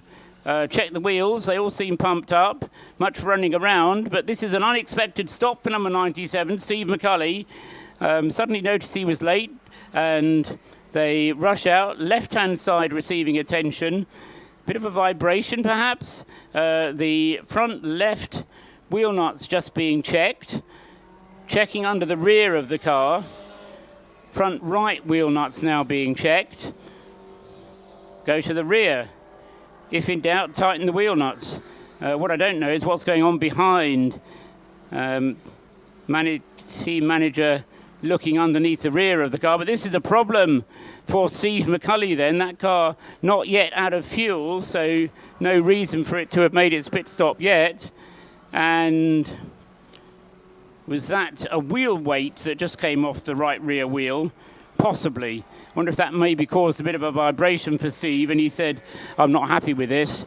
But I don't know, there's much scratching of heads going on down there in the Rocket Racing team, and this is a disaster for that team, having been running so strongly. They were leading the race, remember, at one stage, when Rob Boston made his last pit stop, but now on the radio, regardless of the reason, they can't just head off, though. They have to wait 4 minutes. So even an unscheduled pit stop is going to cost you 4 minutes, so there's no reason in that sense of panic. Now the rest of the team are kind of coming out to discuss what they're going to do, but it's a 4-minute pit stop, and at the moment all they've done is tighten the wheel nuts and lean on the roll cage, talk to the driver, or you can talk to him on the radio, and I think he's trying to describe what he's feeling, and as I say, apart from tightening wheels, there's a little bit of a tension under the rear of the car, but no diagnosis, I'll put it that way.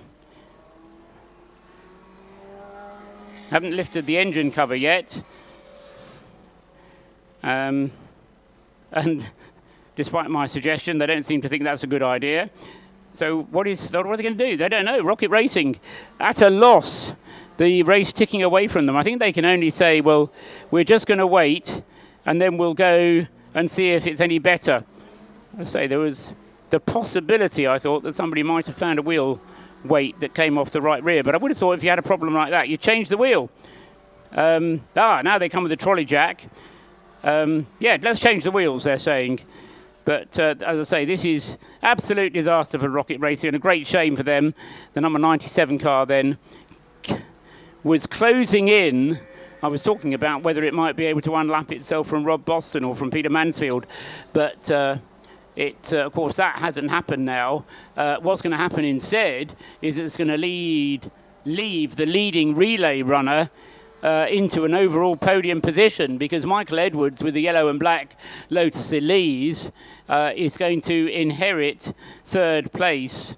When he had a 5-lap advantage on the rest of the field, this car. So dreadful shame for the number 97. They get the left rear off. I don't see them change the right rear. They're going round to do that one now, but time ticks on, and any hopes of even making this a 4-minute pit stop long gone. So desperately bad luck for the number 97 car, and well, it may not be out of the race, but it's wasn't really interested in whether it was going to be in the race or not. They were trying to make a podium happen for that car, and so a full set of tyres are now being prepared for it. But there is one person standing around with a stopwatch down there to count the 4 minutes, but shaking of heads. I don't think this is going to be a 4-minute stop. Across the line goes Peter Mansfield. All the while he stays out there, this lead is being whittled away. We described how Will Rossetti unlapped himself on the circuit. He's losing ground at round about 3 seconds a lap, and well, within 20 laps, therefore. Whether they're still going to be out in 20 laps, 30 minutes, well, they might be. Within another 20 laps, Will Rossetti has got the pace to actually overtake Peter Mansfield for the overall lead of the race. And Steve McCulley will be rueing the fact that he was in that same battle. He was right on the pace with Will Rossetti and was going to be in a position whereby he could have been battling for the lead of the race for Peter Mansfield, but that's now going away from him. Michael Edwards continues on his way with the yellow and black car. Off goes then, having had that pit stop. I don't think there was ever a change of driver, so Steve McCulley will have to identify himself again so that the system knows that it is still him driving. Red light turns to green, away he goes, back onto the racetrack. Steve McCulley will hang on to third place, as into the pits has come Michael Edwards. So Edwards then in, And so he was the nearest competitor to Steve McCulley, and that will signal the Gold Leaf Elise coming out onto the circuit in 4 minutes' time.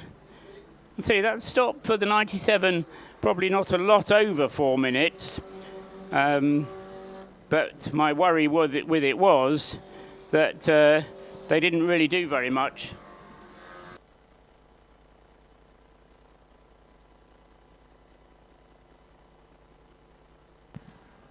No, they didn't even put any fuel in the 97 Rocket Racing car, and that, to my mind, was an oversight, because of all the things that you can do in a pit stop like that. At least you get the fuel in the car. First job, get the fuel in, then we decide what's wrong with it.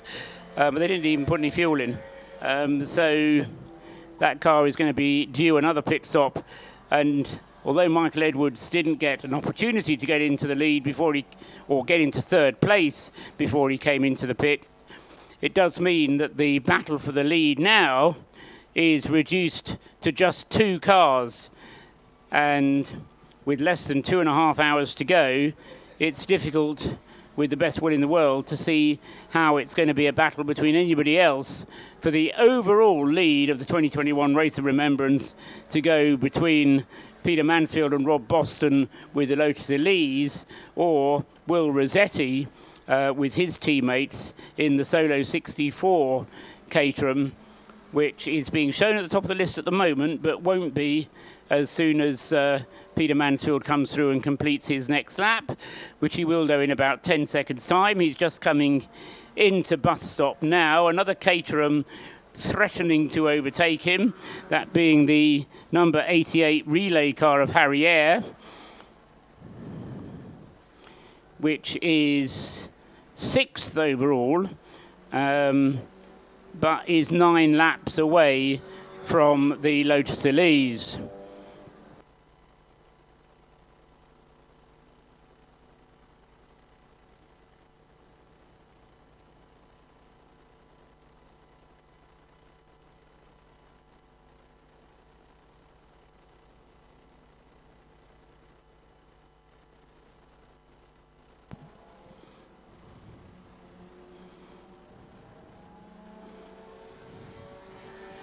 So my watch showing 23 minutes past 1 o'clock now. The schedule should be for another 15 to 20 minutes before Will Rossetti will come in for his next scheduled pit stop. There he goes across the line now. You know, he's lapping well, is Will Rossetti, and opening up the margin more and more between himself and Peter Mansfield on the track, therefore cutting the margin on Aggregate. It was 50 seconds, well, it was over a minute, of course, but it was down to 50 seconds, and where's Peter Mansfield now? Here he comes into bus stop, and still Harry Eyre unable to get by. Peter Mansfield, if he does nothing else well, and he does, but he certainly knows how to drive defensively when he has to. But a 144 there is holding up Harry Eyre more really than it is doing himself any good, because Will Rossetti, yeah, the gap now down to 48 seconds on Aggregate. 3 seconds, 15 laps.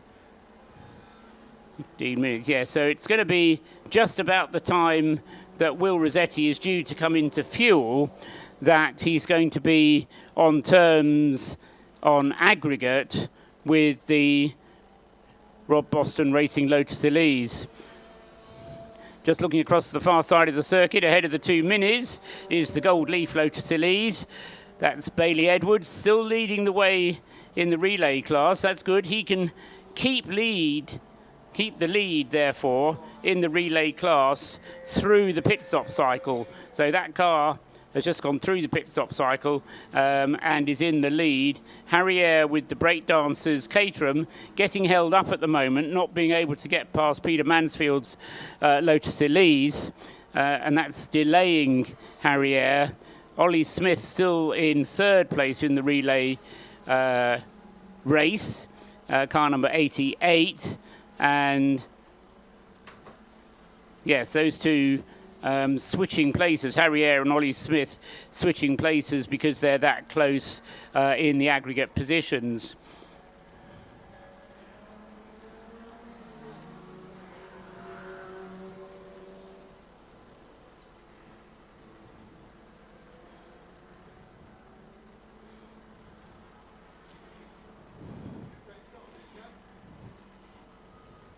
The 15 Porsche Cayman has been in the pits for a long time, longer than it should be, and also receiving attention down in the pit lane there at the moment. Number 29, the Morgan Motor Company, the able-bodied configured car without the hand controls, conventionally mechanicked car, and that car, the one being looked after by the University of Wolverhampton team. And, oh no, it's not that one, it's the number 40. So both Morgans, the car that was on the live stream, number 40, is in the pits as well. John Hogan was shown as the last driver in that car, so they may well be just getting another driver into it. And with the disabled drivers requiring the hand controls, that's a more difficult task to do, but he's on his way, and number 40 then back out onto the track with Steve Binns at the wheel of it. And Steve is one of the Mission Motorsports beneficiaries, so he'll be going out for a turn behind the wheel and see what he can achieve. I mean, he's achieved his ambition already, but going out for another turn behind the wheel of that car. Here goes Mansfield across the line again. What's his lap time? 1 minute 45. Again, 38 seconds now is the margin between himself on Aggregate and Will Rossetti's Caterham. So the Caterham continuing to go away, and it's really just a question of when the Caterham is going to have to be in the pits. Another 10 minutes at least it should be good for. Could be 15 even. So it'll be, let's say, 2 hours to go when we get Will Rossetti in the pits. They'll know more accurately, I'm quite sure, but by me trying to work out what's going on, I reckon Will Rossetti will have about 2 hours of racing still to go when he comes into the pits, and from then it'll be one more pit stop to the checkered flag, whereas the car that leads the race in the hands of Peter Mansfield will have a mere one pit stop to go before it has to hand back to Rob Bolton, who will be able to take it to the checkered flag from there.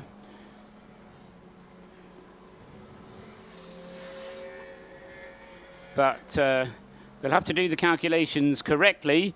No real concept of splash and dash, because with a 4-minute pit stop mandatory, every pit stop has to be 4 minutes. So if you need just to make a fuel-only stop to get you to the end of the race, then it still has to take 4 minutes. So it's going to waste just as much time. So you have to be careful and try and avoid that if you possibly can. And a reminder at that point, having talked about splashing and getting more fuel, a final reminder with this late stage in the race that the circuit's fuel station is out of fuel. They don't have any fuel left. If you need to buy fuel before the end of the race, you need to go out of the circuit and find some at a local filling station, either at Valley or at Holyhead. So if you do have, or talk to a neighbour and see if they've got some fuel, I suppose. Into the pits at a rate of knots comes the 777 car, and that's going behind the garages, although it's not a relay car. Joe Priday brings the 777 car into the pits. That car has been at a different schedule from the others anyway, but has disappeared behind the garages and will be coming out again with a new driver in a minute. Has been very much the dark horse of the race, that one, 777. That's the car that Paul Woodman, Fred Chiddicks and Danny Holland have been driving. Danny with the military history as well, so bit of a mix and match for Mission Motorsport, that car. And as I say, I called it a dark horse. It's been kind of dabbling at being in with a shout of the well, it's been in with a shout of top 6 and more than a shout. It was up to 4th when it came into the pits. It's kind of in a battle with the relay cars, but with the problems for the Steve McCulley Rocket Racing Caterham, it was looking to benefit from the problems that McCulley had. It was 5 laps behind the race leader. It's now 7 laps behind the race leader, but it's only 2 and a bit laps behind Steve McCulley. So if McCulley has another unscheduled stop, and he has had one, then we could see the 777 car up into a podium scoring position. And that, even at this late stage, I would suggest is not an impossible situation.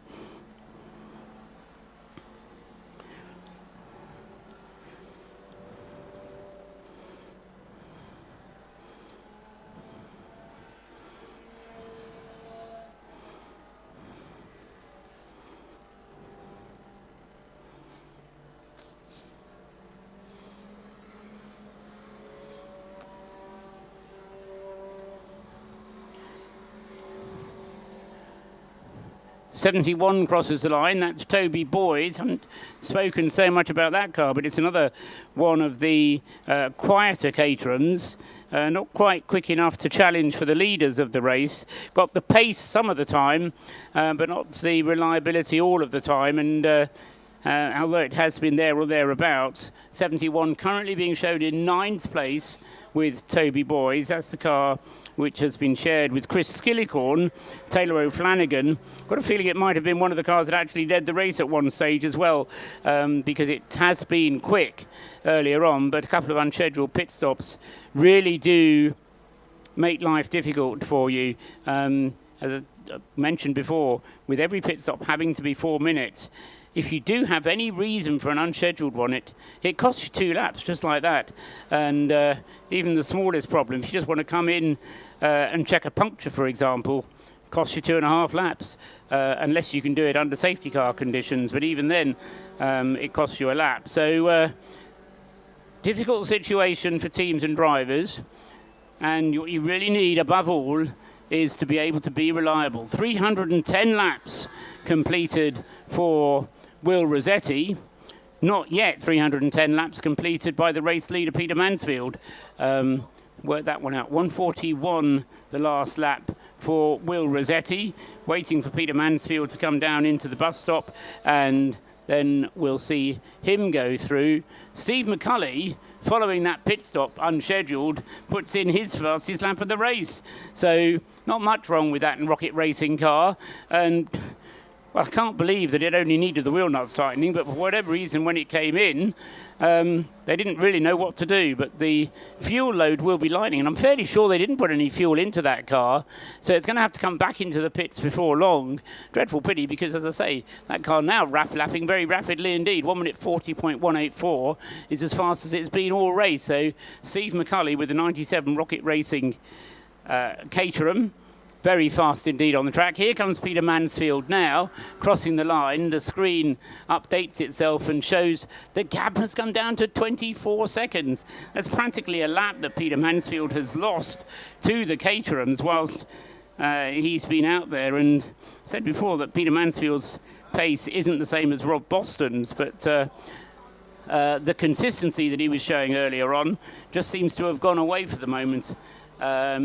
On that last lap, at least 1:46 and 5 seconds taken by Will Rossetti on that lap.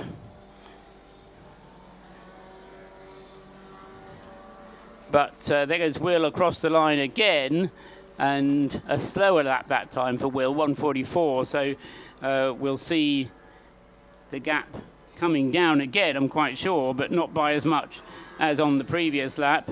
Does mean that we get closer and closer to the end of Will Rossetti's stint.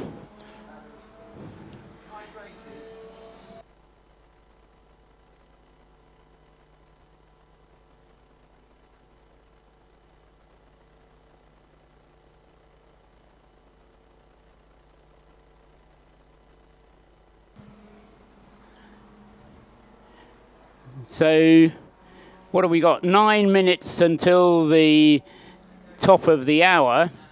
In what sense? I mean top of the hour when it's 1:30 in the afternoon. 2 hours to go is what I mean. So with the race, although it started at 9 o'clock, the interruption time for the service of remembrance wasn't a precise hour or half hour. So the race itself will be scheduled to finish at around about 3:40,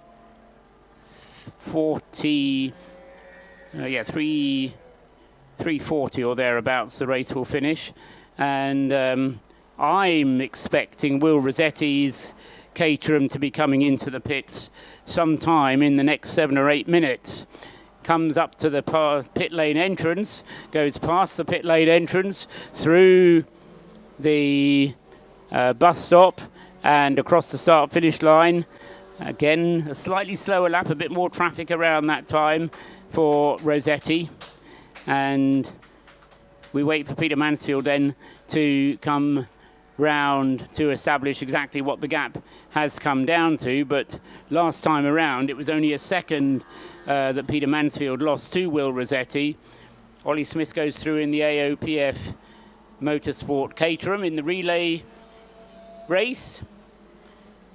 And the very attractive Gold Leaf entered. Bailey Edwards, well, not Gold Leaf entered, but Gold Leaf coloured, liveried.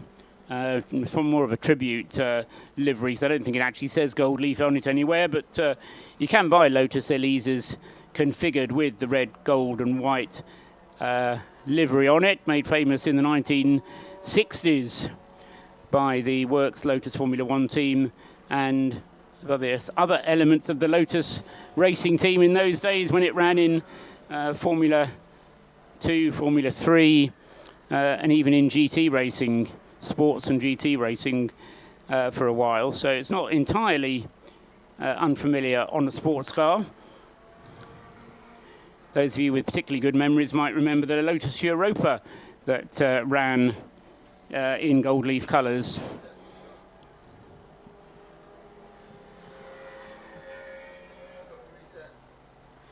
Anyway, Bailey Edwards with the gold leaf coloured Lotus Elise, running strongly, 4th overall, and leading the race as far as the relay cars are concerned. No consideration given if you're in a relay team as to whether you're running with 2, 3 or 4 cars, and you can pick any one of those variations. And indeed, the leading car, just a 2-car team, 2 Lotus Elises.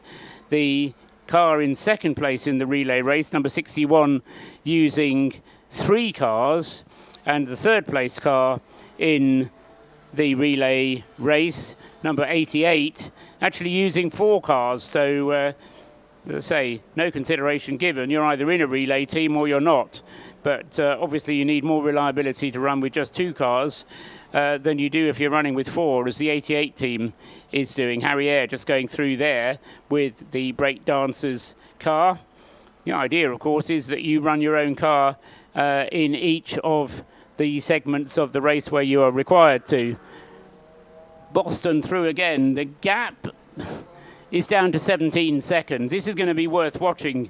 Is it going to happen before the pit stop? Will Rossetti, about half an hour ago, managed to get past Peter Mansfield. And Peter didn't make it easy for him. It wasn't the work of a moment. Will Rossetti had to work very hard indeed to get past Peter Mansfield. He did so, but since getting past him, he's put more and more and more daylight between the two of them. He's now got to the stage where he is just 17 seconds away from taking the race lead overall.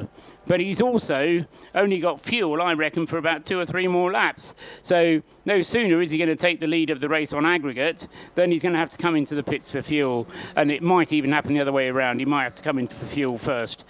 We'll see how he gets on. He's on another lap at the moment, Will, proceeding around, going down out of church. And he's on his 315th lap.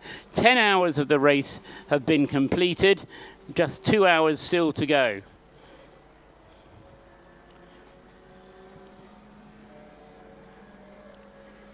With 2 hours still to go and about 4 minutes, we'll, when we get to the 2 hour mark, we'll just run down the positions. But just before that happens, I predicted that Will would come in at about the 2 hour mark. He'll still need another stop after that, or the car will still need another stop after that, because Will Rossetti will be handing the car over to Giuseppe Ferlet, and then, as I say, another stop after that will almost certainly be called for to go to Lee Bristow, most likely. Or maybe they'll leave Giuseppe in the car just to take it to the flag. Doesn't matter, of course. It'll be a 4-minute pit stop.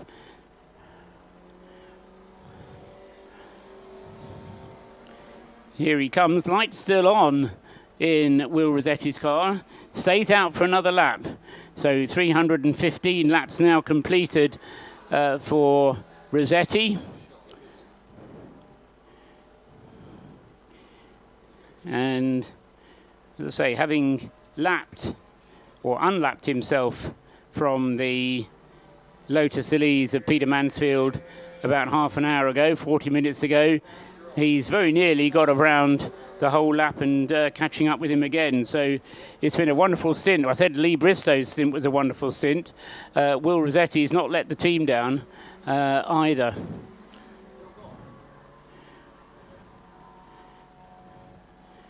Here's Peter Mansfield. No, it's not. There's Peter Mansfield there, just turning into Corkscrew. He's a bit further back than I thought he was, just going onto the Tom Price straight. So last lap for Mansfield, a 1:45 compared to a 1:42 for Will Rossetti.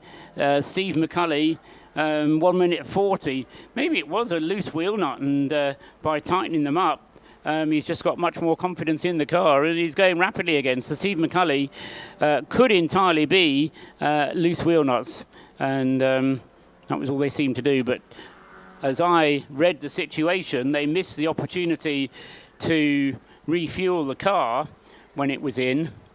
May have just put a splash in because that was all they needed. But we'll see whether Steve McCulley makes a pit stop fairly shortly. Into the pits. Is this the Class C leader? Yes, it is. Clapham North MOT, car number 169. This is George Grant coming into the pits out of 12th place overall, but more significantly for him, the lead of Class B. So George is in, and with a 4-lap margin on the rest of the field in Class B, he should be able to get out again without losing the class lead, I would have thought. So they've had a good run, actually. It's worth talking about them. We've been talking about the cars at the front of the field, but George Grant and Nick Rutter, another 2-car entry in their Class B, 140 brake horsepower per tonne Mazda, leading the class.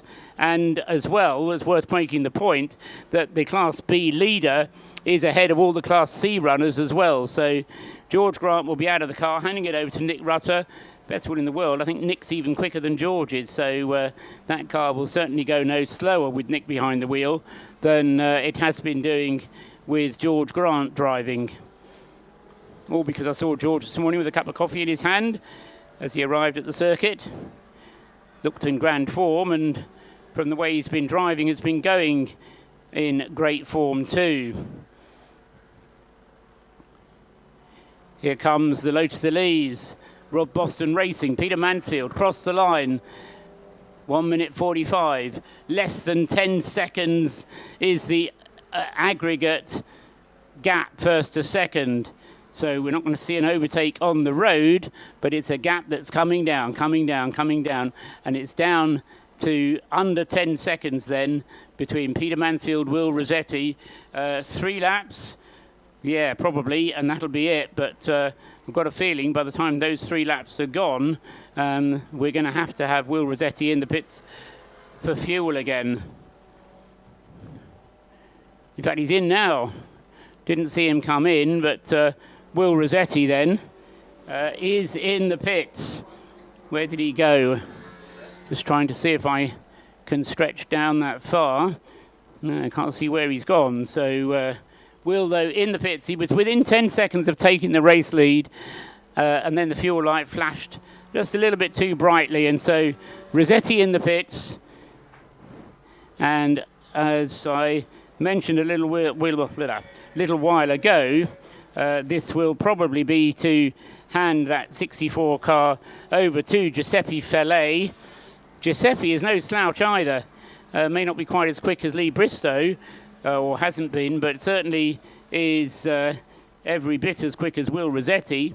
Will started the car on Saturday afternoon at the beginning of this 12-hour race, and here we are, well, coming up to 24 hours, but in terms of racing, 10 hours complete, and pretty much on the dot of 10 hours completed of the racing, as Rossetti coming in to the pits to hand that solo 64 car over to Giuseppe Fellet.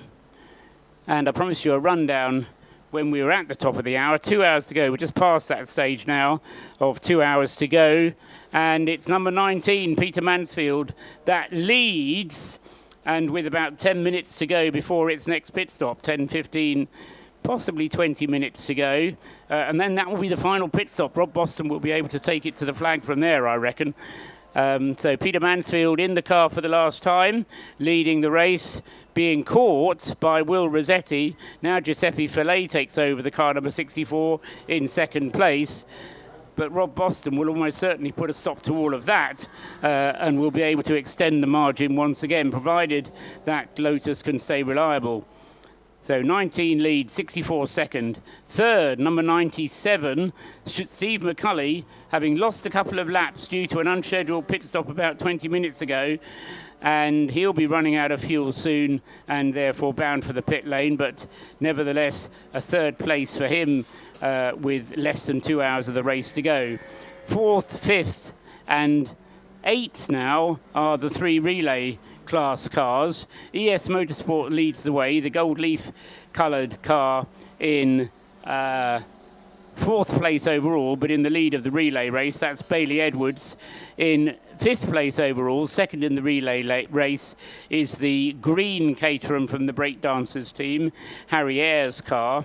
And then splitting the relay cars, we have the 777 Paddle Up with Love cars, Danny Hollands in Caterham number 777. He's done 308 laps. The car behind, the 117 Able Care Lotus Elise, is David McInulty, has done 307 laps. And then also on 307 laps, in 8th place is the relay team from AOPF Motorsport, Angus McLean, with the number 61 car, the all-black machine. Toby Boys is in the Q6 Motorsport Caterham, number 71. He's in 9th place on 306 laps, but then 4 laps down on him is car number 28, the PT Motorsports car. It's a relay car, isn't it? Sorry, the 28 is Neil Evans with the PT Motorsport car. That car fourth out of the 4 relay cars, in 10th place overall. 11th is the Q6 Motorsport 2 Caterham, car number 70. 12th is the Clapham North MOT car, which Nick Rutter has just taken out of the pits without losing the class lead, as I suggested he would be able to do. Second in Class B is Matt Pitford with the Numbers Racing Mazda MX-5, number 67. And then third in Class B is the Track Scotland 2 car, number 155, which is in the hands of Lowell Forsyth at the moment.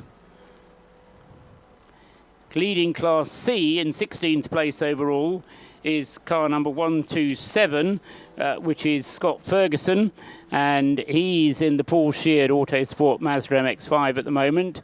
Second in Class C is a long way behind compared to that car. It's the Stuart Humphrey Racing car, number 191, of Howard Ashcroft, who is second in Class C, but he's only completed 284 laps and is 10 laps behind the class leader. So it's a 10-lap advantage at the moment for Paul Sheard Automotive. Paul Sheard Autosport, give it its proper name. So he's their leading Class C. Class E is being led by car 199. That's the CSC Racing BMW 116i, and that's Patrick Scharfegger driving in that car. He's completed 286 laps and is 2 laps ahead of the Royal Navy car, which is number 17, Mike Wells, and that's second in the BMW class. And then third in the BMW class is the RAF's car, number 9, James King. So at the moment it's the Royal Navy ahead of the Royal Air Force as far as honours in the inter-services battle is concerned. And who else have we got to talk about? Andy Dyer leading for Team Torpedo and the Toyota Igo, car number 578, leading Class ACC. And leading Class AC1 is car number 318, which is the David Drinkwater car, but is now in the hands of George Smith, car number 318. That was the car that David Drinkwater was driving, but has now been taken over by George Smith. Behind that, there's a bit of a good battle going on. In fact, less than a minute separating the leading two in Class AC1, because behind 318 is the Indigo Motorsport car, number 497, and that's Stephen Gray. No, it's not. It's Alex McEwen leading the way, or in second place in Class AC1, but only 50 seconds behind. And then in third place in Class AC1 is car number 417, Nick Cunliffe, and all three of those cars on 272 laps. So if the interest wanes at the front of the field, we'll look back to Class AC1, because we've got three cars there, all on the same lap in the Citroen C1 class.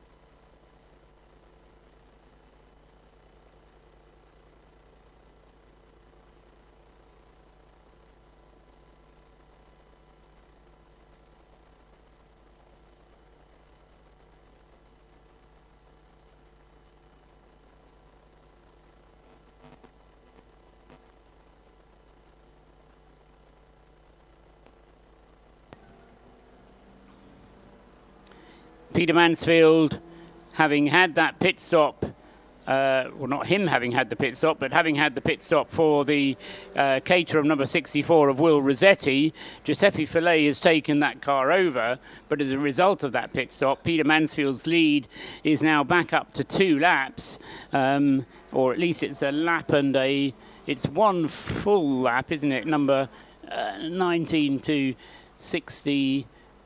Yes, it's one full lap, and and then some on top of that, back to the number 64 car. So as a result of being able to stay out longer, that and the pace of Rob Boston is certainly looking very good indeed. And this will be too early to say, really, but the last time the Race of Remembrance was held in 2019, I'll put it that way, it was run by the combination of Rob Boston and Peter Mansfield in this car.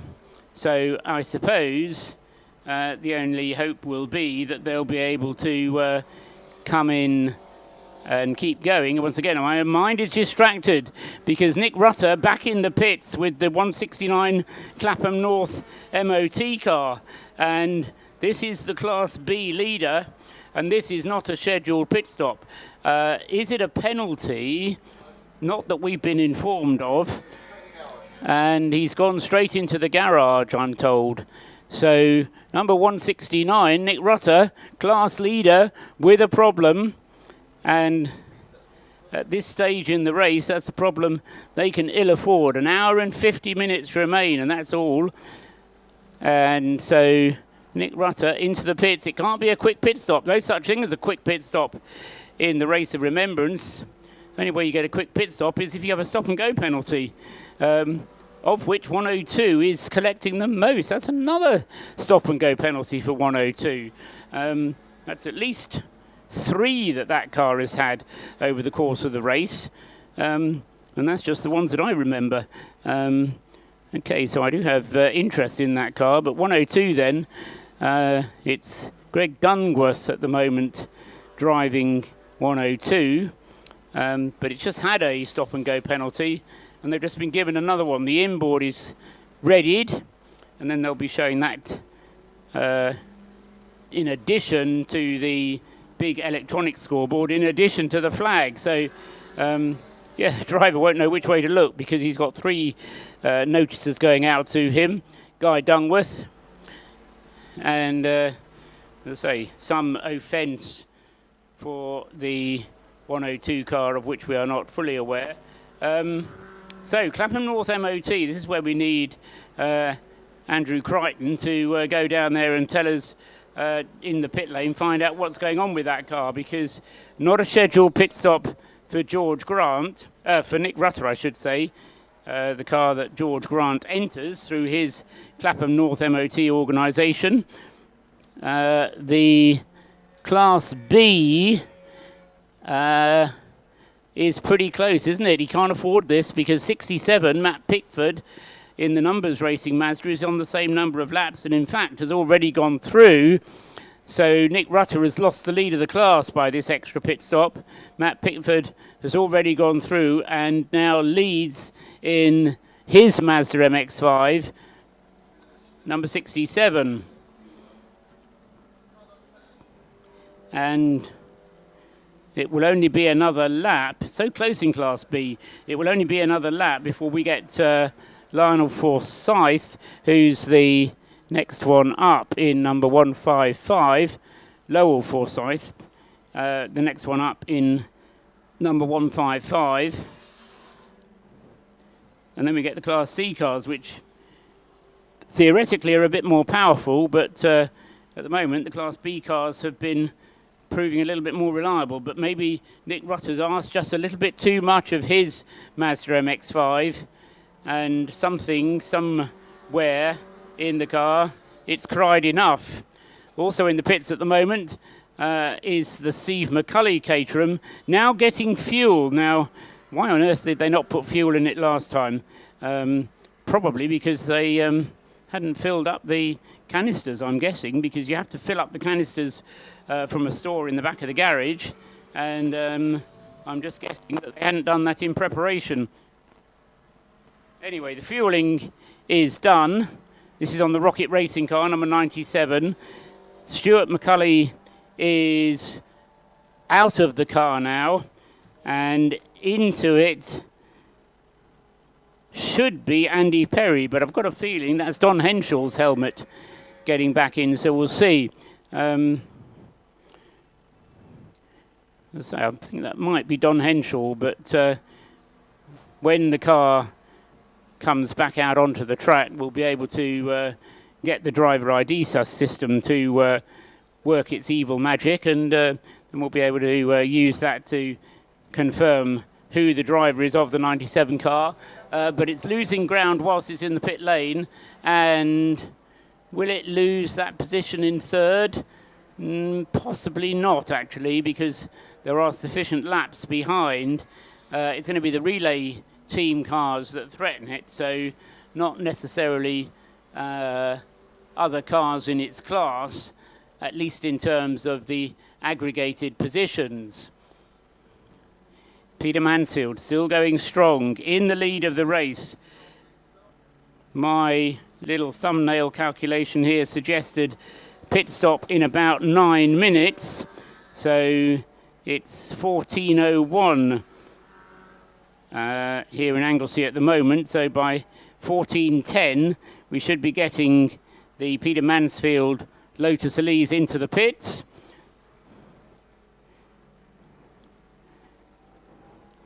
Then, assuming that we continue under green flag conditions, the battle will be on once again, because Giuseppe Fillet will be in a position that he should take the lead of the race in the Caterham number 64, Solo 64, but Rob Boston will be quicker than him, and then the gloves will be off. It'll be a fist fight to the end of the race. Hour and 43 minutes remain. The 2021 Race of Remembrance will go down as one to remember, if not for any other reason. Then the record entry, 53 cars, took the start of this race at 3 o'clock on Saturday afternoon. We restarted the race, would you believe, this morning, Sunday morning, at 9 o'clock, with 53 cars on the grid, all 53 of them having made it through the first 6 hours. We've lost some since then, not saying it's been a perfect race for them. Now, why is Nick Rutter out again so quickly? That seemed to me like a short pit stop, or maybe it was 4 minutes, I don't know. I didn't time it, but it seemed to me, you kind of get used to how long these things should be, and it seemed to me that that was a short 4 minutes, but race control will know for sure. They've got access to the timekeepers. They will be right on that, and if a penalty is to be issued, they will be issuing it. Anyway, good news for Clapham North MOT. They are back in the race. They no longer lead Class B. Car number 169 is now second in Class B. Matt Pitford takes the lead with the numbers racing car 67. 12th place overall. So it's been a good performance in overall terms. 97 is Don Henschel, so my eyes didn't deceive me. It was Don Henschel, so for whatever reason, Don Henschel handed the car over to Steve McCulley. McCulley came in, had an extra stop to tighten the wheel nuts, proved the car was still quick because he set fastest laps in that Rocket Racing Caterham. Then he came in for a routine stop for fuel. Don Henschel has got back in it. Andy Perry misses his turn behind the wheel.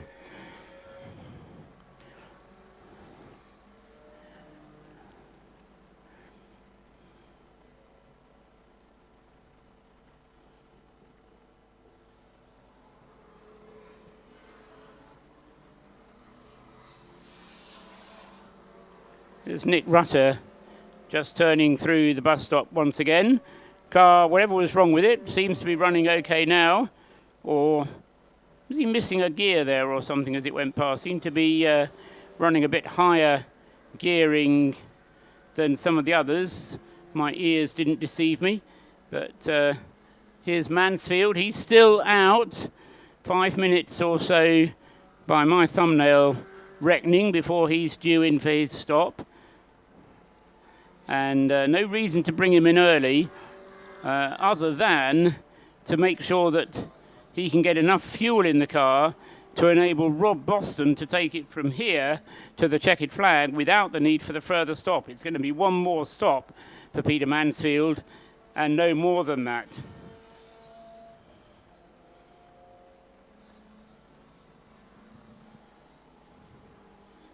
Henschel through.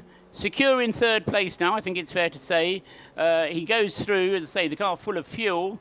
Don Henschel, number 97, completes 322 laps. The car in front of him, Giuseppe Fillet, with the number 64 car, has completed 326 laps. And the car behind is Harry Eyre in the relay team car.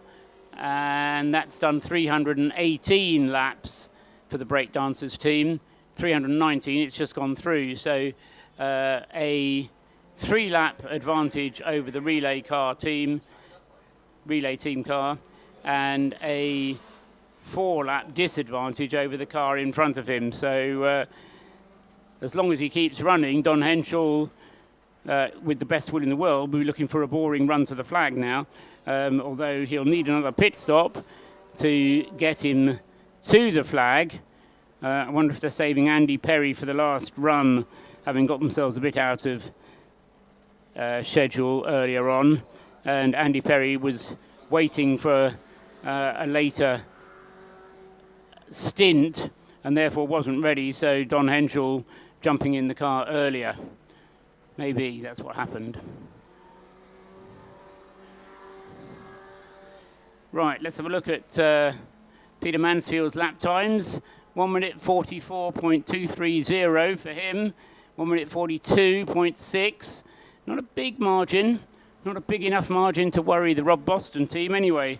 And so Mansfield still sitting on a lap and a half of an advantage.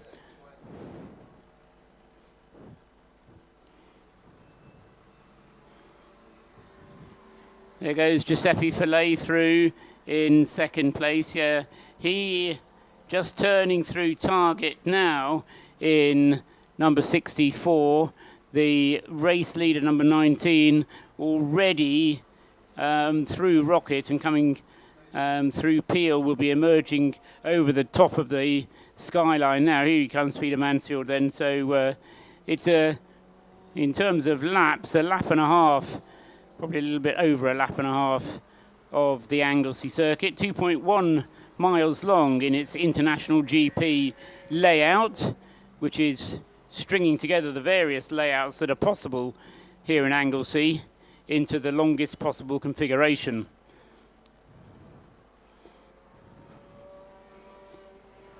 Into the pits comes the Mazda number 127.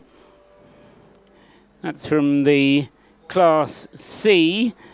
Scott Ferguson was the last driver we had at the wheel of that, if memory serves.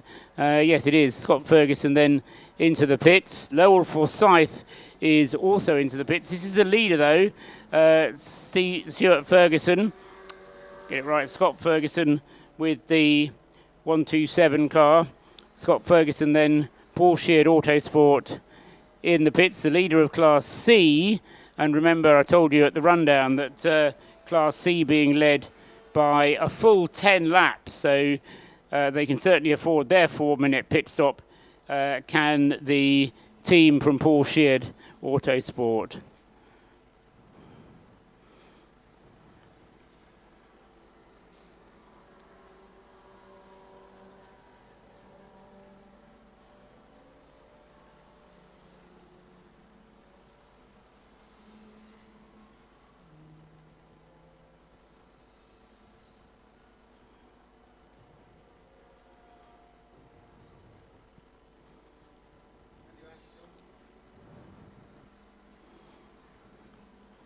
Right, still waiting for Peter Mansfield to come through. He's on the Tom Price straight at the moment, onto the brakes for the hairpin, and then he'll turn through the hairpin. It'll either be, well, let's say a couple more laps for Peter Mansfield. I'm sure Rob Boston will be ready already to get in, should he be needed. An hour and 35 minutes remains on the clock, and from what we've seen in previous stints, that Lotus perfectly capable of going an hour and a half on a tank full of fuel. So they've just gone through, and another lap complete. 147 though from Peter Mansfield, but the margin back to Giuseppe Fillet. And remember, it is, I mentioned, rear bumper coming off the 155 Track Scotland team Mini, but getting on with various other changes to that car as well. The 155 car is the leading of the two Track Scotland cars, but both of them experienced problems, and with this long pit stop for Lowell Forsyth, that's allowed the 55 Adam Kindness Mini to take over the cudgels for Track Scotland, but they are now third in Class B, although with that extra pit stop from Nick Rutter, there's only a lap in it. Class B certainly mentioned how close Class AC1 was. Well, Class B is pretty close as well. 308 laps complete for Matt Pitford, number 67, leading in Class B. Second in Class B, Nick Rutter with the Clapham North MOT Mazda MX-5, 306 laps.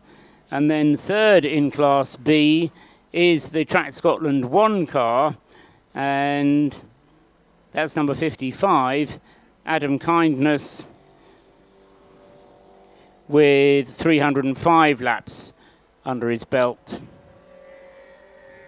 That's where you put them.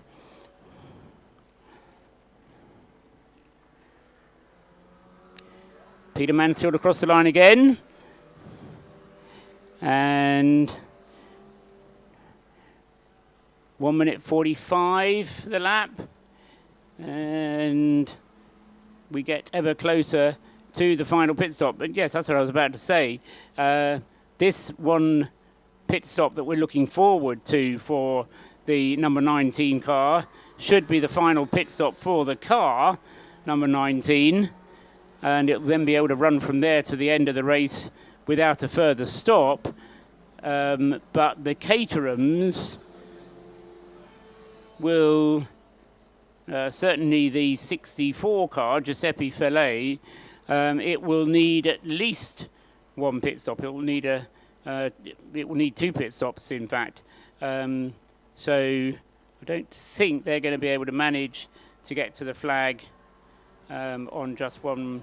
Yes, it will. It will be one more pit stop, won't it? So Giuseppe Fillet, we'll see when it comes in, but Fillet taking the car over, go through till, yeah, so one more pit stop for both of the first two cars is what we expect.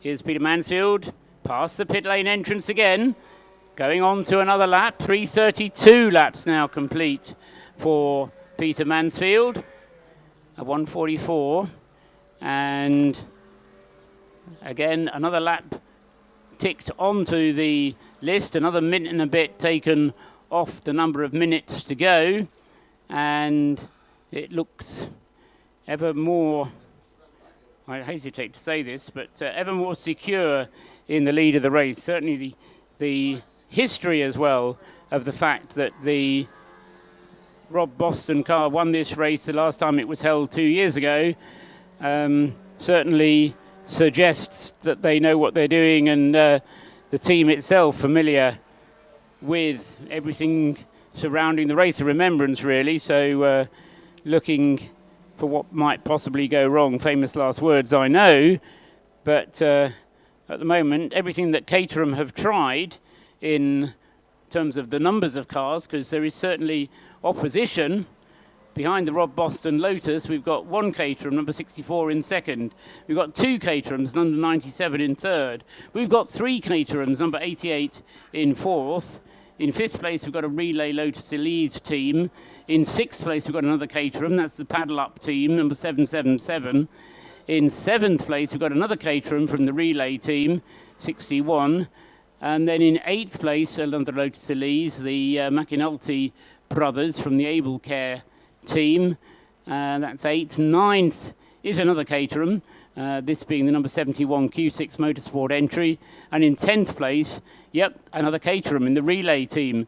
And that's Neil Evans' car from Team Cars 28. So out of the top 10, we have 7 Caterhams and 3 Lotus Elises. I suppose all of them therefore with a Lotus connection, you might want to say.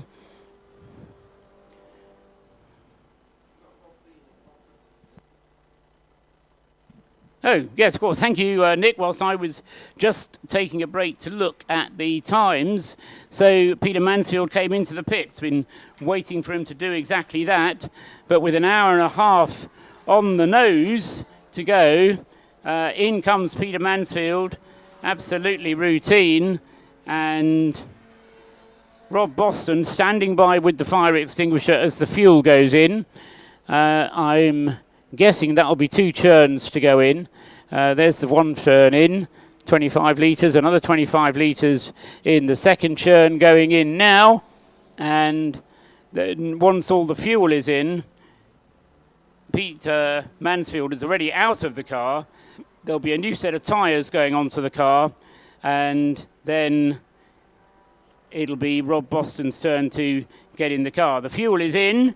Rob Boston takes the fire extinguisher back into the garage. It wasn't needed, thank goodness for that.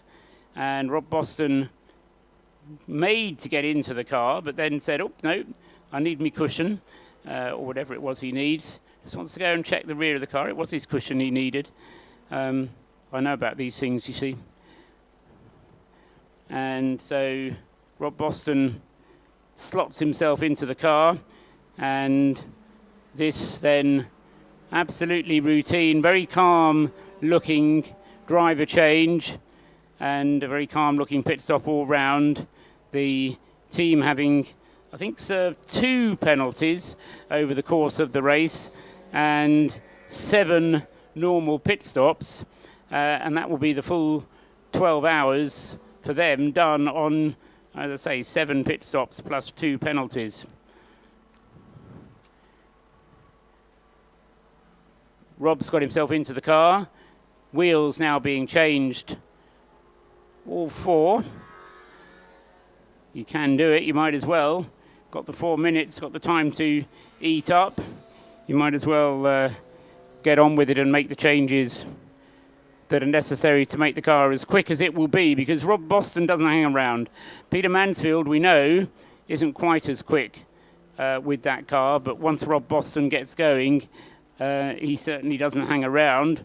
And although he's losing time in the pits at the moment, he's losing exactly the same time that will be lost by Giuseppe Fillet when he comes in for his final pit stop. Fillet has gone through whilst this pit stop is taking place, so we've had a change of lead. The competitiveness of the Race of Remembrance evidenced by that still with an hour and a half of the race to go, we've still got leader changes happening as the pit stops take place. So Rob Boston then finishing off this pit stop, or the team finishing off the pit stop. Rob's already sat himself in the car, getting himself comfortable and belted in. And once he's ready, and he looks to be ready, the guy with the stopwatch is quite happily just holding him there now. No hurry, he says. Let's just wait. Let's just wait. And then ready, steady, go, he says. And away goes Rob Boston then down the pit lane, 60 kilometres an hour, down to the driver ID sensor. Waves his hand out of the window. Red light turns to green. Rob Boston is on his way. Final pit stop complete for the Rob Boston racing team. Good stint from Peter Mansfield, and that hopefully should be him to the end of the race.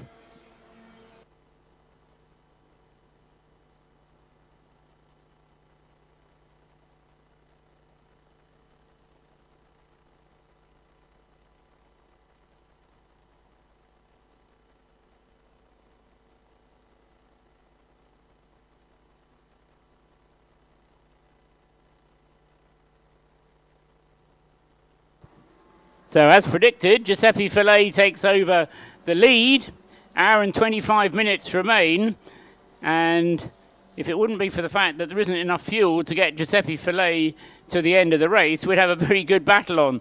But that Caterham needs fuel. Not yet, but in the next 20 minutes or so, we can expect Fillet to be into the pits, and when he comes in, that will then be for his last pit stop and to hand the car over to Lee Bristow for the final stint. I confidently say Lee Bristow. That's purely based on the fact that that's the rotation that the team have used so far, and they've saved their fastest driver till the last. So a good plan, good strategy from the Solo 64 team, and Giuseppe Fillet then will be able to lead the race just until that moment where he has to come in for fuel.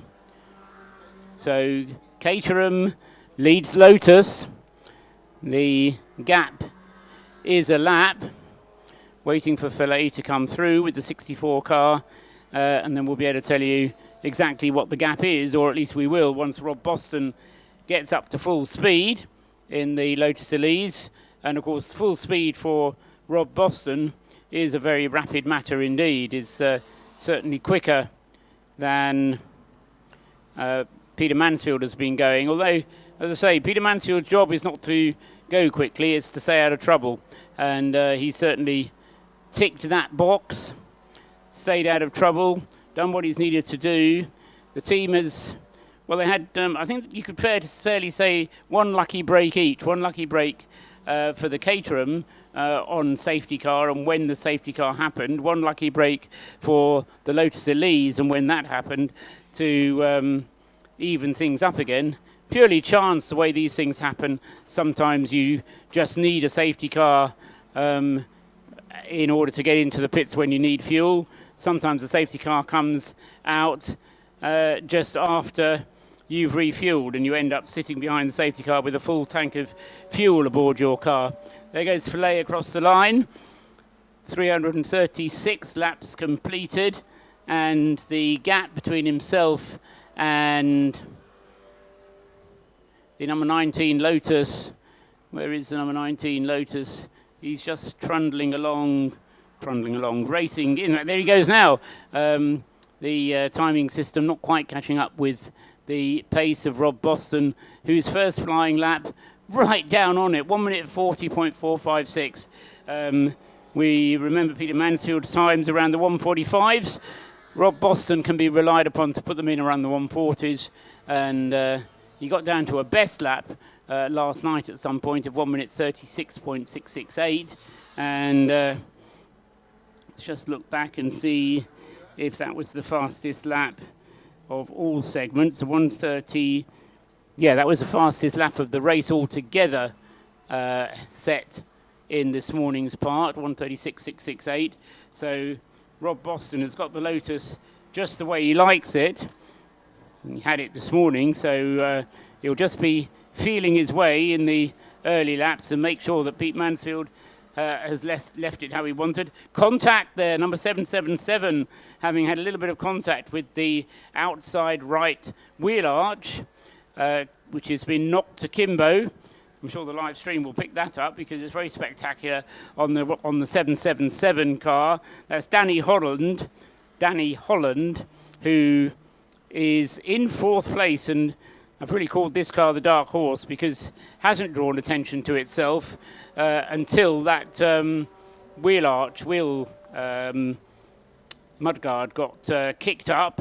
It won't really matter so much. They just need to keep the car so that it's safe, and I think it will be fairly safe like that. Rob Boston goes through and completes another lap. He's a lap down plus half a lap on the Giuseppe Fillet Caterham.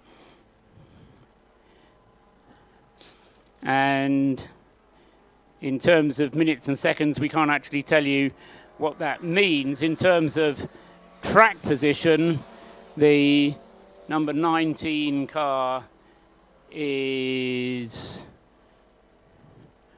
looking for 19 and 64.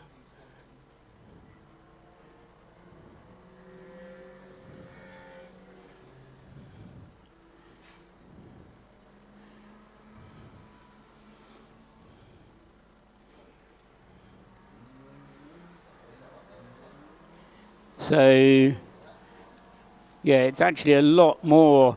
Sorry,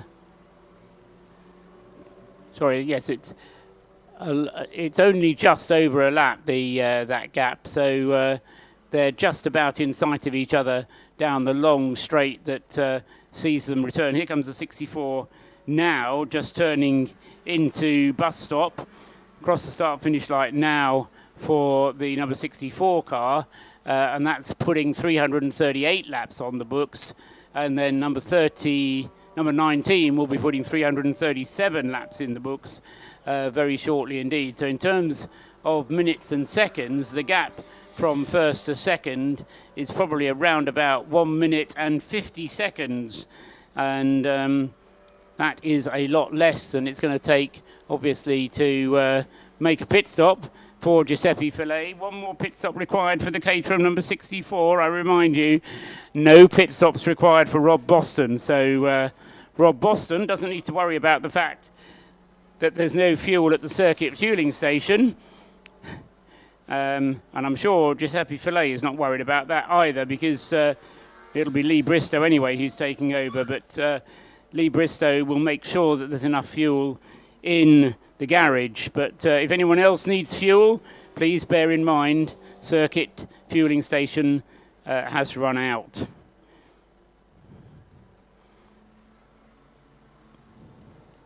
'97 going through. Don Henshaw in third place.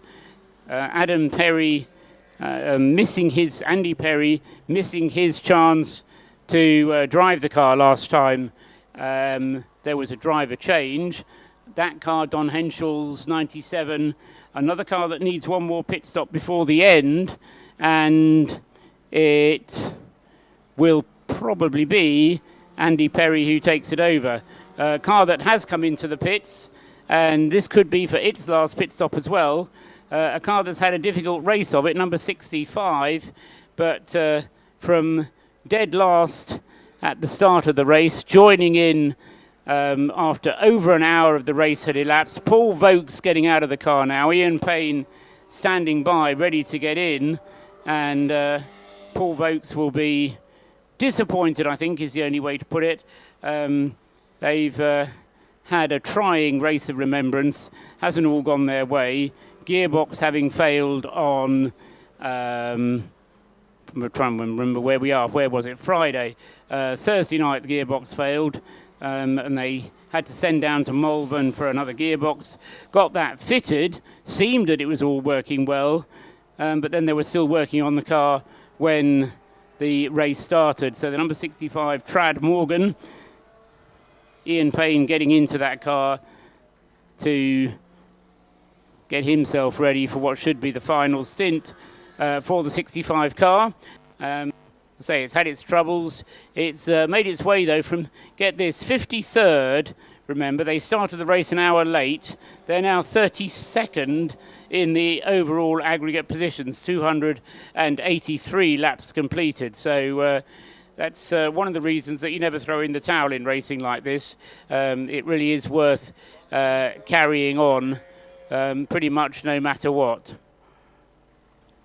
So a exercise in perseverance for Paul Vokes and Ian Payne, but good to see the Trad Morgan looking immaculate in it's not quite pure white, sort of Morgan white, if there is such a colour, and that car just ticking off the minutes to the completion of the final pit stop for that car. Boston going through 1 minute 39.0. How about that? The Lotus Elise still performing very strongly indeed, and going very rapidly once Rob gets behind the wheel. 339 laps complete, 340 laps complete for Fillet in number 64. But Fillet has, I'll keep repeating, one more pit stop to go. So the lead that he has is, I won't say short-lived, because he'll still be out there certainly for another 10 minutes by my reckoning. Then we'll see Giuseppe Fillet bring the car in, and Lee Bristow takes it over. That'll allow Rob Boston back into the lead of the race. Don Henshaw is also due one final pit stop out of third place. Danny Holland's had a good day, in addition to winning the biathlon of foolishness. He's done a good deal of the racing in the number 777. Not to say that Paul Woodman, Freddie Chiddicks, Paul and Joe Friday haven't done their share, but Danny's certainly done his as well. And that car in fourth place, looking stronger and stronger as the race has gone on. But with a 4-lap gap to a podium position, he's going to have to hope in the nicest possible way that something goes wrong with the cars ahead of him in order to enable him to get a podium place out of this race. Slightly slower lap, that one, from Rob Boston, 141.102. Not massively different from Don Henshaw, who did a 141.485. Into the pits comes, who was it? 666, the Nick Wilson Morgan, and a black and orange flag, mechanical flag, mandatory pit stop for number 777. And Danny Holland, having just been extolling his virtues, they've got to come in. Now, I don't know quite how the regulations work with the black and orange, whether that has to be a 4-minute stop or whether with a mechanical issue, you're just allowed to redress whatever the mechanical is, and then you can get on with it. Anyway, 777 then being called into the pits to be inspected by the scrutineers and have some kind of problem fixing. I don't think it was 777. Yes, it was 777 that I mentioned that had the mudguard adrift, so I suspect the stewards have taken a look at that and decided it's not safe and that they do want to bring that car in to have it repaired. Into the pits comes the leader, Giuseppe Fillet, then bringing in the number 64, Solo 64 Caterham. In he comes, lights ablaze, brings the car to a halt just out of my vision because he's gone under the roof. If I run along here, trip over the cables, trip over the chair, trip over my own clumsy feet, we'll be able to see the pit stop. Good deal of frenetic activity down there in the 64 pit garage. Most of these pit stops have been an exercise in lethargy, really, because there really is no rush down there in the 4-minute pit stop, but there's lots of running around. Giuseppe Fillet handing the car over to Lee Bristow, handing the cushion across to Lee. There'll be 2 churns of fuel to go into it. And again, the rear end of the Caterham just extended a little bit to give a bit more fuel tankage on what would be a normal Caterham fuel tank size. And even so, it still can't go as far on that tankful as Rob Boston and Peter Mansfield can with the Lotus Elise. Fuel going in, driver standing by. Do believe that's Giuseppe Fillet himself standing by with the fire extinguisher. Another man with a stopwatch. Driver waiting to get in, limbering himself up. That's Lee Bristow. And as I say, we'll see him getting into the car, and that'll be the final pit stop, we hope, for the Solo 64 entered car. With an hour and 11 minutes remaining at the moment, it'll be down to about an hour and 9 minutes to go by the time that car is ready to go. And that's just about perfect timing as far as a tank full of fuel for a Caterham's concerned. And then it's going to be a race on the track, a battle of pace, which I think it's fair to say you'll have to say Rob Boston is the favourite for. And Rob then continuing to race around.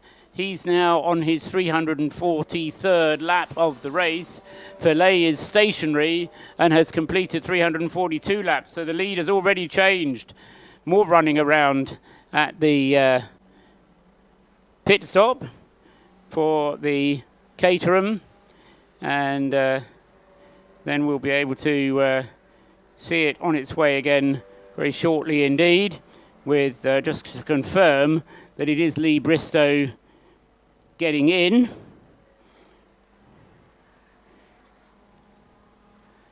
So Rob Boston, the next time he crosses the line, will be shown as the race leader. And as and when the car of the Solo 64 team, and assuming that it is Lee Bristow at the wheel, gets going, will the gap between the two of them, well, it will be over a lap, and in aggregate terms, it will be probably something like 2 minutes. There goes Boston crossing the line now. That's 343 laps on the clock for him, and the Solo 64 car only just across the line with 342 laps under its belt.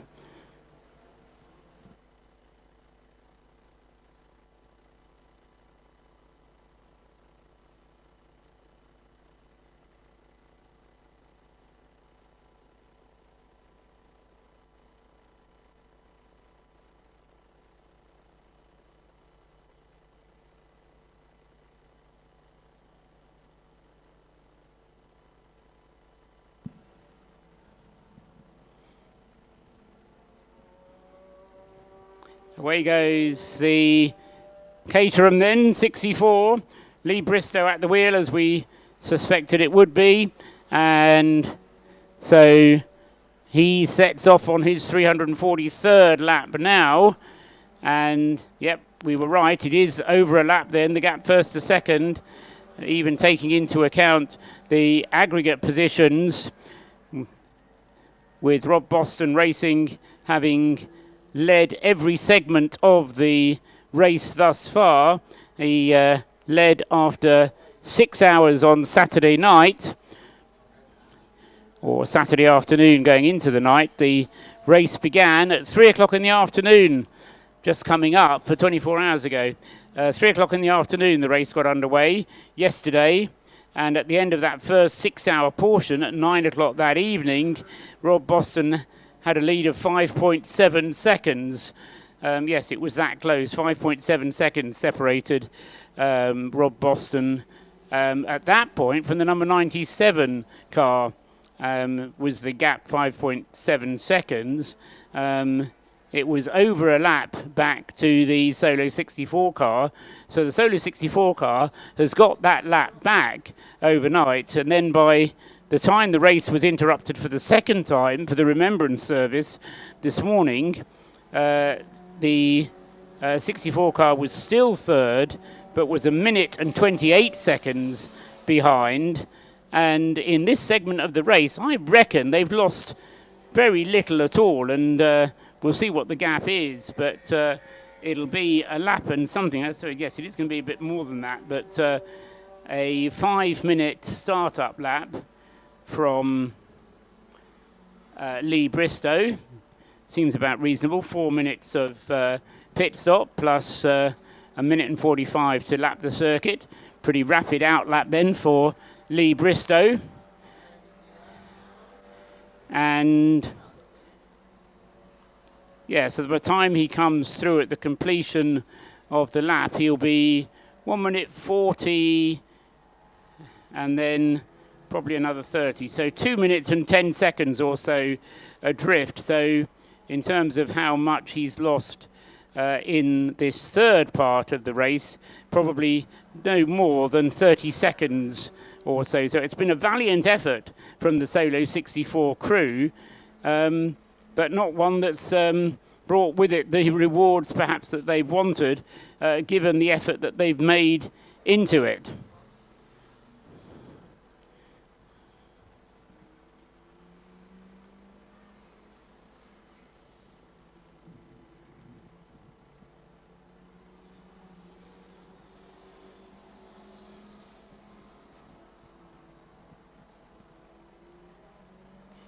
Here comes Lee Bristow out of bus stop, across the start-finish line. Lights still ablaze on that car, including the identification lights. Meanwhile, the Lotus Elise that leads the race is saving power and not using his light. I must say the leading car does have extremely bright lights. You don't miss that car in the night time, that's for sure. But Lee Bristow then 1 minute 41 on his first flying lap, but is a full lap down then, going along the back straight at the moment. He's already been through Church, heading up towards Rocket now, past the school. And the Lotus Elise, which leads the race in the hands of Rob Boston, a full lap, and then about a third of a lap on top of that ahead. So if you call it a 100-second lap, then probably about another 30 seconds or so. Yeah, 35 seconds is probably fair. It's 7:20, which would be, yeah, about 2 minutes and 10, 2 minutes and 20 is the total gap first to second.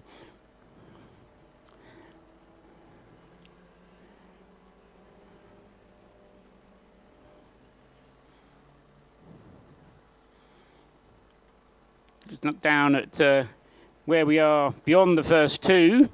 Rocket Racing, Don Henshaw back at the wheel. That car owes us a pit stop before the end of the race. Remains to be seen whether Andy Perry will be seen again or not. Coming up to fourth place at the moment there, Angus McLean. Now, is that a glitch? Yes, it is, based on the performance of that car in this segment. Angus McLean in the 61 relay team has been going very well, and they're punching above their weight in this segment of the race, but falling back in overall terms. I think Angus has been out for most of the time. Has been going great guns then for the AOPF Motorsport team, but due a pit stop fairly soon. And for sure, Don Henshaw, 97, will be due a pit stop before long. Then Fred Chiddicks in fourth place, definitely as far as Class D is concerned, but getting himself involved in the battle between the relay cars, which Angus McLean leads, but with a pit stop owing. Tim Steele is out in the 88 Breakdancers team. That car, I think, can probably make it to the end from here. Not sure about that. And Michael Edwards with the Lotus Elise. Now, I'm not quite sure what happened there, but the Lotus Elise relay team was looking very strong, but they slipped back to third place now, so haven't quite been able to explain why that has happened. But Michael Edwards, we saw a stint from the gold leaf coloured car, the Bailey Edwards car, but it was only a fairly short stint, and then Bailey Edwards took the car back to the garage, and Michael Edwards has come back out again. So let's speculate a little based on what I can remember, and what I think I saw was that Bailey Edwards has had a stint. There goes Michael now. Bailey Edwards has had a stint, but it was a short one. Michael Edwards has gone back out again, but as a result of the extra pit stop that was caused, that team, ES Motorsports team, has lost the lead in the relay race. That's what I think happened anyway. So that's the relay race and the battle for overall positions. In Class B, Nick Rutter leads the way in the Clapham North car, despite an extra pit stop, which wasn't satisfactorily explained. In second place in Class B is the Track Scotland. No, it's not. It's the Numbers Racing car. So Class B still very close indeed with the Class B car there. 67 Neil Chisnall in second place in the class. And then in third place in the class, 155 Craig Dillon, 2 laps behind. So it's 325 laps for Nick Rutter, 324 laps for Neil Chisnall, and 322 laps for Craig Dillon. That's the positions as far as Class B is concerned. In Class C, which should theoretically be quicker than Class B, but which isn't, we've got Neil Luke leading the way there with the car 127, Paul Sheard's Autosport team car. That was 10 laps ahead in Class C, 310 laps, 319 laps. Well, that's now 9 laps, but still very comfortable lead indeed for Neil Luke in Paul Sheard's Autosport team Mazda 127, ahead of the car from the Stuart Humphrey Racing team, which the team owner is currently at the wheel of. And then in Class E, Patrick Scharfegger is leading the way in the BMW 116 class. Second in the BMW 116 class is the Royal Navy with car 17.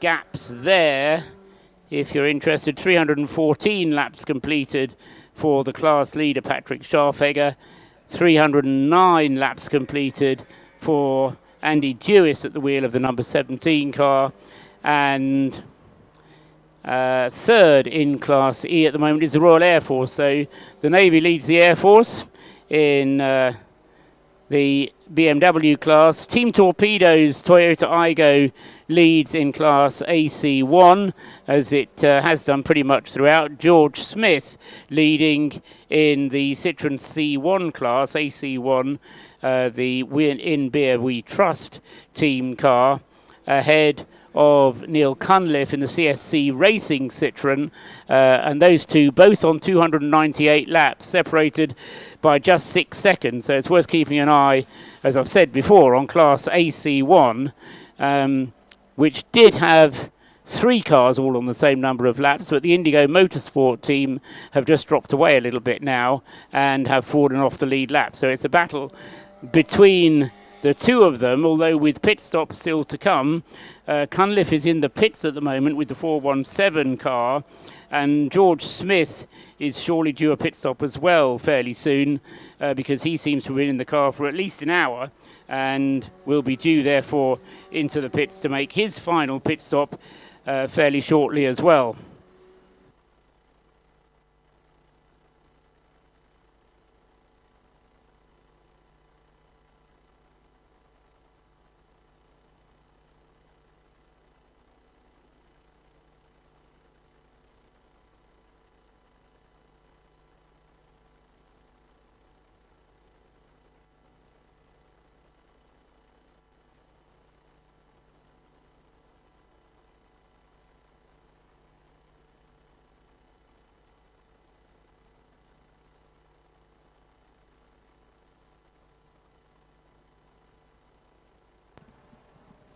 So the minutes continuing to tick by, and indeed we're now down to the last hour of the race.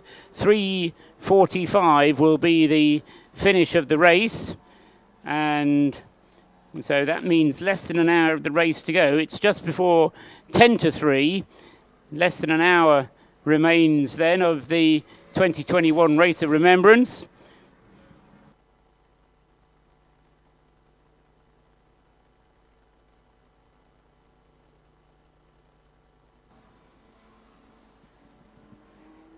And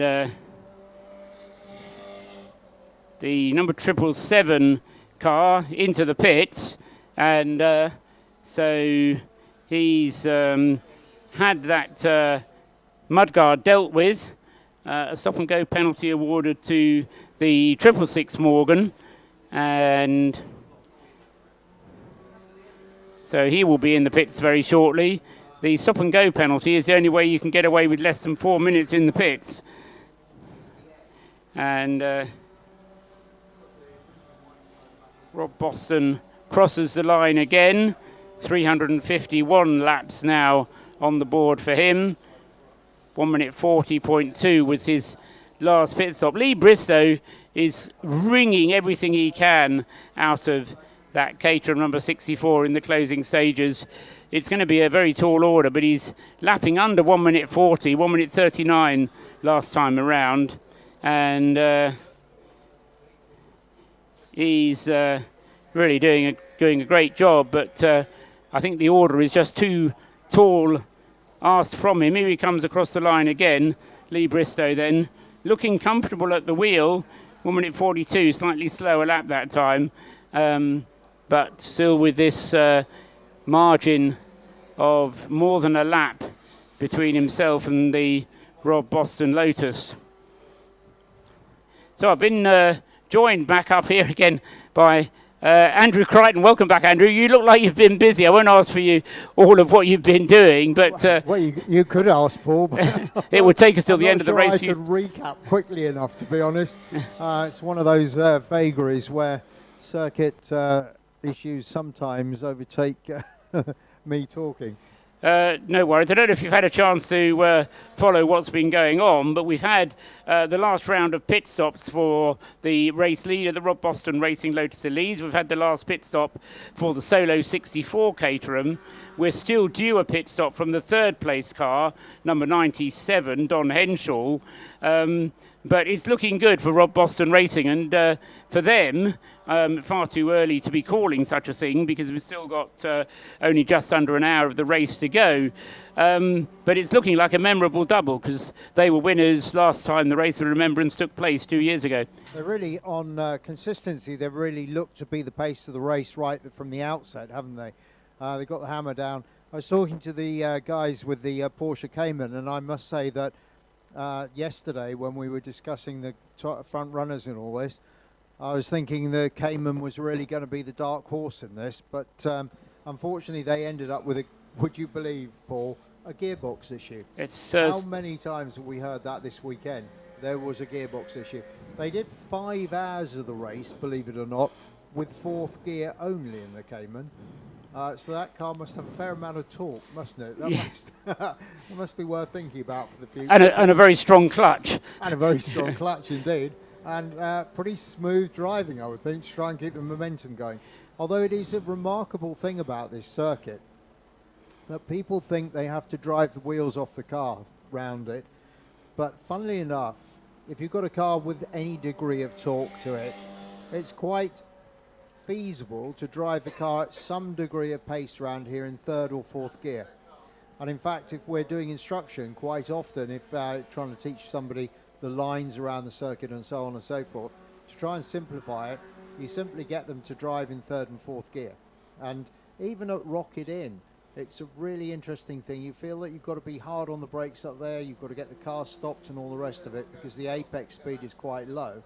But if you're gentle off the brakes up there and float the car through the apex, you can be in that higher gear, maybe 3rd, wherever everybody else thinks they've got to be in 2nd, and carry the speed such that by the time you get to Rocket Out, you actually have got to touch the brakes because you're going almost too quickly.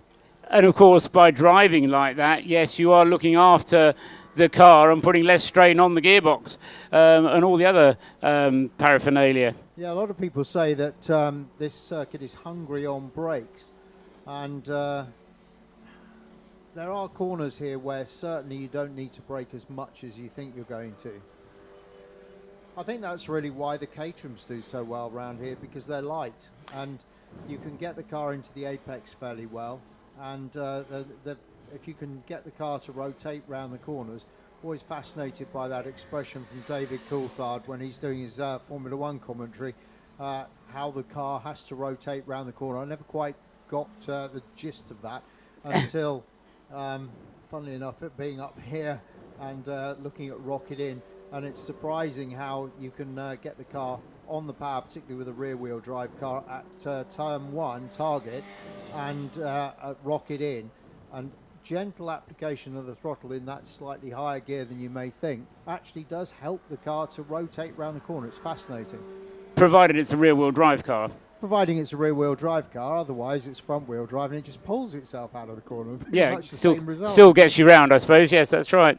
So Rob Boston then in the lead of the race. I was summarising a little while ago, and recall over the course of the 12 hours trying to pick out the key moments. They had one key bit of luck with a safety car during Saturday's part of the race when the Caterhams had all made their pit stops.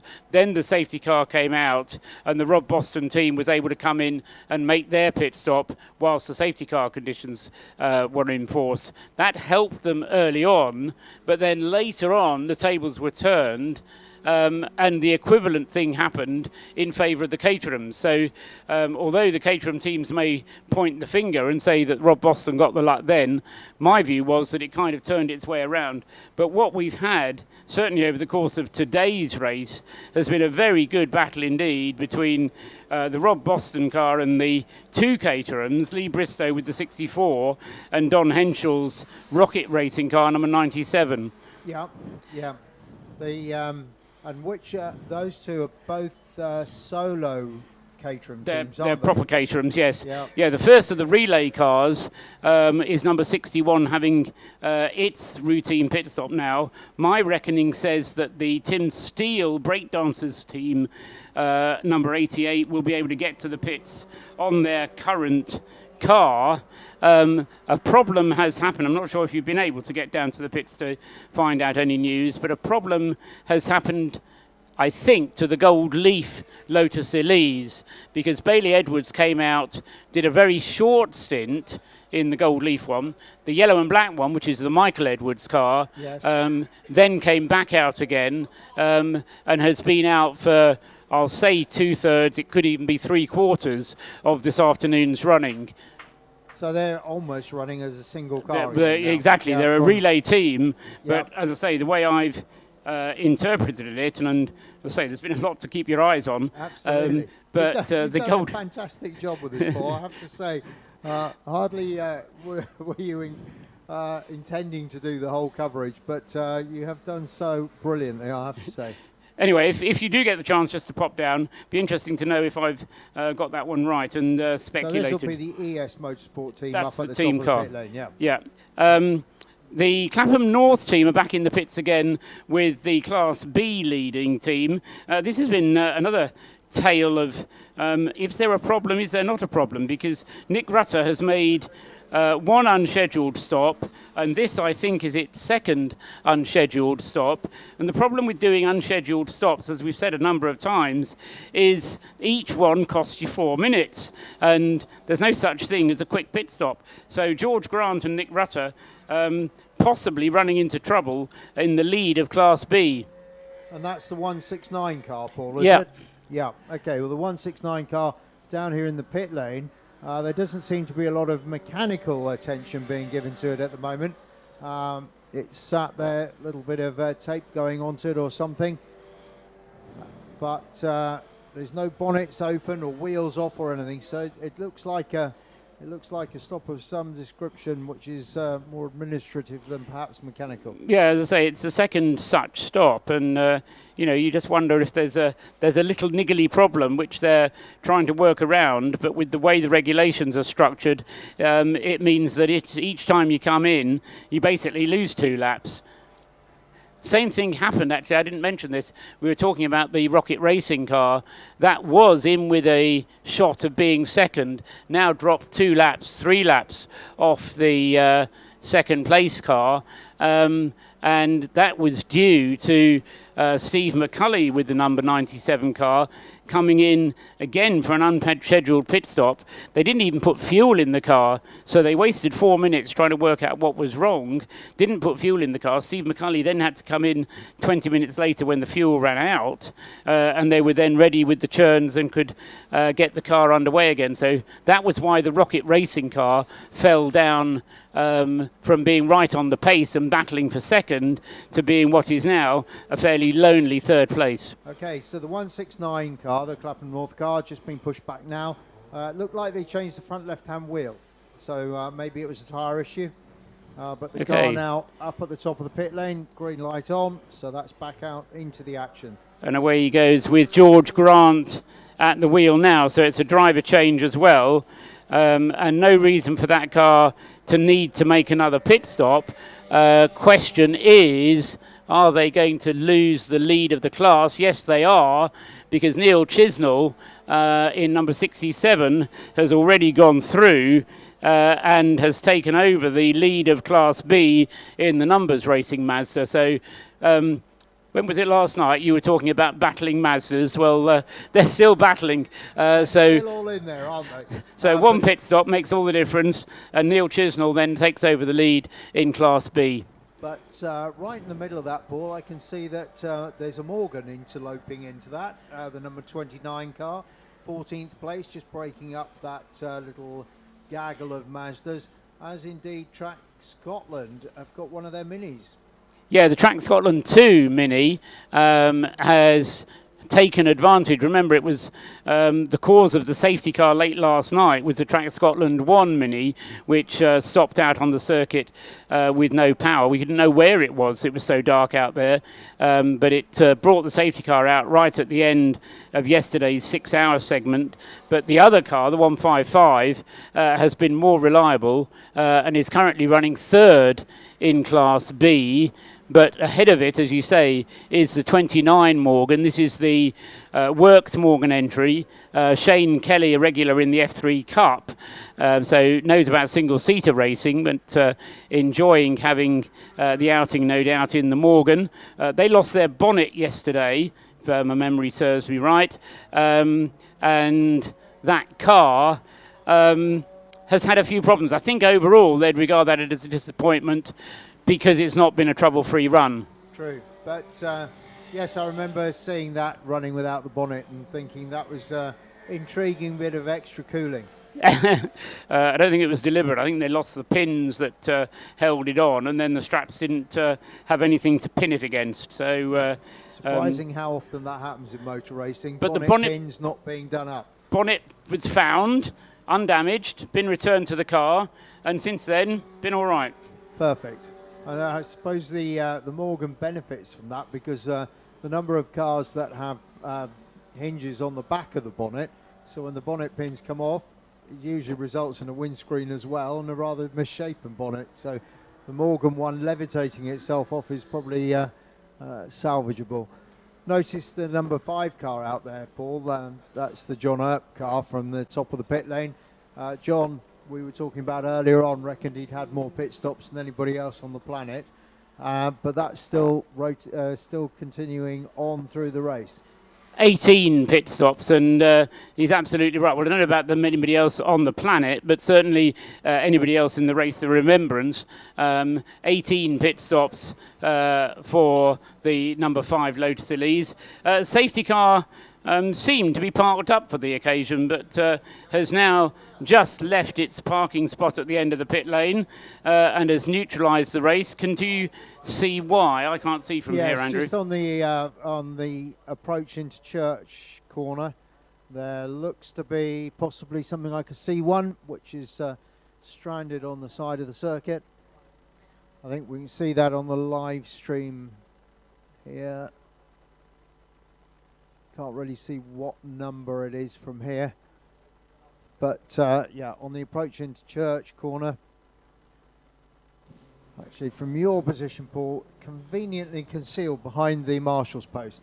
Right, so see how long the wire is. Dark blue. The marshals are there on the scene. Yeah, and yes, hopefully it isn't that far off the track, and once they get it back onto the track, we'll be able to get underway again. But no, he's on the track. It's just sitting actually on the tarmac. Right. So the recovery truck's out to go and pick it up. I think this will be a straight tow, fairly quick recovery. Let's hope so. It's the number 69 car, isn't it? Which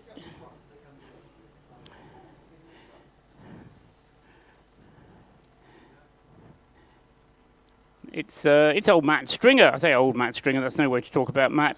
One of the Mission Motorsport regulars is Matt Stringer in the number 69. The other car, we've talked a lot about the Toyota Aygo. The other car in the City Car Cup class is the Citroen C1. Although it's a Citroen C1, it doesn't run in the Citroen C1 class. It runs as a City Car Cup entry. Matt Stringer is behind the wheel of it at the moment, and he'll be annoyed. A bit of a mechanicking man as well. First got involved in Mission Motorsport as a helper, as it were, more than anything else, as well as a beneficiary. But was one of those who benefited from, how can we put it, James Cameron's susceptibility to having his elbow nudged, and Matt Stringer's wonderfully put. And Matt Stringer's perseverance. All credit to him. Anyway, so hopefully this will be the final occurrence, the final appearance of the safety car, and we'll be able to get underway very quickly. Unfortunately, from the point of view of the strategy, most of the teams needing pit stops had already made them. The one who hadn't, as far as the leading group was concerned, the number 97 caterer from Rocket Racing, Don Henschel, who had made his pit stop. Andrew can tell us more about the pit stop, I think. So the 97 car actually in the pit lane at the moment, so that's Rocket Racing. Yeah. And as the recovery goes on the far side, interesting this City Cup concept, Paul, isn't it?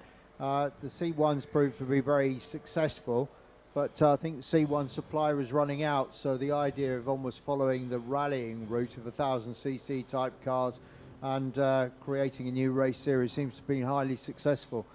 Meanwhile, the 97 car then still somewhere down in the pit lane. Yeah, right up at this end of the pit lane. From here, that end of the pit lane, indeed. Can actually see it from both ends on the live stream, and that, I think, is Adam Perry getting into the car. So Adam Perry then with the 97 car. As I was saying earlier on, lost out because of making an extra pit stop with Steve McCulley at the wheel. Strangely, they didn't do anything to the car. They looked round, they had a look at everything. They tightened the wheel nuts. That was all they could think of to do. Steve McCulley went back out again, and within 5-10 laps, he'd set the fastest lap that the car had done all weekend. So quite what had gone on in that pit stop, I've no idea. Fascinating. But anyway, Steve McCulley got himself sorted out. The car problem was, of course, the car was cost 4 minutes in the pit lane, green flag at the time, and that's 2 laps gone, just like that. So a bit of luck turning back to the favour of Rocket Racing. This pit stop can take place under safety car conditions, which won't quite cost them as much. And as I say, I think it'll be Andy Perry getting into the car, and he'll be on his way very soon. The car's just about ready to go, I think. The team down there, you can see them counting down the seconds on the stopwatch.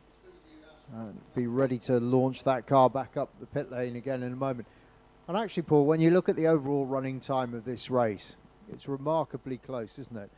After all this time, to have only 1 lap between the race leaders and second, and only a lap back or 2 laps back to third, just 3 laps spanning first to third position. That's pretty close running, isn't it? It's been a very close race indeed, and talking of close running, I keep on overlooking the AC1 class, which is the C1, the proper category for Class C1s.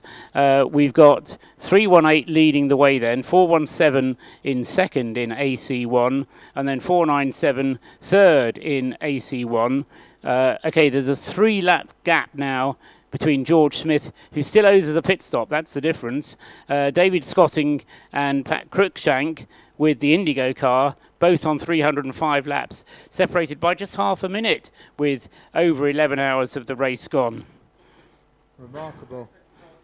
Break dancers in the ES Motorsport very close to one another on the circuit as well on 350 laps. And green flag. So the safety car having withdrawn, the Citroen C1 having been towed to a place of safety, and Matt Stringer will be no doubt going around kicking various things, whether they're moving or not, and getting his frustration out of the way. And we head close to the last half hour of the race. So the race within the race for podium aspirants, effectively, is really looking to be paddle up with Love Cars and Breakdancers, isn't it? They're 352, 351. Oh, and ES Motorsport on 351 as well. So it's really not that much between all of those three, is it? Exactly right. Michael Edwards, as I say, he's done a fair chunk of the racing in this portion of the race. Bailey's been let off lightly, and my guess is that that's because of some problem for the gold leaf-coloured car. But Michael's been running for quite a long time. Breakdancers, I believe, is going to need another pit stop before the end. But what I do like, and there's no real reason for this, it's just the spirit of the Race of Remembrance, is the fact that the top three, at the moment at least, are all Heroes Trophy cars. They're all cars in the single car entry class. The way the rules are written, you can't win the Race of Remembrance, even if you come first, if you've done it in a relay team car. Right, yeah, so the single entry car is the way to go. Now, I was looking further down the order, Paul, and I think we've got another fairly fraught battle going on, haven't we?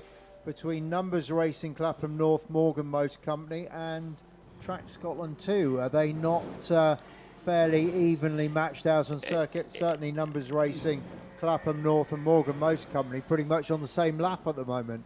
Absolutely, and as far as Class B is concerned, that's the battle for Class B honours. Neil Chisnell with the Numbers Racing Mazda benefiting from that pit stop that we saw from the Clapham North team car, 169. George Grant has taken the car over from Nick Rutter, but is running now considerably quicker than Neil Chisnell, and so we're going to see him. He's a lap behind at the moment, but there's still half an hour of the race remaining, and possibility then that George Grant in 169 isn't done yet and will be able to close in and make a battle of it for the Class B honours. Well, indeed, and in fact, looking at lap times on the last lap time, Clapham North and Morgan Motor Company pretty much level pegging in terms of pace. And that is something like 7 seconds a lap ahead, faster than Numbers Racing. Although I suspect that might have been a traffic issue. Yes, it's there is a lot of traffic out there. I mean, it's another point worth making, even this late in a 12-hour race, at how many cars are still running. It was a record number of starters, 53, for the Race of Remembrance. I'm not quite sure how many starters you get for other big races here at Anglesey, but probably not that many, actually. I mean, it's really good because obviously the track capacity depends on the power and size of the cars, effectively. So if you keep it under 2 litres, it gives you a greater latitude. If you ran it less than a litre, obviously you get more cars because of the perceived speed and everything else. Circuit width, circuit length, capacity of the cars tends to be the equation that gives you the maximum capacity for the circuit. But an awful lot of those 53 are still running. Absolutely. And that's remarkable. So good to see. And let's hope that that can be something which can be continued. A stop-and-go penalty for car 28 is one of the relay cars. It's who is it at the wheel of that one? Stefano Mara, who's been penalised or who's going to have to take the penalty. Maybe a penalty that was incurred by an offence done by one of the other team cars. But Stefano Mara is going to be the one that takes it on the chin. So we've lost the 2 Civics, didn't we? We've lost, yep. Well, actually, it seems to be Civic City, doesn't it, in terms of losses, because we lost the 2 white Civics, the 99999 car. Those were the later body shells shape. We lost another Civic, which I think was earlier, having gearbox issues as well, but that was accident damage as well. Thankfully, the driver unscathed. Even though that was a fairly heavy hit. So was that the one that came in up at Rocket? Yes, that was the one that came in at Rocket. So we've lost the Civic contingent as a result of that. But as you say, remarkably few cars really having dropped out of it. Yeah, the other notable, he'll love this, celebrity, Martin Short, they're also out of the race, unfortunately, with a broken engine. Okay. Not sure Interesting. if you're aware. You weren't aware of No, that, I having. wasn't aware of Okay. that one, Paul. Too many. That must have been one of the circuit things we were trying to sort out at the time. No problem. Other people have been stepping away as well, so it's worth repeating. Morgan Short was out in the car, having a good run, has to be said. Obviously very early in his racing career, but all of a sudden he was coming out of the hairpin, coming back down the hill, no power at all, and they got the head off and discovered there was a fairly substantial breakage inside the engine, not something that they could repair. They're not quite sure if another engine was even available for them. But so unfortunately, Morgan and Martin Short out of the race, and Craig Denman, the third member of that driving crew. Shame for them, because of course they another class leader who, to be honest, would have won the class quite comfortably had they not have had the engine go. Interesting. I know you had a good old talk to Martin Short yesterday, and to see him out in a 116 trophy car was interesting, because you know that if Martin's going to go in for something like that, the car is going to be right, isn't it? It's going to be quick. So Martin is just so competitive that he doesn't accept second best, really. So it would have been interesting to know whether he's going to be competing in the 116 trophy next year. I think it was a one-off, as far as I can understand. They wanted to do the event. Martin's does have a military background. His father was in the military. He was born, I think I'm right in saying, in Cyprus when he was part of a military family, and he served his time as well. So there is a resonance of the Race of Remembrance for the Short family. But he's talking about going out and driving in his big Mosler that he's got parked in his garage next year.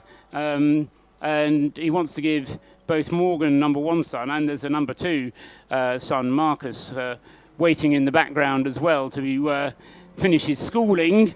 But I think, like a lot of dads, he wants to pass the baton on to the children, and the genes would seem to be there. Absolutely, yeah, because Morgan's done some Formula Ford racing, if memory serves me right, single-seater stuff. He's done a lot of iRacing. Right. They've tended to keep away from karting. Interestingly, Martin said, I mean, you talk about his competitiveness.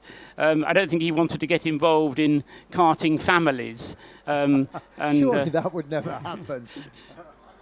Yeah, but let's credit the team as well, the track club team who put the deal together for Martin and Morgan and put the car entry together, and the track club team then that ran it, hugely disappointed that they weren't able to supply a car which would last the full 12 hours, because normally track club would be able to do that. No, absolutely. Well, they've got a good reputation for car preparation normally. So, and the 116 trophy cars, fascinating actually. I've driven one, and they are quite a good handling car.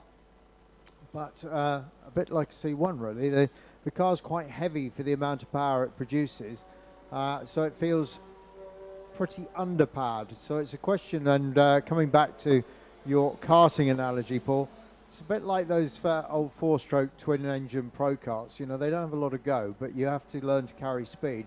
And something like that, C1s and BMW 116s, are actually really good training ground for young drivers, because they learn to carry speed. It's very easy for somebody to get in a car which is very powerful and think, because it's powerful, I'm going to win. That's the only way I can win, is to have a lot of grunt under my right foot. But actually, drivers don't tend to learn as much that way. They learn to just sprint down straights, creep round corners. Whereas with something with not so much power, you learn to carry the speed, which you then translate better to more powerful cars later. And of course, on top of that, you also have to learn how to drive against other people. And that's where, to my mind and the way that I've observed racing, a lot of quick drivers, yes, they can be quick and yes, they can be consistent. what happens when you put them amongst a load of other cars? You have to be able to read the traffic and work out how to use traffic in order to get past other cars. Absolutely, and it's quite surprising. I mean, I've done a bit of instructing over the years one way or another, and it's surprising how you can have a driver on an empty circuit who would seem to be extremely competent, very smooth, probably pretty quick, and yet you put them with other traffic and suddenly that all goes to pieces because the proximity of other cars is actually a bit of a scary thing. Yeah, distraction, yeah. Let's just talk a little bit more about BMW 116Is because having spoken about Martin Short and the track club team who are no longer in it, probably more interesting to talk about the people who are in it. 199 it is who leads the BMW class at the moment. 199, currently Stephen Bezic leading in the class, 329 laps completed. Then it's the Royal Navy car, number 17, with 325 laps completed. And then it's the Royal Air Force, number 9, with 318 laps completed. So not particularly close in Class E. There's unlikely to be any change in the remaining half hour, 25 minutes that remain of the race. But as I say, having lost the track club car of the two Shorts and Craig Benham, then we do have Stephen Bezic, as I say, who's leading the way in the 199 car at the moment for CSC Racing.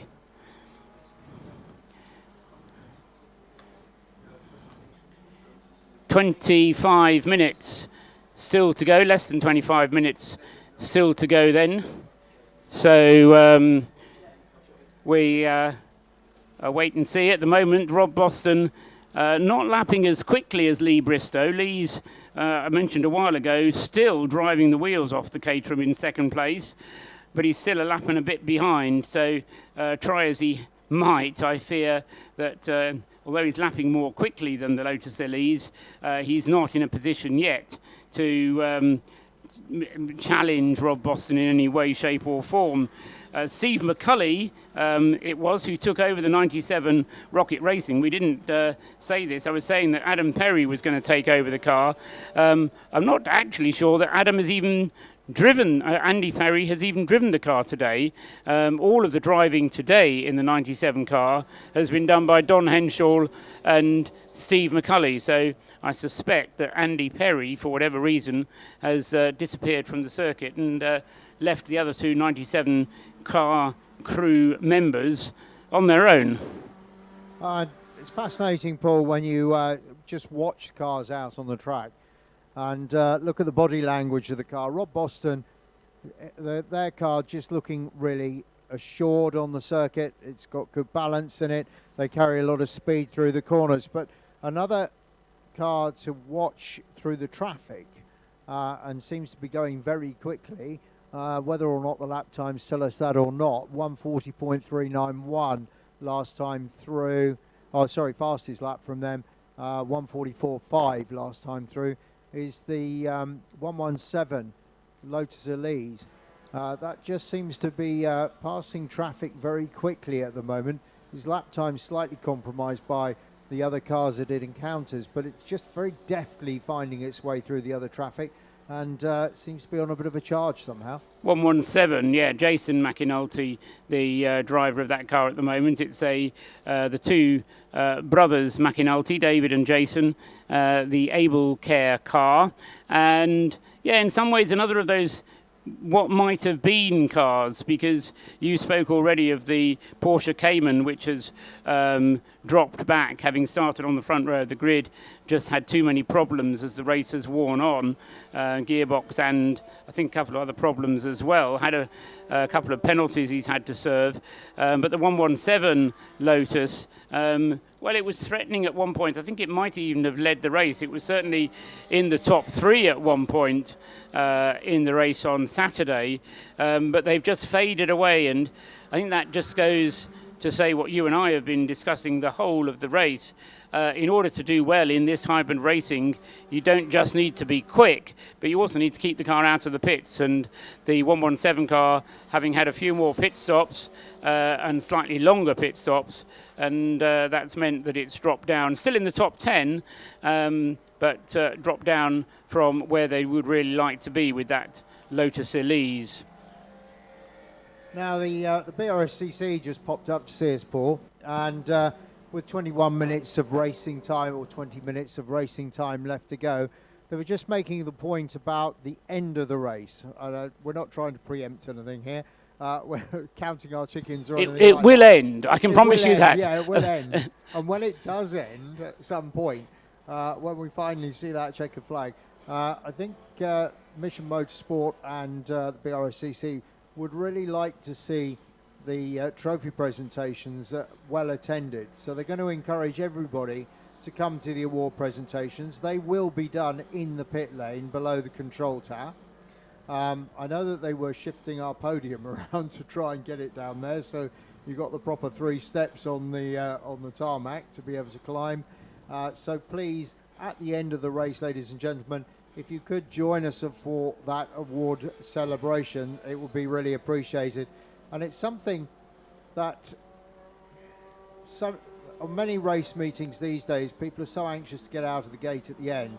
They've done their racing, but actually, you know, everybody puts a lot of effort into their racing.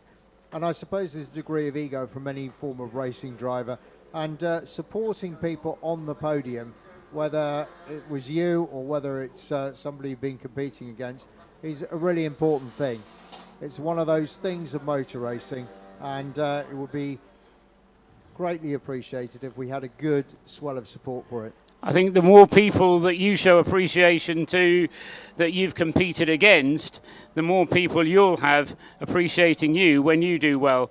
And that goes whichever class you're running in, whether you're running as a Citroen C1 or whether you're running as a Class D solo entry or even in a relay team. And yeah, I mean, Mission Motorsport is all about the event. It's all about what does James Cameron keep on saying? It's all about supporting each other, and yeah, I mean, that's just part of it. So yeah, end of the race, let's get down. I hadn't realised what was going to happen for podium presentation, so let's hope that the weather conditions remain as good as they have been. We've been blessed with relatively mild weather. You've been here a number of years, Andrew, and November at Anglesey, well, it's a roll of the dice, isn't it? Well, absolutely it is, Paul, yeah. Roll of the dice, put the ball in the carousel, that sort of thing. Yes, and my goodness, have we been treated some good racing conditions this year. Normally, it's absolutely blowing a gale at some point during the racing. I guess we got that during testing and qualifying, but for the race itself, and even the club sport race yesterday, you know, the conditions, okay, they're never going to be absolutely ideal in November, but relatively mild, still air for the last 2 days. Even the sea is playing ball with us at the moment, and I can only imagine this is James Cameron having cast his spell over it to ensure that we get some decent weather for a change. Yeah, he does have, he has a lot of contacts in high places, so yeah, I think yeah, and somehow he always manages it for the remembrance service as well. Whatever the weather has done on Saturday night, somehow it always seems to brighten up on Sunday for the remembrance service. So must be friends in very high places. Yes, quite. It's not who you know. It's no, not what you know. It's who you know, isn't it? So they say. Little bit of a lock-up momentarily there. I noticed from the George Grant Mazda, the Clapham North MOT car, just looking down at what's happening there. Still, it's Neil Chisnell leading the way. George Grant is a lap off, and having been quicker, George Grant isn't quicker anymore. So I have to say, just over a quarter of an hour of the race going, quarter of an hour of the race to go, that Class B looks as though it might be turning towards the numbers racing car, number 67. So it's quite remarkable how far up the order that car has got. 13th overall for George Grant, 12th overall for Neil Chisnell, leading Class B. And amazingly, I know you're not in charge of organising the classes, Andrew, but the Class B leaders are all ahead of the Class C cars, and it's Class C is supposed to have a higher power to rate ratio. Yeah, it's interesting how that's worked out. And actually the class system looks to be well balanced, doesn't it, Paul? I mean, sometimes you look at classes and you think, how can that car be in the same class? It looks as if it should be a lot quicker. In this case, all the cars in each of the classes seem to be pretty compatible, as well structured. Yes, in terms of the battles within the classes, absolutely, I agree with you. And so they all get the power outputs measured. There's a list in the supplementary regulations of approved measurers of power output. You go along, get your car measured. It then gets weighed when it gets here. You then do a simple bit of arithmetic, brake horsepower per tonne. Therefore, you go into whatever class you should do. Resulted in a few last-minute changes. Indeed, George Grant got changed from being a class, what was he supposed to be in? Yes, he was supposed to be in Class C, and then was shifted across to Class B at a relatively late stage, unless it was another program error. But anyway, so, but echoing what you say, it is certainly true that we've had some good battles in the classes, and good to see, just to emphasise what I was saying earlier on about the main class, Class D, that first, second, third and fourth are all Class D cars. The first are the relay cars, which run pretty much to the same regulations, but the first of the relay cars back in fifth place with car 88, the four-car team of breakdancers, the Lotus Elises, which is degenerated, I think is the only way to put it, into a single car entry, but nevertheless is a relay. I just wonder whether Bailey Edwards wouldn't want to go out and have a go in the yellow and black car, or whether with the demise of his own car, he's let his father get on with things in the yellow and black car. Anyway, 34 then second in the relay race currently with the ES Motorsport team, and then the number 61 Caterham team, Oliver Smith, currently at the wheel for AOPF Motorsport in 7th overall, but 3rd in the relay race. Paul, looking at the 116 trophy cars 17 and 18, that's the two Forces entered cars, and they're out together on track at the moment. They've just been separated now by a C1, but they were just dicing with one another. One of them having slowed now dramatically, but they were it was looking like a proper race out on the circuit there in 116 trophy style. Yes, I think particularly when you get to the Interforces battle, it kind of gives way to all kinds of rivalry. That was RAF versus Navy, wasn't it? RAF versus Engineers, maybe. Something like that, yes. Yes, a lot of friendly rivalry, friendly banter between the three of them. I seem to remember... There goes the RAF car now, the 17... the Army car. The RAF car seems to have disappeared. Oh, it's coming into the pit lane. So maybe there's an issue then. Oh, either that or... Because it was right with the Engineers car just now, but here it is into the pit lane. Yeah, and that this late into the race, as far as I read the regulations, refueling not allowed in the last 15 minutes. So I'm not quite sure if we can see over the edge of the roof, Andrew. You're not quite constrained by wires as I am. What can you see? Is that refueling going on at the top of the pit lane then with the 59 car? It certainly looks like it. 59, Paul, that's is that fuel going in, or is that just a driver change? There is fuel in a canister there. Yep. Remember, this screen is late. So, as I say, my understanding was that the last 15 minutes you weren't going to be allowed to refuel, but whether that was a rule that has been rescinded. Wow. Whether that was me getting myself confused wouldn't be the first time, but we are within the last 15 minutes, and there certainly was a fuel can there, but I can't say for sure that they actually put fuel in. But that's the Mazda 59.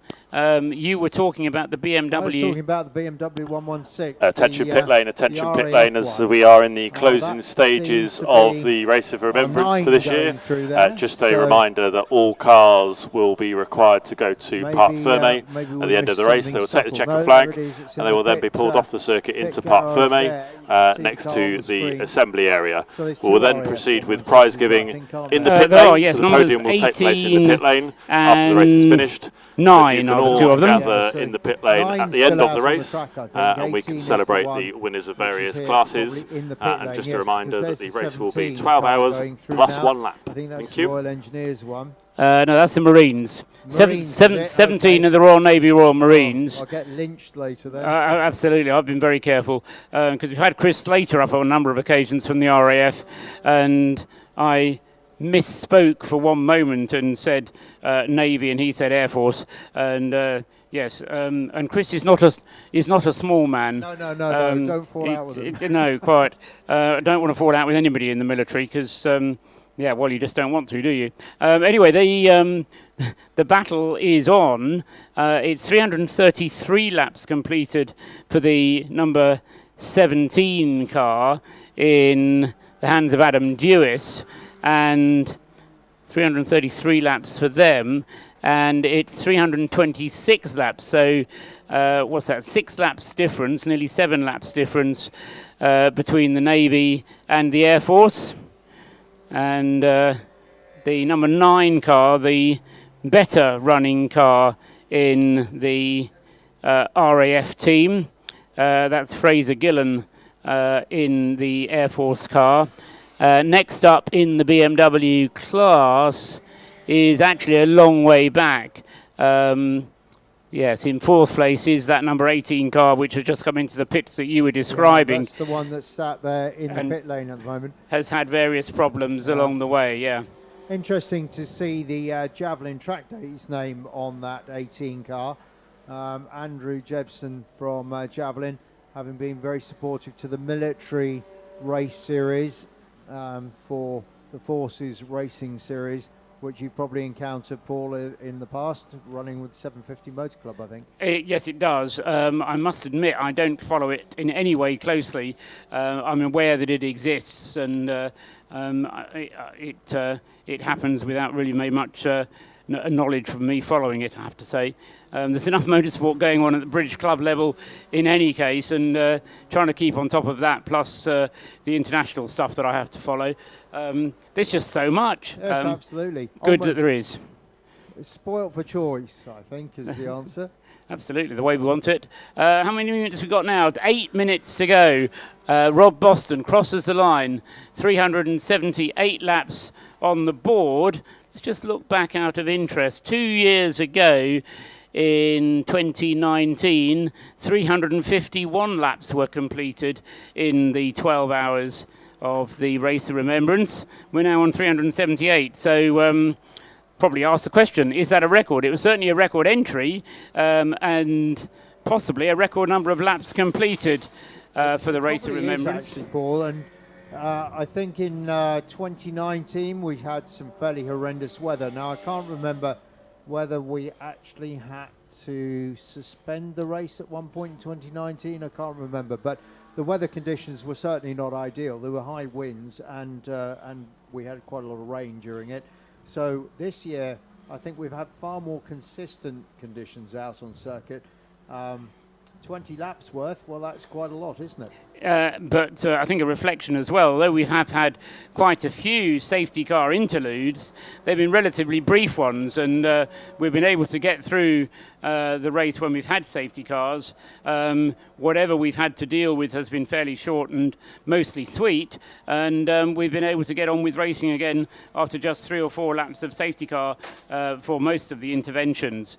So Yeah, good to see so many laps completed. Rob Boston looking pretty unassailable. His lap times, I mean, it's amazing looking at the lap times this late in the race. 1 minute 40.5 for Rob Boston on his last lap. 1 minute 40.6 for Lee Bristow on his last lap. 1 minute 40.1 for Steve McCulley on his last lap. So very closely matched in terms of the current lap times that they're doing. And yeah, they're not going at full pace. They know they're in the last stretch to home now. And really, they just want to keep going, make sure there's nothing funny going on. And the engine notes right and it feels still right, and all those things that run through your mind as you get towards the end of the race. Is it rattling a bit more than it did earlier on? Is that vibration that was happening earlier on getting worse? All those kind of things that run through your mind. Yeah, absolutely. You can imagine it, can't you? 370 odd laps into this, or 380 laps is going to be in excess of. Yes, you're absolutely right, Paul. You've got so used to the car over that period of time, haven't you, that it only takes a minor blip to make you get a little bit queasy about whether it's going to make it to the flag. And we're going to make it to the flag as well, in daylight, but in increasingly or ever darkening conditions. I said earlier on, by 4:30 it will be dark. Well, here we are. It's 22:04 and just getting darker and darker, but still fit for racing, no question about that. And just to repeat, as Andrew said a few moments ago, the plea from the BRSCC that as far as possible, if you are in a position to get yourself to the podium in the pit lane, to show your appreciation to the race winners, and there will be lots of them, of course, because we've got so many different classes. Everybody who finishes is a winner in their own sense, and indeed a lot of the people who have participated in any way in this race is a winner as well. I mean, there are so many stories to tell of overcoming adversity in the race, but none more so than Rob Boston, Peter Mansfield, who have had such a good race. Coming up towards the end of the race, it should be 12 hours, and at the completion of 12 hours, the idea is that we'll get a last lap board. And just looking at the time elapsed, that's going to go quite a bit over 12 hours when it actually comes to the final reckoning, but let's not worry about that. Rob Boston leading the way. Lee Bristow a lap behind, just 1 lap behind. 3 laps further back, Steve McCulley with the Rocket Racing Caterham in 4th place. Looks like at the moment, Andrew, it's going to be the 777 car. And what a good run that car has had. The paddle up with Love Car's team. We've hardly ever had to talk about it because it's just stayed out of trouble. Joe Priday, Freddie Chiddicks, Danny Holland and Paul Woodman, the drivers. Fred Chiddicks is the driver of the car who's going to get the honour of crossing the line. But the 777 car has had a very good but quiet run, the sort of run you want. Absolutely, and the car that's going to finish this race on a real flourish is actually the 97 Rocket Racing car, because that's fastest lap 140.006. Slow this time because it was held up in traffic, but the lap before it was nigh on its fastest lap pace. It was on a 140.3, so only 0.3 away from its ultimate pace, which is pretty good going after all this length of time. I was going to say, and shows there's not much wrong with the car, I guess. If it can still be turning in lap times close to its best, having been thrashed to within an inch of its life for the last 12 hours. And of course, in terms of time elapsed, it's been more than 24 hours. We had a 12-hour break overnight and about a 40-minute break in order to enable the service of remembrance to take place. But apart from that, it's been a non-stop, action-packed race, not full of incident, but full of action in various different quarters. There's still little tussles going on around the circuit, aren't there? If you're on the case trying to get through all this, you're still going to come across little clusters. So 53 cars starting, Paul, as you said, and a huge number finishing, and they're all anxious to be right in the mix at the end. Yeah, just doing the sums, I reckon we've lost 10 altogether, either through missing in action or being stuck in the pits. So out of the 53, I reckon we're going to get 43 crossing the line and taking the checkered flag. If you want to count them up as they go through, well, you certainly can. There they go then, crossing the line now, going on to his penultimate lap now. Rob Boston then at the wheel of the number 19, Rob Boston racing Lotus Elise. Started the race from pole position. He was top of the heap in day qualifying at the end of Friday's qualifying. He was top of the heap at the end of Friday night's night qualifying. He was top of the heap at the end of each of the segments on Saturday night at 9 o'clock when they interrupted the race for the remembrance service. He was top of the heap again, and it looks like within a couple of laps it's going to be Rob Boston top of the heap again, Andrew. Well, you would say he came here with intent, Paul, wouldn't you? A little bit of reputation to maintain, and intensely competitive spirit from Rob Boston. So, yeah, well deserved to be leading this in the last 20 seconds of the race. Yeah, so as I say, the last lap board will be shown next time Rob Boston crosses the line. Everyone else will then get one more, and then the checkered flag will be displayed. And here he comes. No, that's the wrong car, waiting then for the Lotus Elise. When Rob Boston turns the lights on, the car is difficult to miss, but without the lights on, it's a bit more difficult to spot. Here it is, coming down into bus stop now to cross the line, and there's the last lap board going out. Rob Boston sees that. Hope he's got enough fuel to get him round this last one, and all those little rattles that you hear aren't rattling too loudly. Appropriately enough, as they go through there, Andrew, the second place car, Steve McCulley, the third place car, I should say, Steve McCulley, is not far behind the race leader. No, absolutely. So you'll be getting a tow on the final lap. Or maybe Rob Boston will have just backed off a little.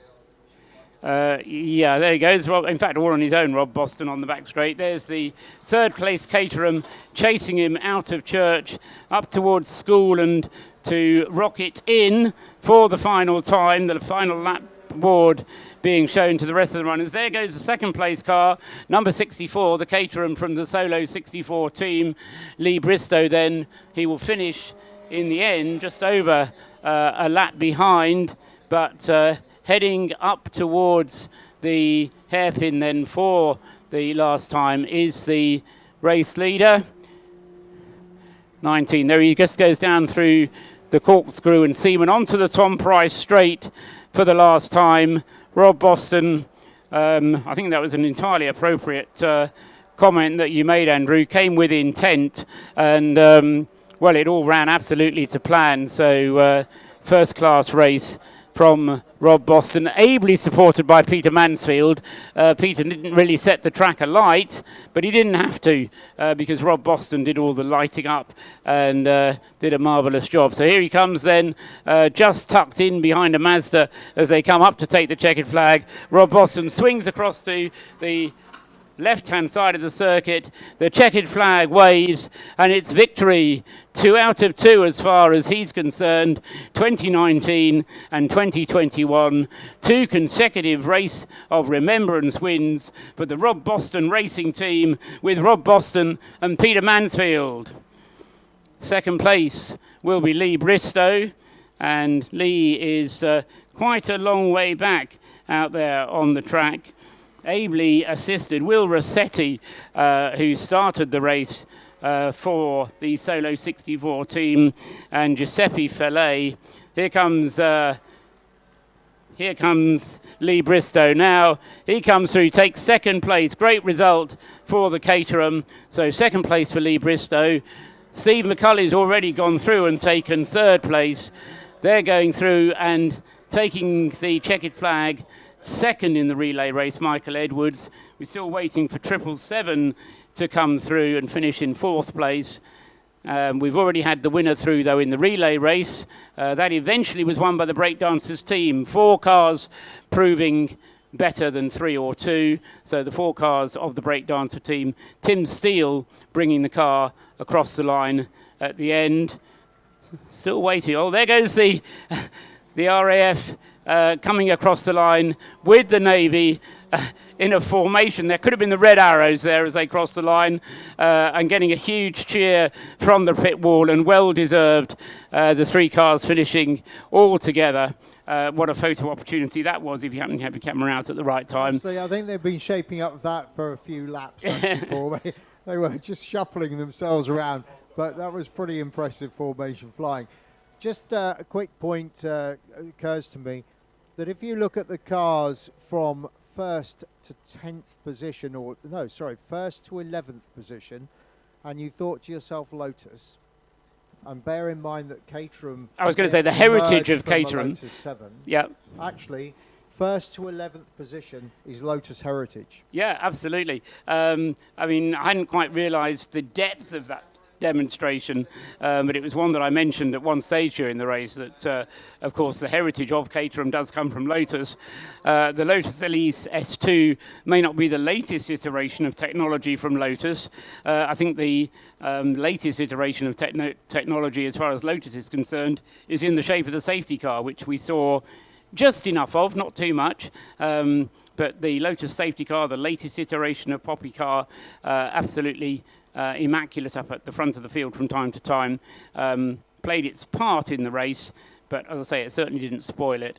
But yes, an interesting point and well made from Andrew there of all those Lotus and Caterham cars up at the front. The first of the Mazdas was in 12th place overall, leading and winning Class B, being the number 67 numbers racing car, which was driven at the end by Neil Chisnell, and that car then shared with Matt Pitford, Kevin Sylvain and Clive Chisnell, the other member of that driving team, then winning Class B by a lap just from George Grant and Nick Rutter with the Clapham North MOT team Mazda. So a Mazda 1-2. Attention pit lane and paddock, attention pit lane and paddock. Prize giving will take place in the pit lane shortly. Prize giving will take place in the pit lane shortly, so please gather in front of the podium, which is in front of the race control building. Thank you.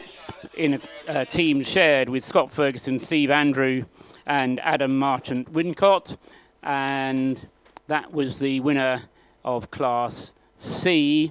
And in Class E, the BMW 116 category, that was won by car number 199, Patrick Scharfegger, Simon Killam and Stephen Bezic, bringing home the honours.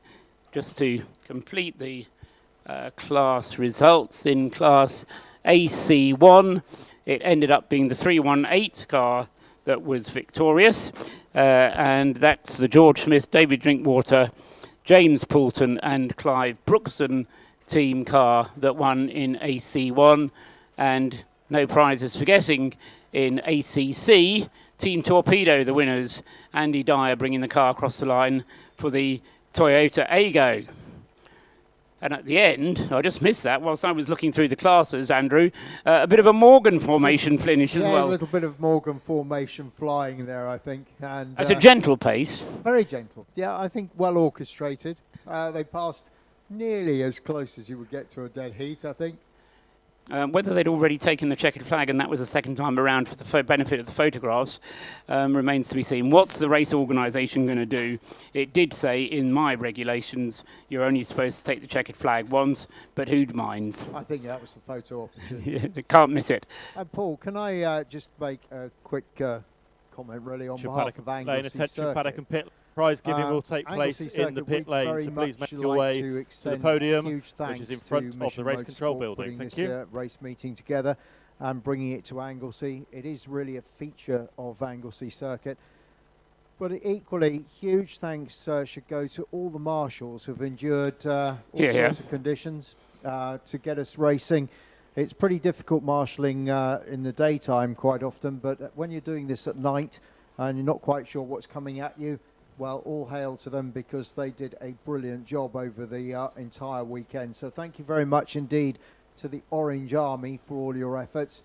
The recovery guys that got us out of a few holes along the way and getting cars off the circuit to keep the racing going smoothly. The unsung heroes of quite often the paddock area, the medics, who never really get a mention, but without a medical team we wouldn't have a race meeting. The circuit staff who keep the place ticking along, emptying the bins, serving the petrol and all the rest of it.